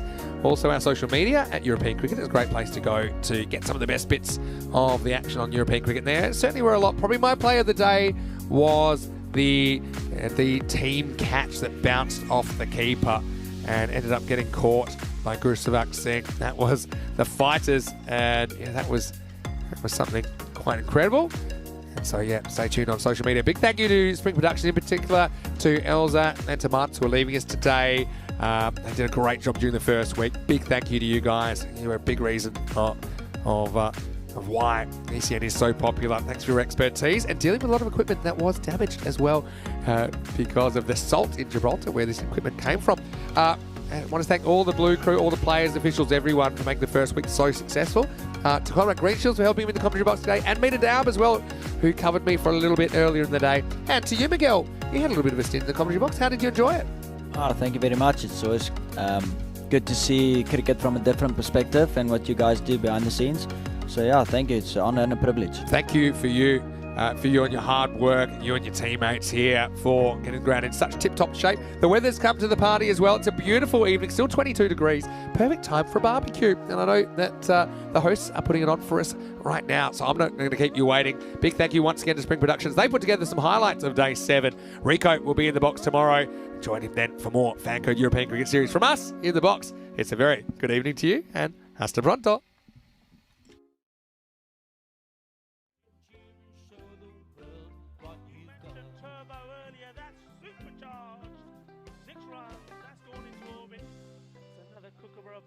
Going to be circling our planet for years to come.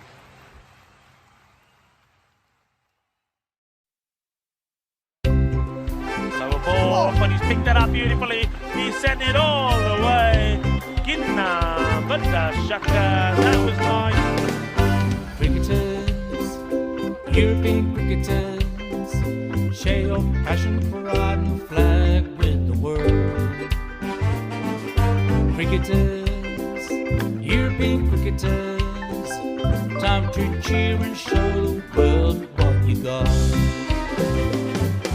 7 bits of wood and a tape ball taken to an open space. With a swing and a hit, the ball goes flying in the field and makes his chase. A community playing on the field of dreams, no matter race, sex, color, or age. Stars of the future of European cricket are ready to take the stage. Ball's getting quicker with a kookaburra starting to swing. The keeper in your mind standing just behind, pressure is creeping in. Some give it flight and some give it grip as the ball really starts to spin. But our batsman's alert with the crack of a bat. The ball flies over for 6.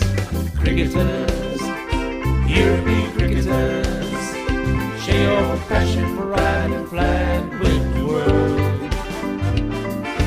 Cricketers, European cricketers, time to cheer and show the world what you got. Master blasters turn on the style. Cricket's a beautiful game. Smiling faces and celebrations as the champions enjoy their fame. European legends breaking records, making their own dreams come true. Watched by millions, European cricketers show the world what they can do. Now picture this, 10 runs needed to win off the last over of the match. Fielders are on fire, sliding and diving, want to take that world-class catch. Tension building as the ball runs in. Will it be short, a yorker or slow? A 6 will win it, 4 to tie into the golden ball we go. Cricketers, European cricketers, share your passion for riding flag with the world. Cricketers, European cricketers, time to cheer and show the world what you got.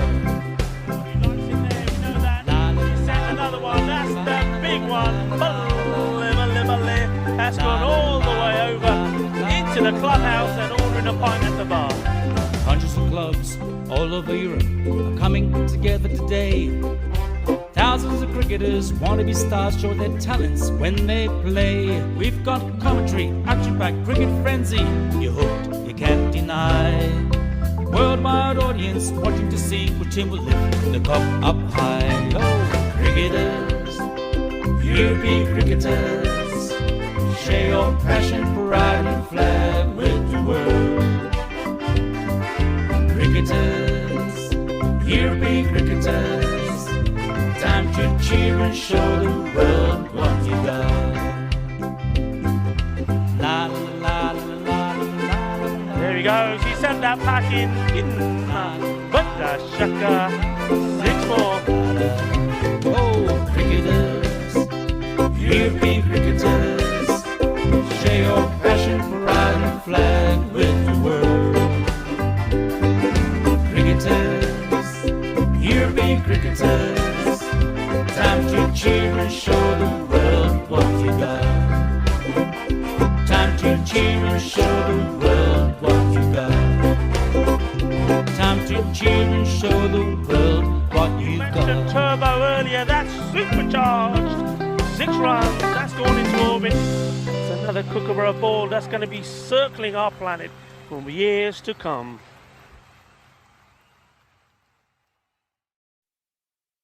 Lower ball, but he's picked that up beautifully. He's sent it all the way. Ginna, but the shaka, that was nice. Cricketers, European cricketers, share your passion for riding flag with the world. Cricketers, European cricketers, time to cheer and show the world what you got. 7 bits of wood and a tape ball taken to an open space. With a swing and a hit, the ball goes flying in the field and makes his chase. A community playing on the field of dreams, no matter race, sex, color, or age. Stars of the future of European cricket are ready to take the stage. Ball's getting quicker with the Kookaburra starting to swing. The keeper in your mind standing just behind, pressure is creeping in. Some give it flight and some give it rip as the ball really starts to spin. But our batsman's alert with the crack of a bat. The ball flies over for 6.